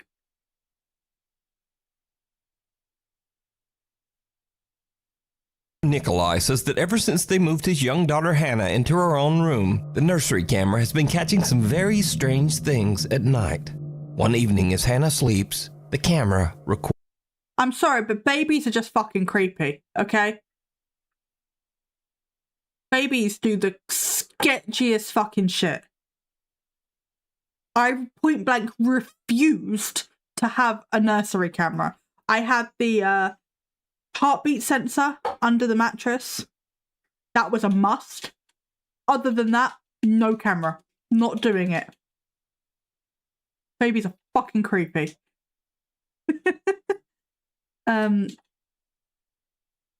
We do have to move common murder animals in the US. I've got a cam, but it does not record. Oh, braver than me. I would not have a cam. I was having kids prior to the camera, thank God. I think the camera, I had my first 11 years ago. So I think the camera was just sort of starting to become a thing, and I was like, I'm not doing it. Absolutely not. I remember when mine learned to click with her tongue. Oh no. It's just like when they just wake up and they just go. But it's in night vision, so it's just fucking creepy as shit. And I'm, no. Reminded me of Hereditary so much. Oh my God. Towards this.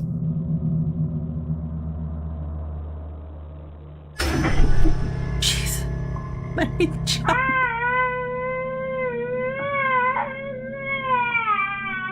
Oh, the poor Little baby. Hannah's foot seems to be pulled by something. No, it doesn't.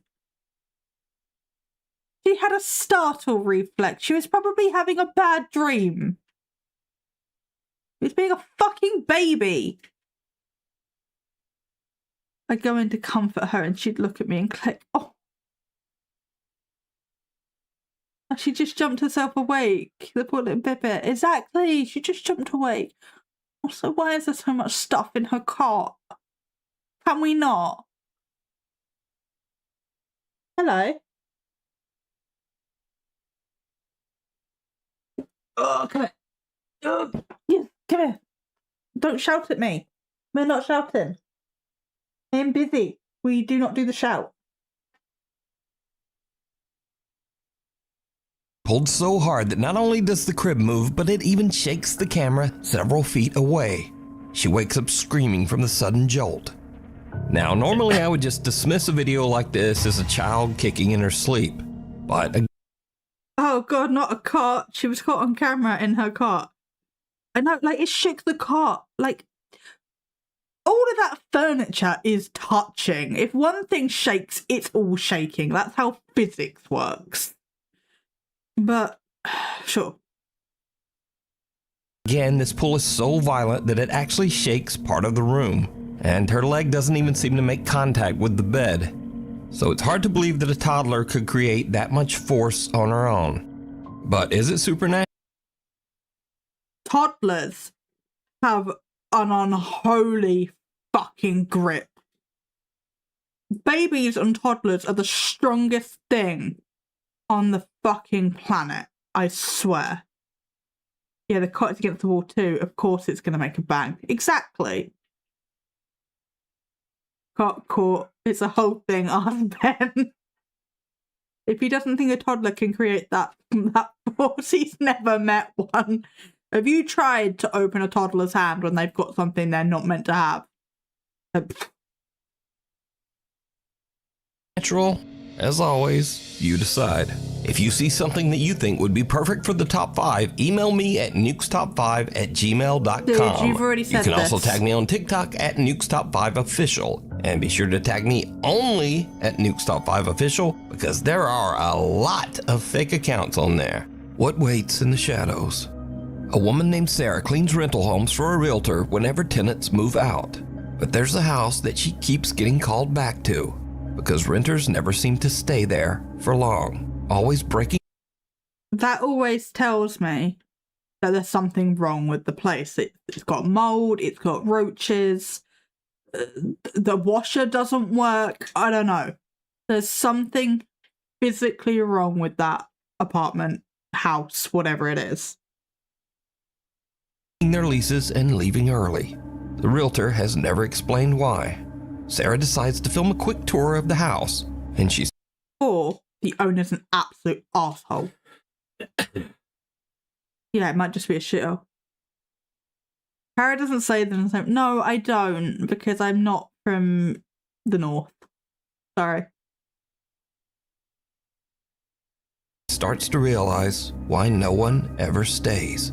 Esta casa se ha limpiado muchísimas veces porque rompe el contrato a la gente. Ay, no mames. Ya es noche. Show the cupboard. Estoy sola. Show the cupboard. Chingados estoy.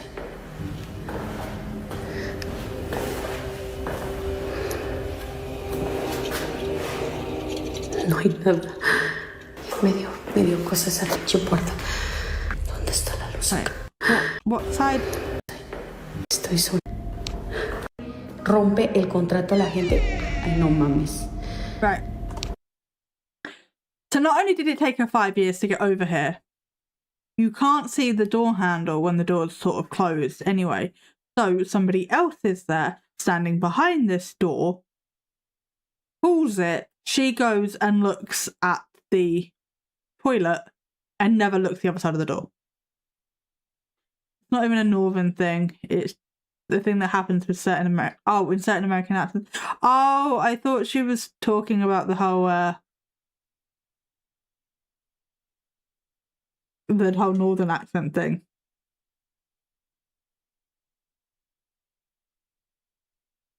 Remember Pol and Pole was one of them.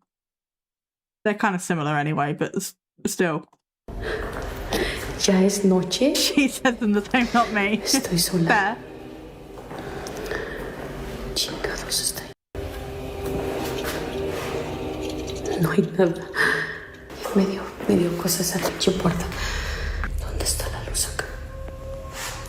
Chingada madre. Ahí está. Ok, ahorita les voy a enseñar. Esta es una recámara.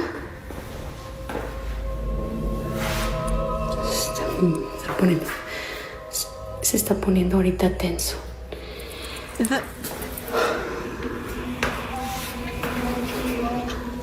Ahorita les voy a enseñar qué es eso que se escucha. ¡Ey! ¿Andan acá?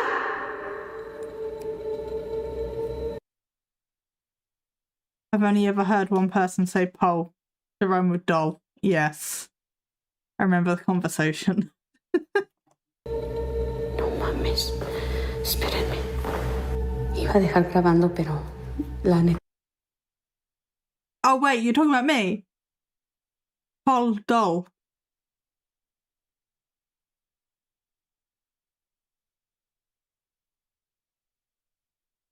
I don't know who's talking about who anymore.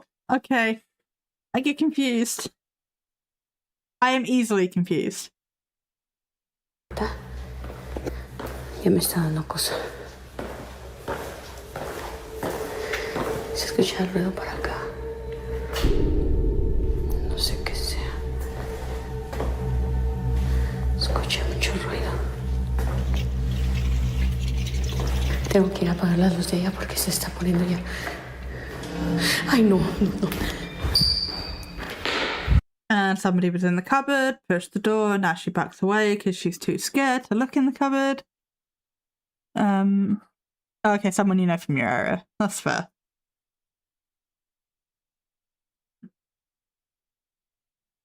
Creo que voy a regresar mañana mejor. What's on the floor? I don't know. Ay, no. Couldn't tell you. Don't see it. Can we see it on the way in? No. Why the jump cut there? Why don't they want us to see whatever this is? Creo que voy a regresar mañana. Ay, no.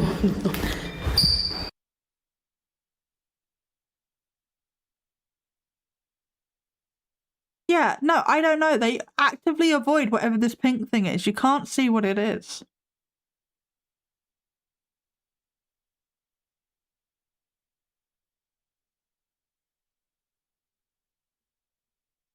It's not Libby, that's for sure. Ay, no. With pauses blurry. But I don't know. It's like a pole coming out of it.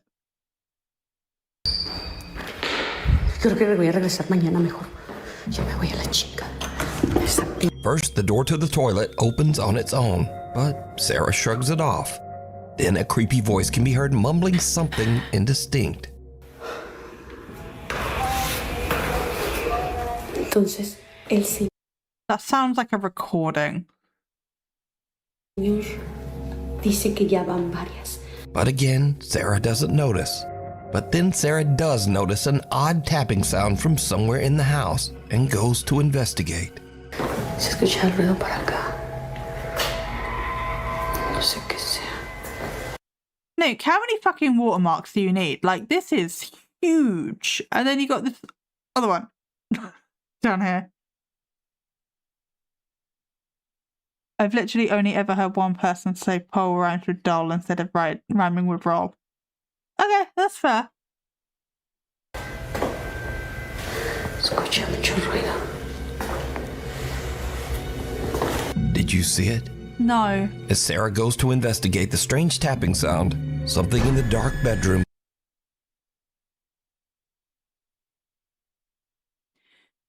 Sure, Nick.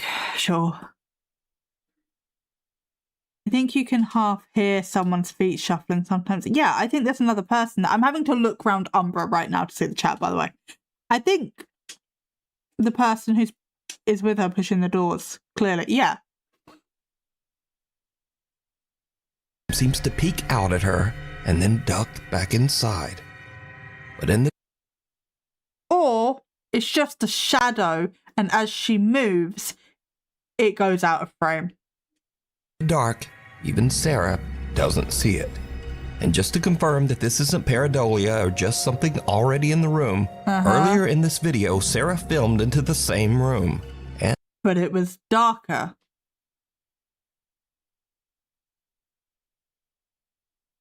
Probably the shadow of the elbow of her accomplice. Exactly, but this room was darker earlier, so it wouldn't have showed up. And there was nothing there.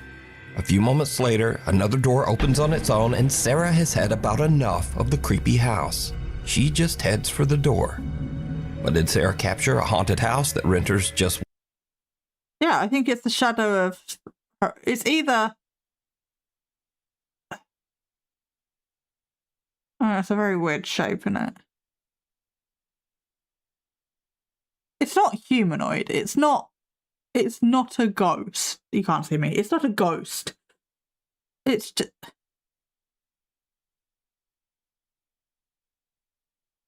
It's some kind of shadow, I think. Won't stay in? Let me... Because as she moves, it's like, it's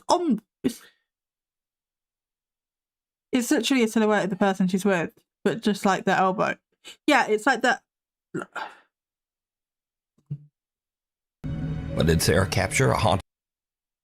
There is something there when the light is on. You can barely see it. Yeah. Yeah, it's just weird. It's just a shadow though because of how she moves and it just stays where it is. House that renters just won't stay in? Let me know what you think. It doesn't duck back round the corner or whatever the fuck he said. Because she just went to the toilet. But there's something there when the light is on. You can barely see it.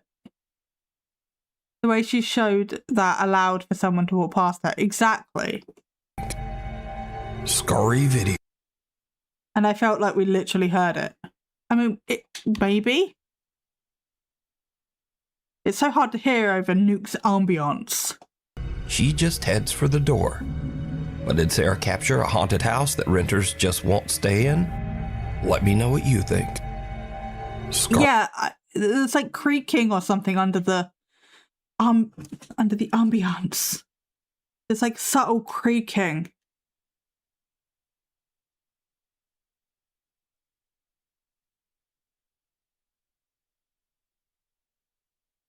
Videos. This is where all the videos go that are not necessarily scary, but are just weird, or funny, or neither. First up, You're telling me you got rid of the cat video? Oh no, it was dog videos for Nick. Nuke, you got rid of the dog videos. Disappointed. You used to do dog videos. A woman says that she was playing with a Ouija board early. It was definitely just her bored and showing the house she cleans. No, is that a clown? I think that was a clown. Yeah, she was just dicking around. In the night, and then as she's recording herself in her car singing along to her favorite song, she sees a pair of glowing eyes right behind her.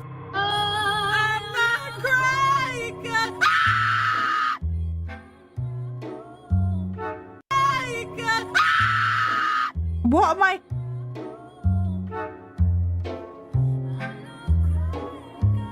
What am I looking at? Okay, never mind. Those aren't glowing eyes. That's just a headrest. Moving on. Oh, it was literally the headrest.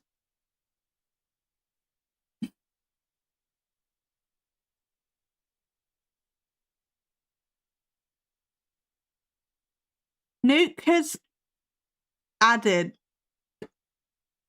It's the middle headrest. That was enjoyable. My kind of jump scare. Nuke's added these funny, silly clips to prove that he's like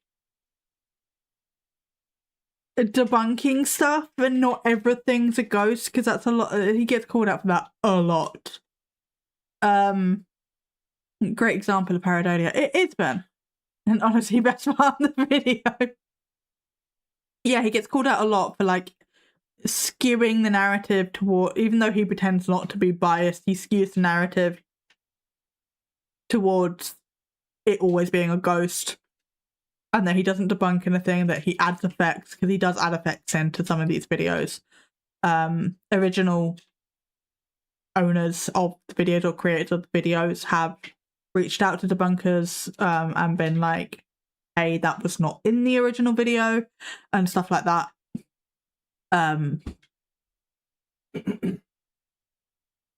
Yeah, so he's just added like these silly clips at the end to be like, no, I do vet my videos, you know, it's not everything's a ghost.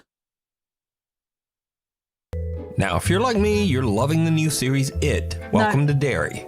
And if so, you also might enjoy this. No. Oh my god, it is that. Oh my god! No. No! Hey, Georgie. No. Oh, what? That's a nice boat. And finally, absolutely not. No. That kid's parents knew what they were doing.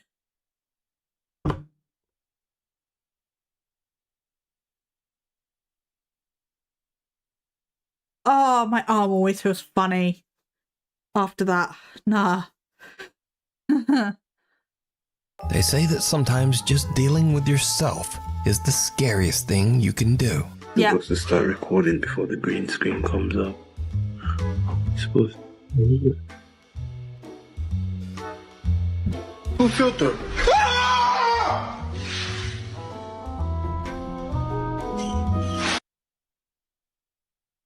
Look, I'm not scared of much, but fuck that clown.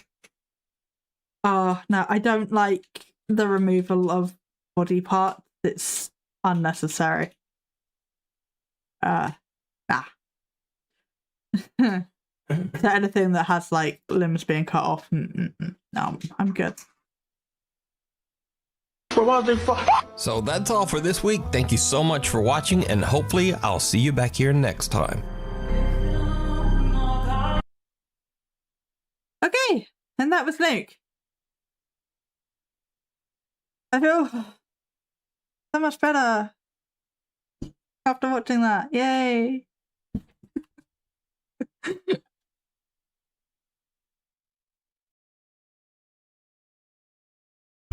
Ow. That didn't hurt, I just bumped my knee on the desk. But yeah, we did some nuke. We got Lizzie. We got a Lizzie emote. I miss Tony. But the question is, Annalie, would Tony drink wine with you?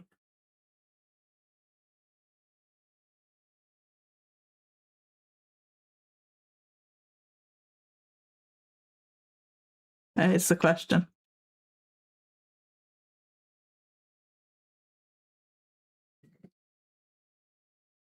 PR is chorophobic. I don't know how to pronounce that. Tony is man 9 who would not drink wine with me. Oh, rip. Oh, Pigletish. Okay, why have I gone to usernames now? All Annalie wants is a man to drink wine with her. Her only wish. Then with the big words. I'm guessing chlorophobic or whatever is clowns. I don't know what the other one is. Make me Google shit. Snakes. Okay.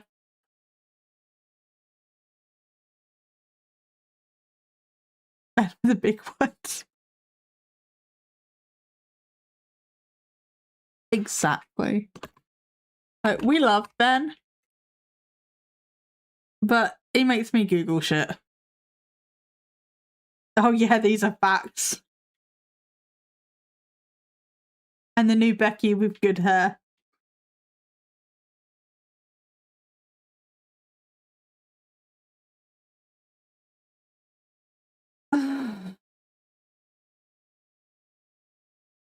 Well, you know I'm a linguistic weirdo. Yeah, but we love you for that. But I am not, so I have to Google some of the words you use.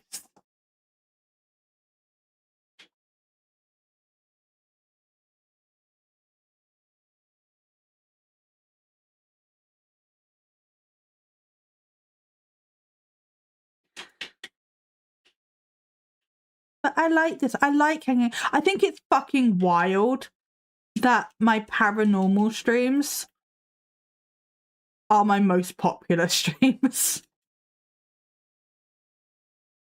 Like, I was known for my Sims content, which has taken a major backseat. And I do 2 gaming streams. And people show up for the gaming streams, and I love you guys. But it's the paranormal streams that people show up for, and it's always been the paranormal stuff that's made me a weirdo. Genuinely sit through the whole thing whenever I can. Pergamentophobia. What the fuck is pergamentophobia? Fear of garbage or trash.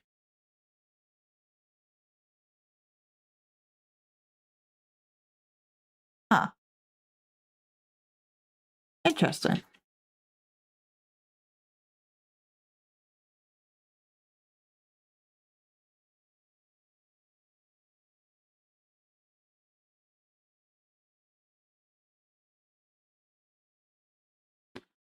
I feel like I'm recovering, not diagnosing, whatever,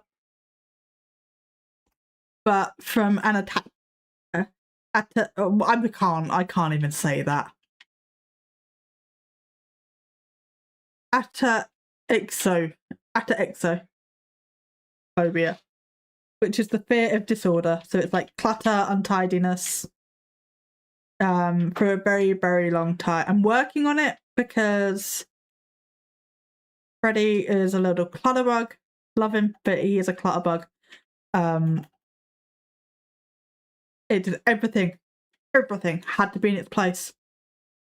My house looked like a show home all of the time. The second I used something, it was clean, it was put away.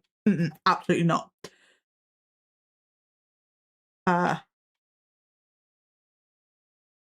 And yeah, my ex-husband made us live in filth. That was part of social services case against me/us, which I fully agree. I was trying. He was trashing the place. I was trying. And so when everything fell apart and went to shit, he moved out, kids got removed, unfortunately. I just went clean freak, everything spotless all the time, nothing out of place, ever. And it's taken me a long time to be okay with even having something like this just on my desk and not in a drawer.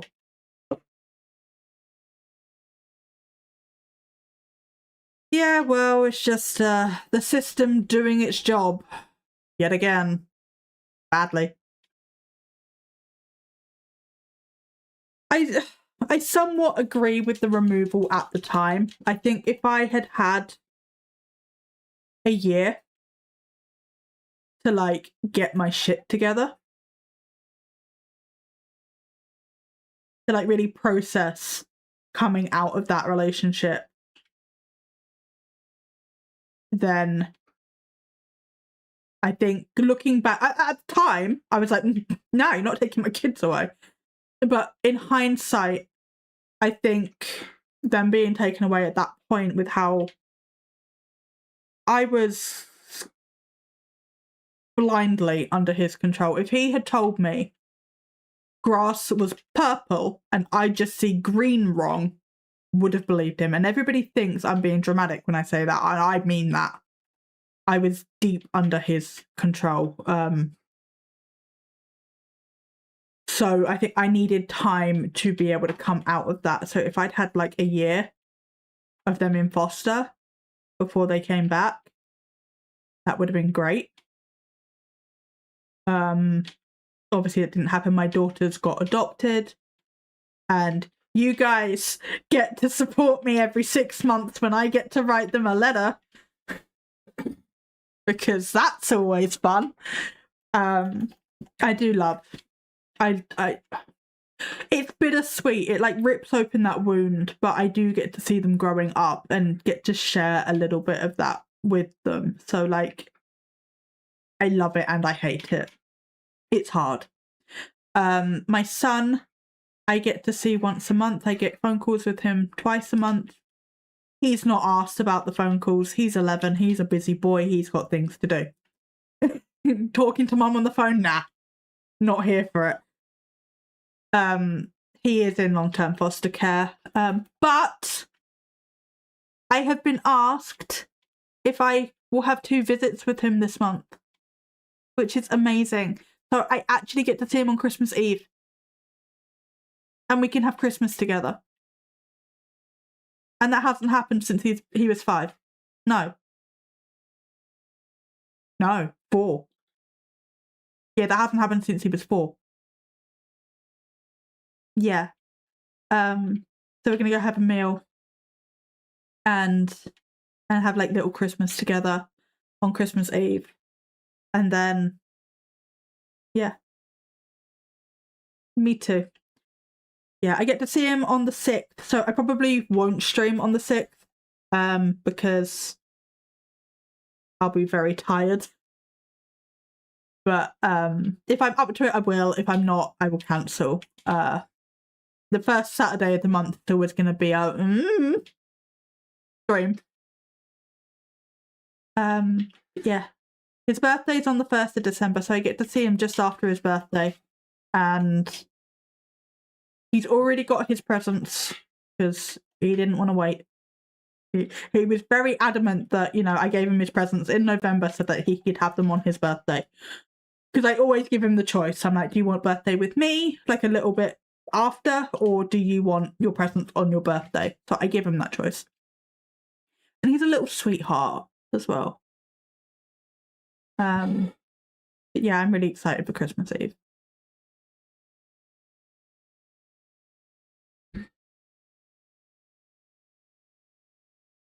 But yeah. And it's also fucking wild to me that you guys are just like, oh, you had your kids removed? Yes, fine. Because one of the things I told myself when it happened was nobody would ever be friends. Nobody could ever love me. Nobody could be in a relationship with me. Nobody could be my friend because all they would see was that I failed as a mum. And I know it's so much deeper than that. Like, I can see that now, but at that point in time when I was at my lowest. Yeah, you're all para fans. Yeah, it was really hard. And I was convinced that I was never gonna have friends again. Which is probably why I clung so hard to the toxic friends that I did have. And then I was like, nah, I deserve better, and ended those friendships. And then I had literally nobody, and then Rainbow adopted me for some reason. And now I have all these amazing friends. We don't judge you, we are all para fans. And they have me, yes, I have all of you. And the cat mum. I did, but yeah, Rainbow adopted me. She was just like, yeah, that weirdo that wants to help me with collabs, yes, I want that one. She'll do spreadsheets for me, it's fine. You wandered in from Bluesky and got adopted by me. I did. I did. And I know we get like deep and whatever here. I'm incapable of having a light conversation, apparently. Rainbow adopted me too. She has a habit of it. I have adopted a little girl. Used to be in a DA relationship. I can totally see how I would have lost children if I'd had them then. It makes complete sense to me. It's what drove me to adopt now that I have a safe home. I love that you adopted. Yeah. I should have been adopted. My case, unfortunately, was very much I should have been removed as a child. I was not. I escaped from 2 very bad family homes to, well, technically I got banned from 1 family home because I told on my abuser. Well, that's a different conversation. And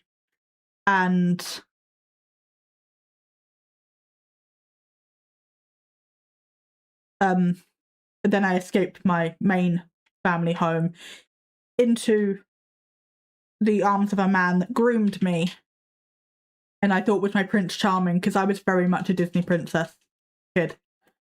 And then that just went from bad to worse. And things happened. I had 3 kids. Was not my choice, but had 3 kids. I love them dearly anyway. And I will always be there. I made a commitment to them. I will always be there for them in any way that I can be, even though it was not my choice to have them. That doesn't change, you know, that I'm committed and I love them a lot.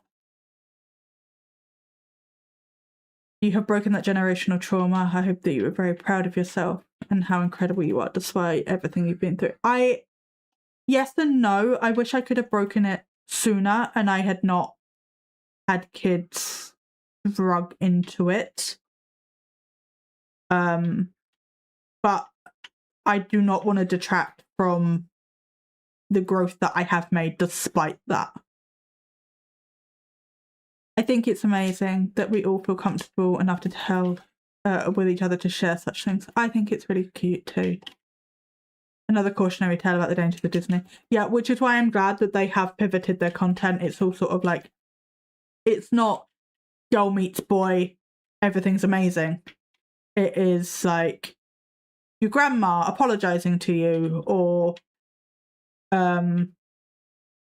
no prince, it's just girl bossing or whatever. Like, they changed it from girl meets boy, happy ending, which I think is good. You've done amazing. You have done the very best you could at the time, and you should be proud of yourself. Don't hold yourself to an impossible standard. No, I hold myself to impossible standards. That's my whole thing. Don't take that from me.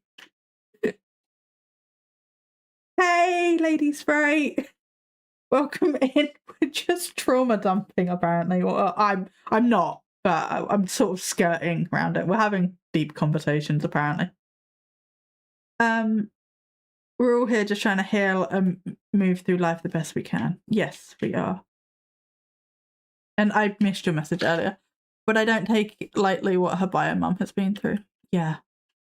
I think I will call you out. Call me out then. That's fine. I think that adoption is trauma. No matter what way you slice it, adoption is trauma.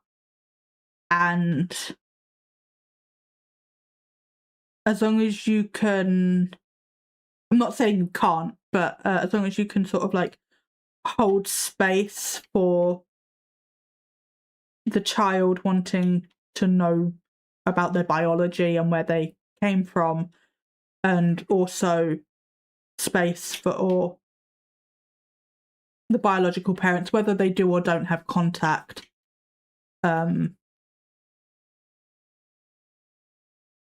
it can be, you know, I hate seeing these stories of like these parents that are like, oh, I don't want my kid to know that they're adopted. It's like, it's not about you, it's about the child. So like, I'm glad my girls have what I'm hoping is a good home, because my girls got separated from my son. He struggles a lot. He's a lot better now, but especially when he was little, he struggled a lot with violence, and he was repeating his father's behaviour, and he was not safe to be around the girls. I wish that they could be together again, or at least have physical. They write letters to each other a lot, and I know there has been talks about them having like physical family time again. I don't know how that's going. I guess it's not really any of my business how that's going currently. But yeah, I think the proudest I've been in my journey was when I got the risk of DV taken off of my risk assessment, which happened November or December in 2022, because it was still on there when we went to like the final court hearing to wrap everything up. And I was like, I've done a lot of work, this is not fair. And the social worker went, yeah, actually I agree with you, and then took it off. And it's been such a wild concept for me to have now 2 good social workers, because I think the long-term social workers are a lot better than the short-term assessment social workers. I have not had a good experience with a short-term assessment social worker. They are some of the most power-hungry people I have met. They're like PIP assessors. If you know anything about PIP assessors, they are like PIP assessors. They lie, they assume, they make shit up, which is the same as lying, I guess, but they twist what you say, they manipulate the narrative, they run you round in circles to thank you, Annie, to trip you up. But the long-term social workers that I've had actually care about my opinion, and we are actually working together for what is best for my son, which I think is a nice change.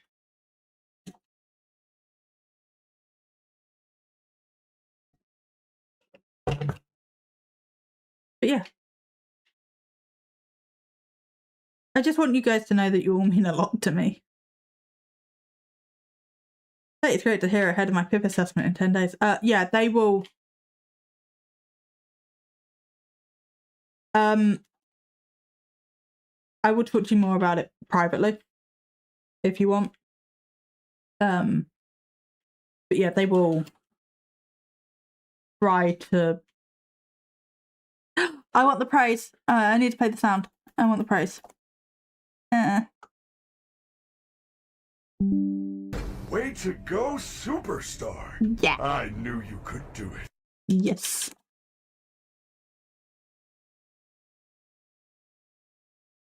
I don't know what this redeem is, but I wanted to praise you. It was that not pretty. Superstar.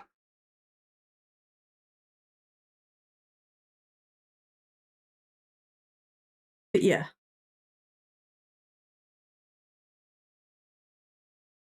Yeah, I appreciate the hell out of all of you. You are all really good friends.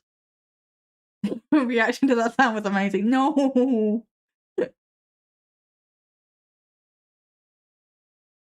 Yeah, I'm getting more comfortable on the internet again. Doing YouTube and streaming has been really fucking healing for me, because I used to do like mental health focused YouTube, and social workers found it, used it in court against me, and I deleted the channel. I was just like, it's not worth it. I'm not doing YouTube anymore.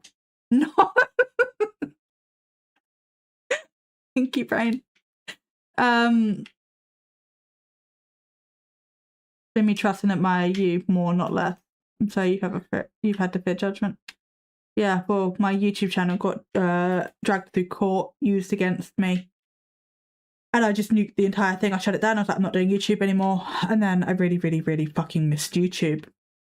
And I was like, well, I can just do Sims videos. Like, it had been years since I deleted it.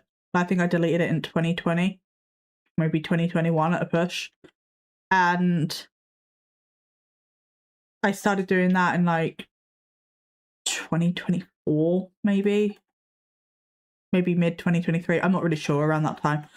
And it was fucking scary. And I couldn't even do fucking voiceovers for my speed builds, even though I'm purely talking about build. I'm not talking about anything else. On camera, had to be perfect, had to have loads of energy, had to have my makeup done. Everything had to be flawless. And my health just does not allow for that anymore. And if I look at how I was then to how I am now, debunking especially has helped me. Like, if you watch my first debunking video, it is awful. But I had to make that. I've got something in my eye. I had to make that to get here. And now I'm sassy and I'm outspoken and I'm still growing. And it's like, in my videos, especially in editing, I'm like, no, I'm not going to say that. And I'm silencing myself and I'm shutting myself down. And then I'm just like, you know what? No, fuck it. I'm going to say it. And progress is not progress, not perfection. Yeah, exactly. I'd also like to echo what others have said. We very much appreciate you too. Thank you. Yeah, I'm trying to be myself, and I'm trying to not let them have taken everything from me. I still want to be myself. And to be honest, I've never really had the opportunity to be myself. I don't know what that looks like. I mean, I'm learning now, but like prior to, you know, like 2020, I had not really had the opportunity to. We love you, Para. Thank you, Brain. I just saw the pinned message. We don't. I haven't had the opportunity to really explore who I am.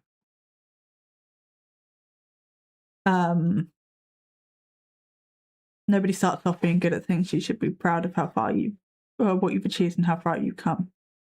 You're an amazing friend and you've done so much work to pull your life up where you want it to be. And I know it's an uphill daily battle, and being willing to fight for it is an amazing thing. You should always know you're a person who was beautifully and wonderfully made. Thank you. I'm thankful you're here to be who you are. I got burned in my content online in court against my abuser, and have also had weird guards up now when it comes to my content. Oh, I'm sorry. I'm sorry you relate. It's bittersweet. It's like, it's nice that you relate because like, oh, you get it. But then it was like, oh, shit, you get it. Oh, sad. Oh, girl, it's a fun journey learning who you are. Yes, it is.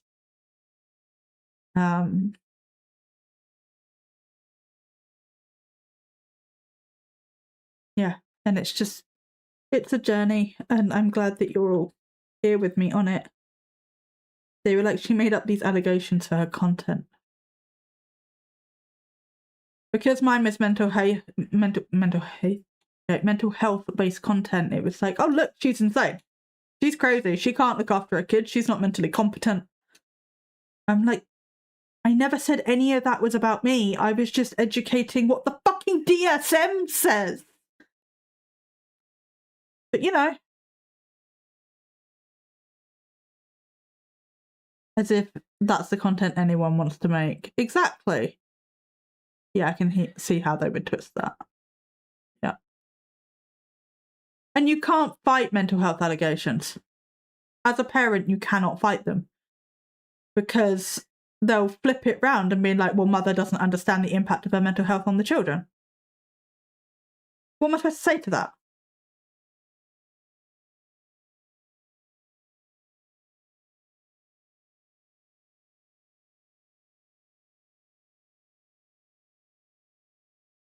But yeah, it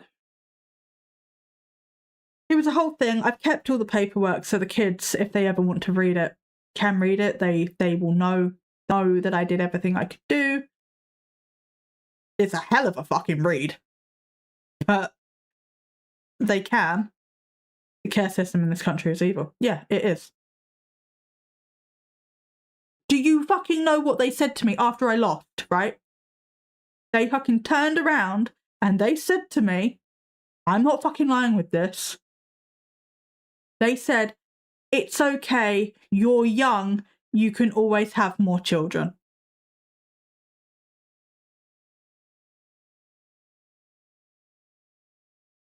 I don't want more children.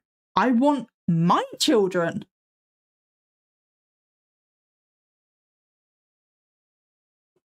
It is, and I say that as an adopter.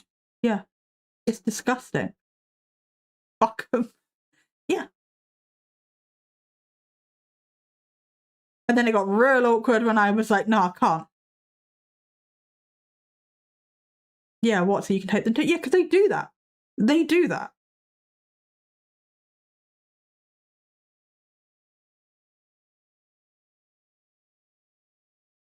Yeah.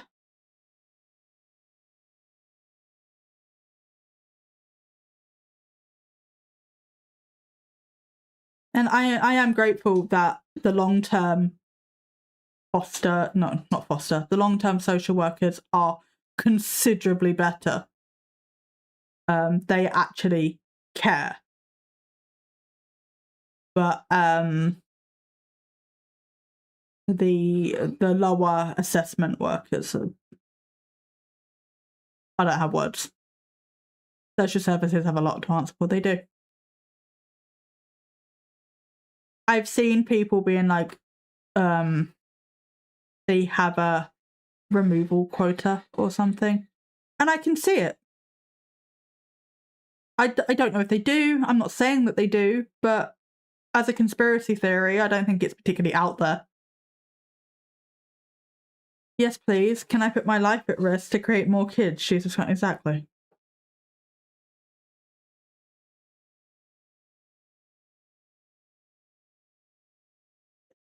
Shut the fuck up. It's like I keep getting Twitch ads to join the Metropolitan Police, and I'm like, why? One, I would never pass. I'm too disabled, right? But secondly, I'm like, I can fail and disappoint people for free. I don't need to join the Met for that.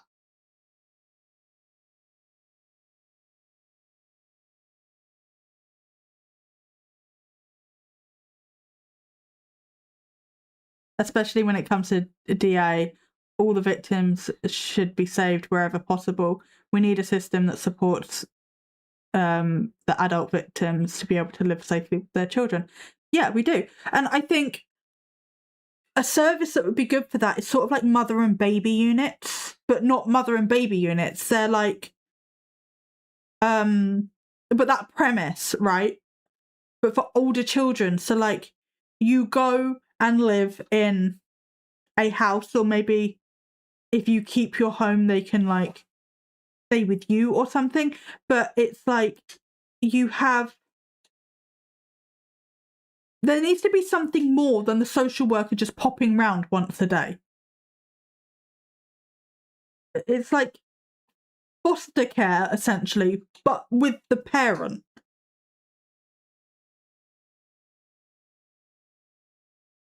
So the parent can, learn appropriate boundaries with the children if they need that, or they can, have the night off or the day off and go do therapy or whatever.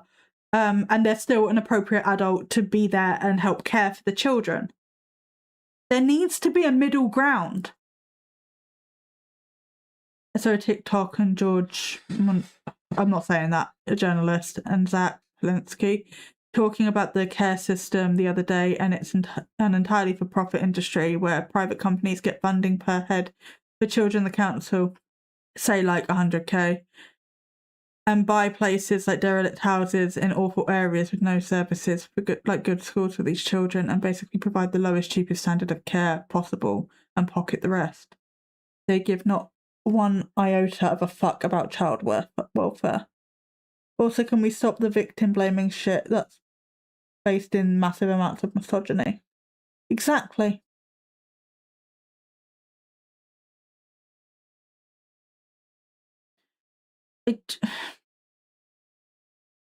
It's fucked. It's absolutely fucked. And it's like, if they had just removed me as a child, none of this would have happened. A social worker said to me of my little one's birth mother, she's had all the support under the sun. And I remember being like, in this country, what support? Don't forget, I'm also a survivor. Exactly. There isn't support. Their version of support, like when we were going through like child protection and all that, their version of support was to yell at me in a boardroom and go, well, what support do you want? What do you want? And me replying like, I don't know what you offer. Tell me what services you can offer. Have a conversation with me. We can figure something out. But I'm literally here crying, begging for your help and your support. And your response is to yell at me and tell me what I need. I don't know what... One, I don't know what I fucking need. And two, I don't know what you offer. I don't know what's realistic to ask for. Like... Yeah, I knew someone who worked in one of these care homes for a while. The house was in the middle of nowhere, falling apart, and they were paid minimum wage with next to no training. And these companies raped him money. Yeah. my son bounced around foster care for a bit. And then he went to a normal care home. I don't know anything about the care home. He went to a normal care home because everybody kept quitting on him because of his problematic behaviour, his additional needs. And then he went to a care home specifically designed for children with these complex behavioural needs, and he has flourished. They only have like 2-3 children at a time. It's a beautiful little farmhouse. And he has done really, really well there. And the staff are lovely. They communicate with me all the time. Yeah. It's okay, Labour will fix it. We just one more private equity contract, just one more. Saying this is the one we promise, like an addict who needs to get high one last time before they get clean. Imagine if they asked patients with the big physical illnesses, what would you like us to treat you with? And then you just have to know the medications. Exactly. Apologies as the last bit was a bit insensitive to anyone. It seemed like an apt comparison. But the thing is, the UK is treating prime ministers like abusers right now, to be fair. We are jumping from one party to another, being like, this one would be better, and then it's not. And that this one will be better, and it's not. This one will be better, and it's not. Because unless Green somehow manages to smack it out of the park at this next election, we are going to go to reform. And it is going to get so much worse. Because we won't go back to Tory. Labour's fucked it. Reform's next. And Reform are trying to take us out of the union that was made because of World War II. The UK keeps getting sued because they are breaching our human rights. And they're being sued by like the big board, whoever, United whatever, and it was basically made. That's a very sus nickname. Hello.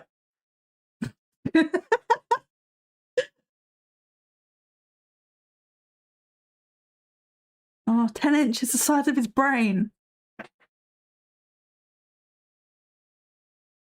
I hate to say it, at least it's not an orange with dementia.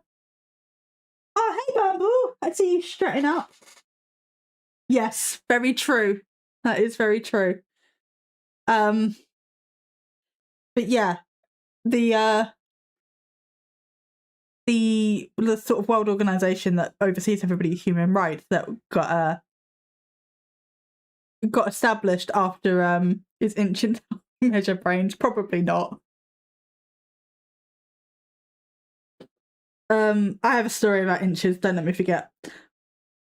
But basically we keep getting sued by them because the UK are breaching our human rights. Yeah, I think we wait. And because we keep getting sued, Reform are trying to take us out of it so that they can do whatever the hell they like without punishment. Ow, that's my neck. You keep stabbing. The cat is so camouflaged. I don't know, mine is like 1 gram. No, you're very smart, Annalie. But I know nothing about brains from a scientific or medical perspective, so I might be wrong. What does Brain know about brains? Oh, don't know. But yes, inches. She does not. So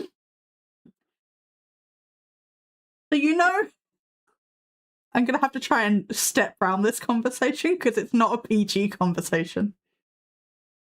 So you measure a male apparatus with inches, right? My ex-husband told me, fully convinced, told me that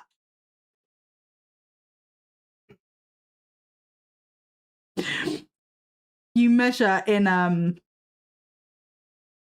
male apparatus inches. You know what a male apparatus is. I'm on YouTube and Twitch. I can't just say it.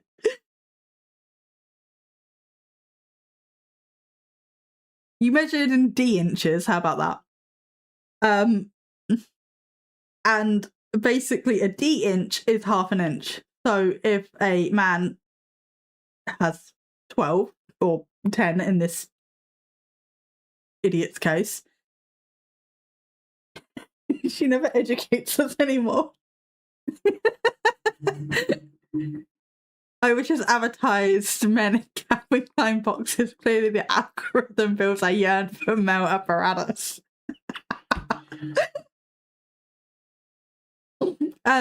Yeah, basically. So, oh no, I've got it wrong. A D inch is double. I do yearn for apparatus. I yearn for apparatus. Damn it, Parrot, brushing my teeth and toothpaste everywhere.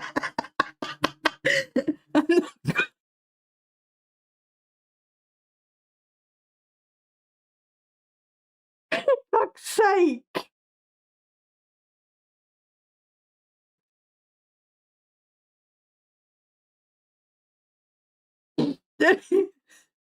I'm not calling it anything than male apparatus anymore. I'm fucking crying. Oh, yeah. So basically, what's spinning? Exactly. So if you had like 6 inches or whatever, you'd actually have like 12 D inches. So when men were talking in inches to do with their male apparatus, you halved it to get the actual inch. So basically he would walk around being like, oh, I've got 12 inches. And he didn't even have half of that, I'm gonna be real. But he liked to make himself sound bigger.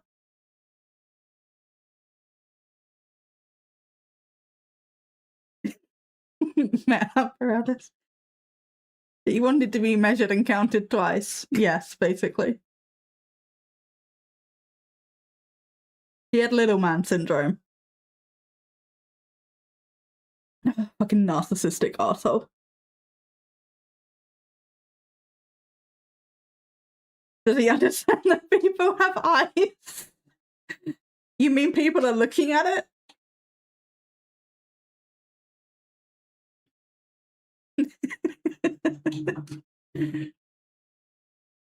And the people who encounter it will know what 12 inches is a literal foot. Annalise emotes are perfect for this conversation. And access to measuring tapes. Can you imagine just being like, no, you missold. You misrepresented. That reminds me of the TikTok Freddie showed me. It's like, always bottom, never measure from the top. There's nothing but hurt feelings up there. Sorry, I'd like a refund. Even my one gram brain can see the difference between 6 inches and a foot. I take a full toolbox to every grind I encounter just in case. You brought a full toolbox here, brain. I'm not a grinder encounter. Report them to trending standards.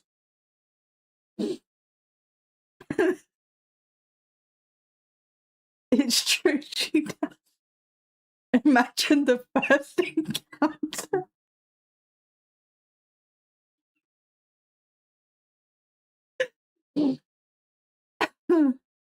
Guys, we're already unhinged.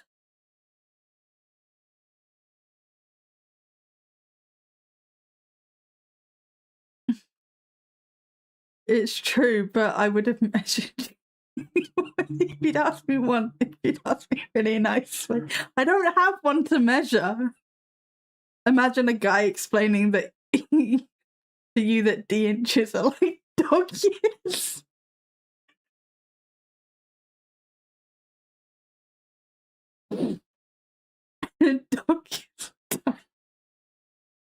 Oh my god. You know, you shouldn't assume.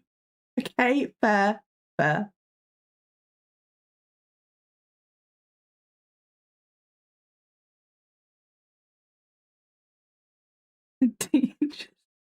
I always my D is 104 years old.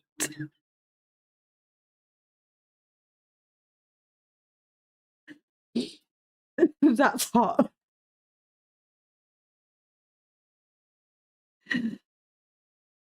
You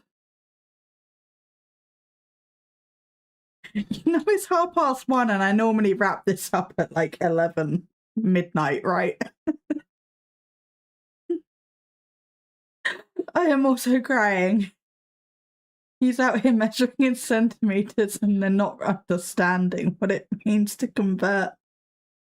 There should be a word, dinches. Dinches! Yes, we're coming back. Cool. Excuse me, Squire.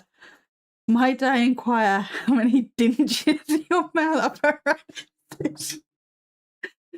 Let's all agree from now on we measure male apparatus in dinges.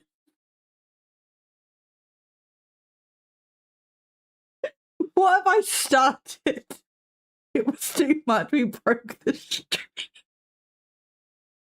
My internet's been breaking this stream a lot. It's really annoying.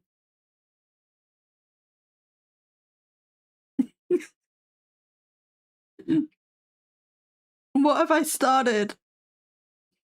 Twitch said nope.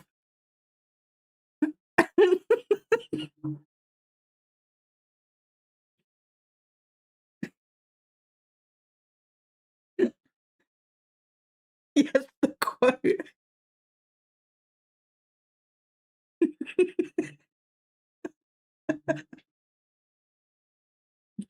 Oh, you guys are the best.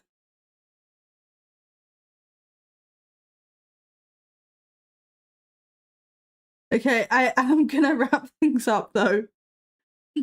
I have been live for 5.5 hours. Fucking hell. I sound like a goddamn hyena right now. Oh. Okay, well, I love you guys very much. Wrap up your mail up around. If it's long enough to wrap up, you might not want to use it because you might pass out.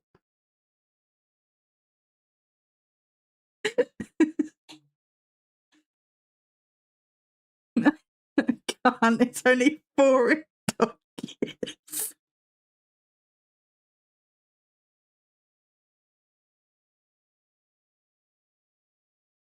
Oh. Okay. No matter how many dinches, make sure you wrap it securely.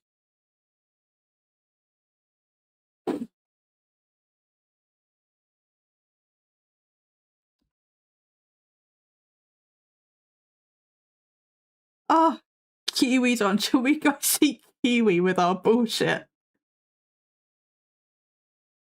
I'm gonna end the stream on YouTube. If you are watching this after the fact on YouTube, I am not even sorry. This is the level of unhinged you have subscribed to. I'm more refined in videos, but if you come to a live stream, good luck.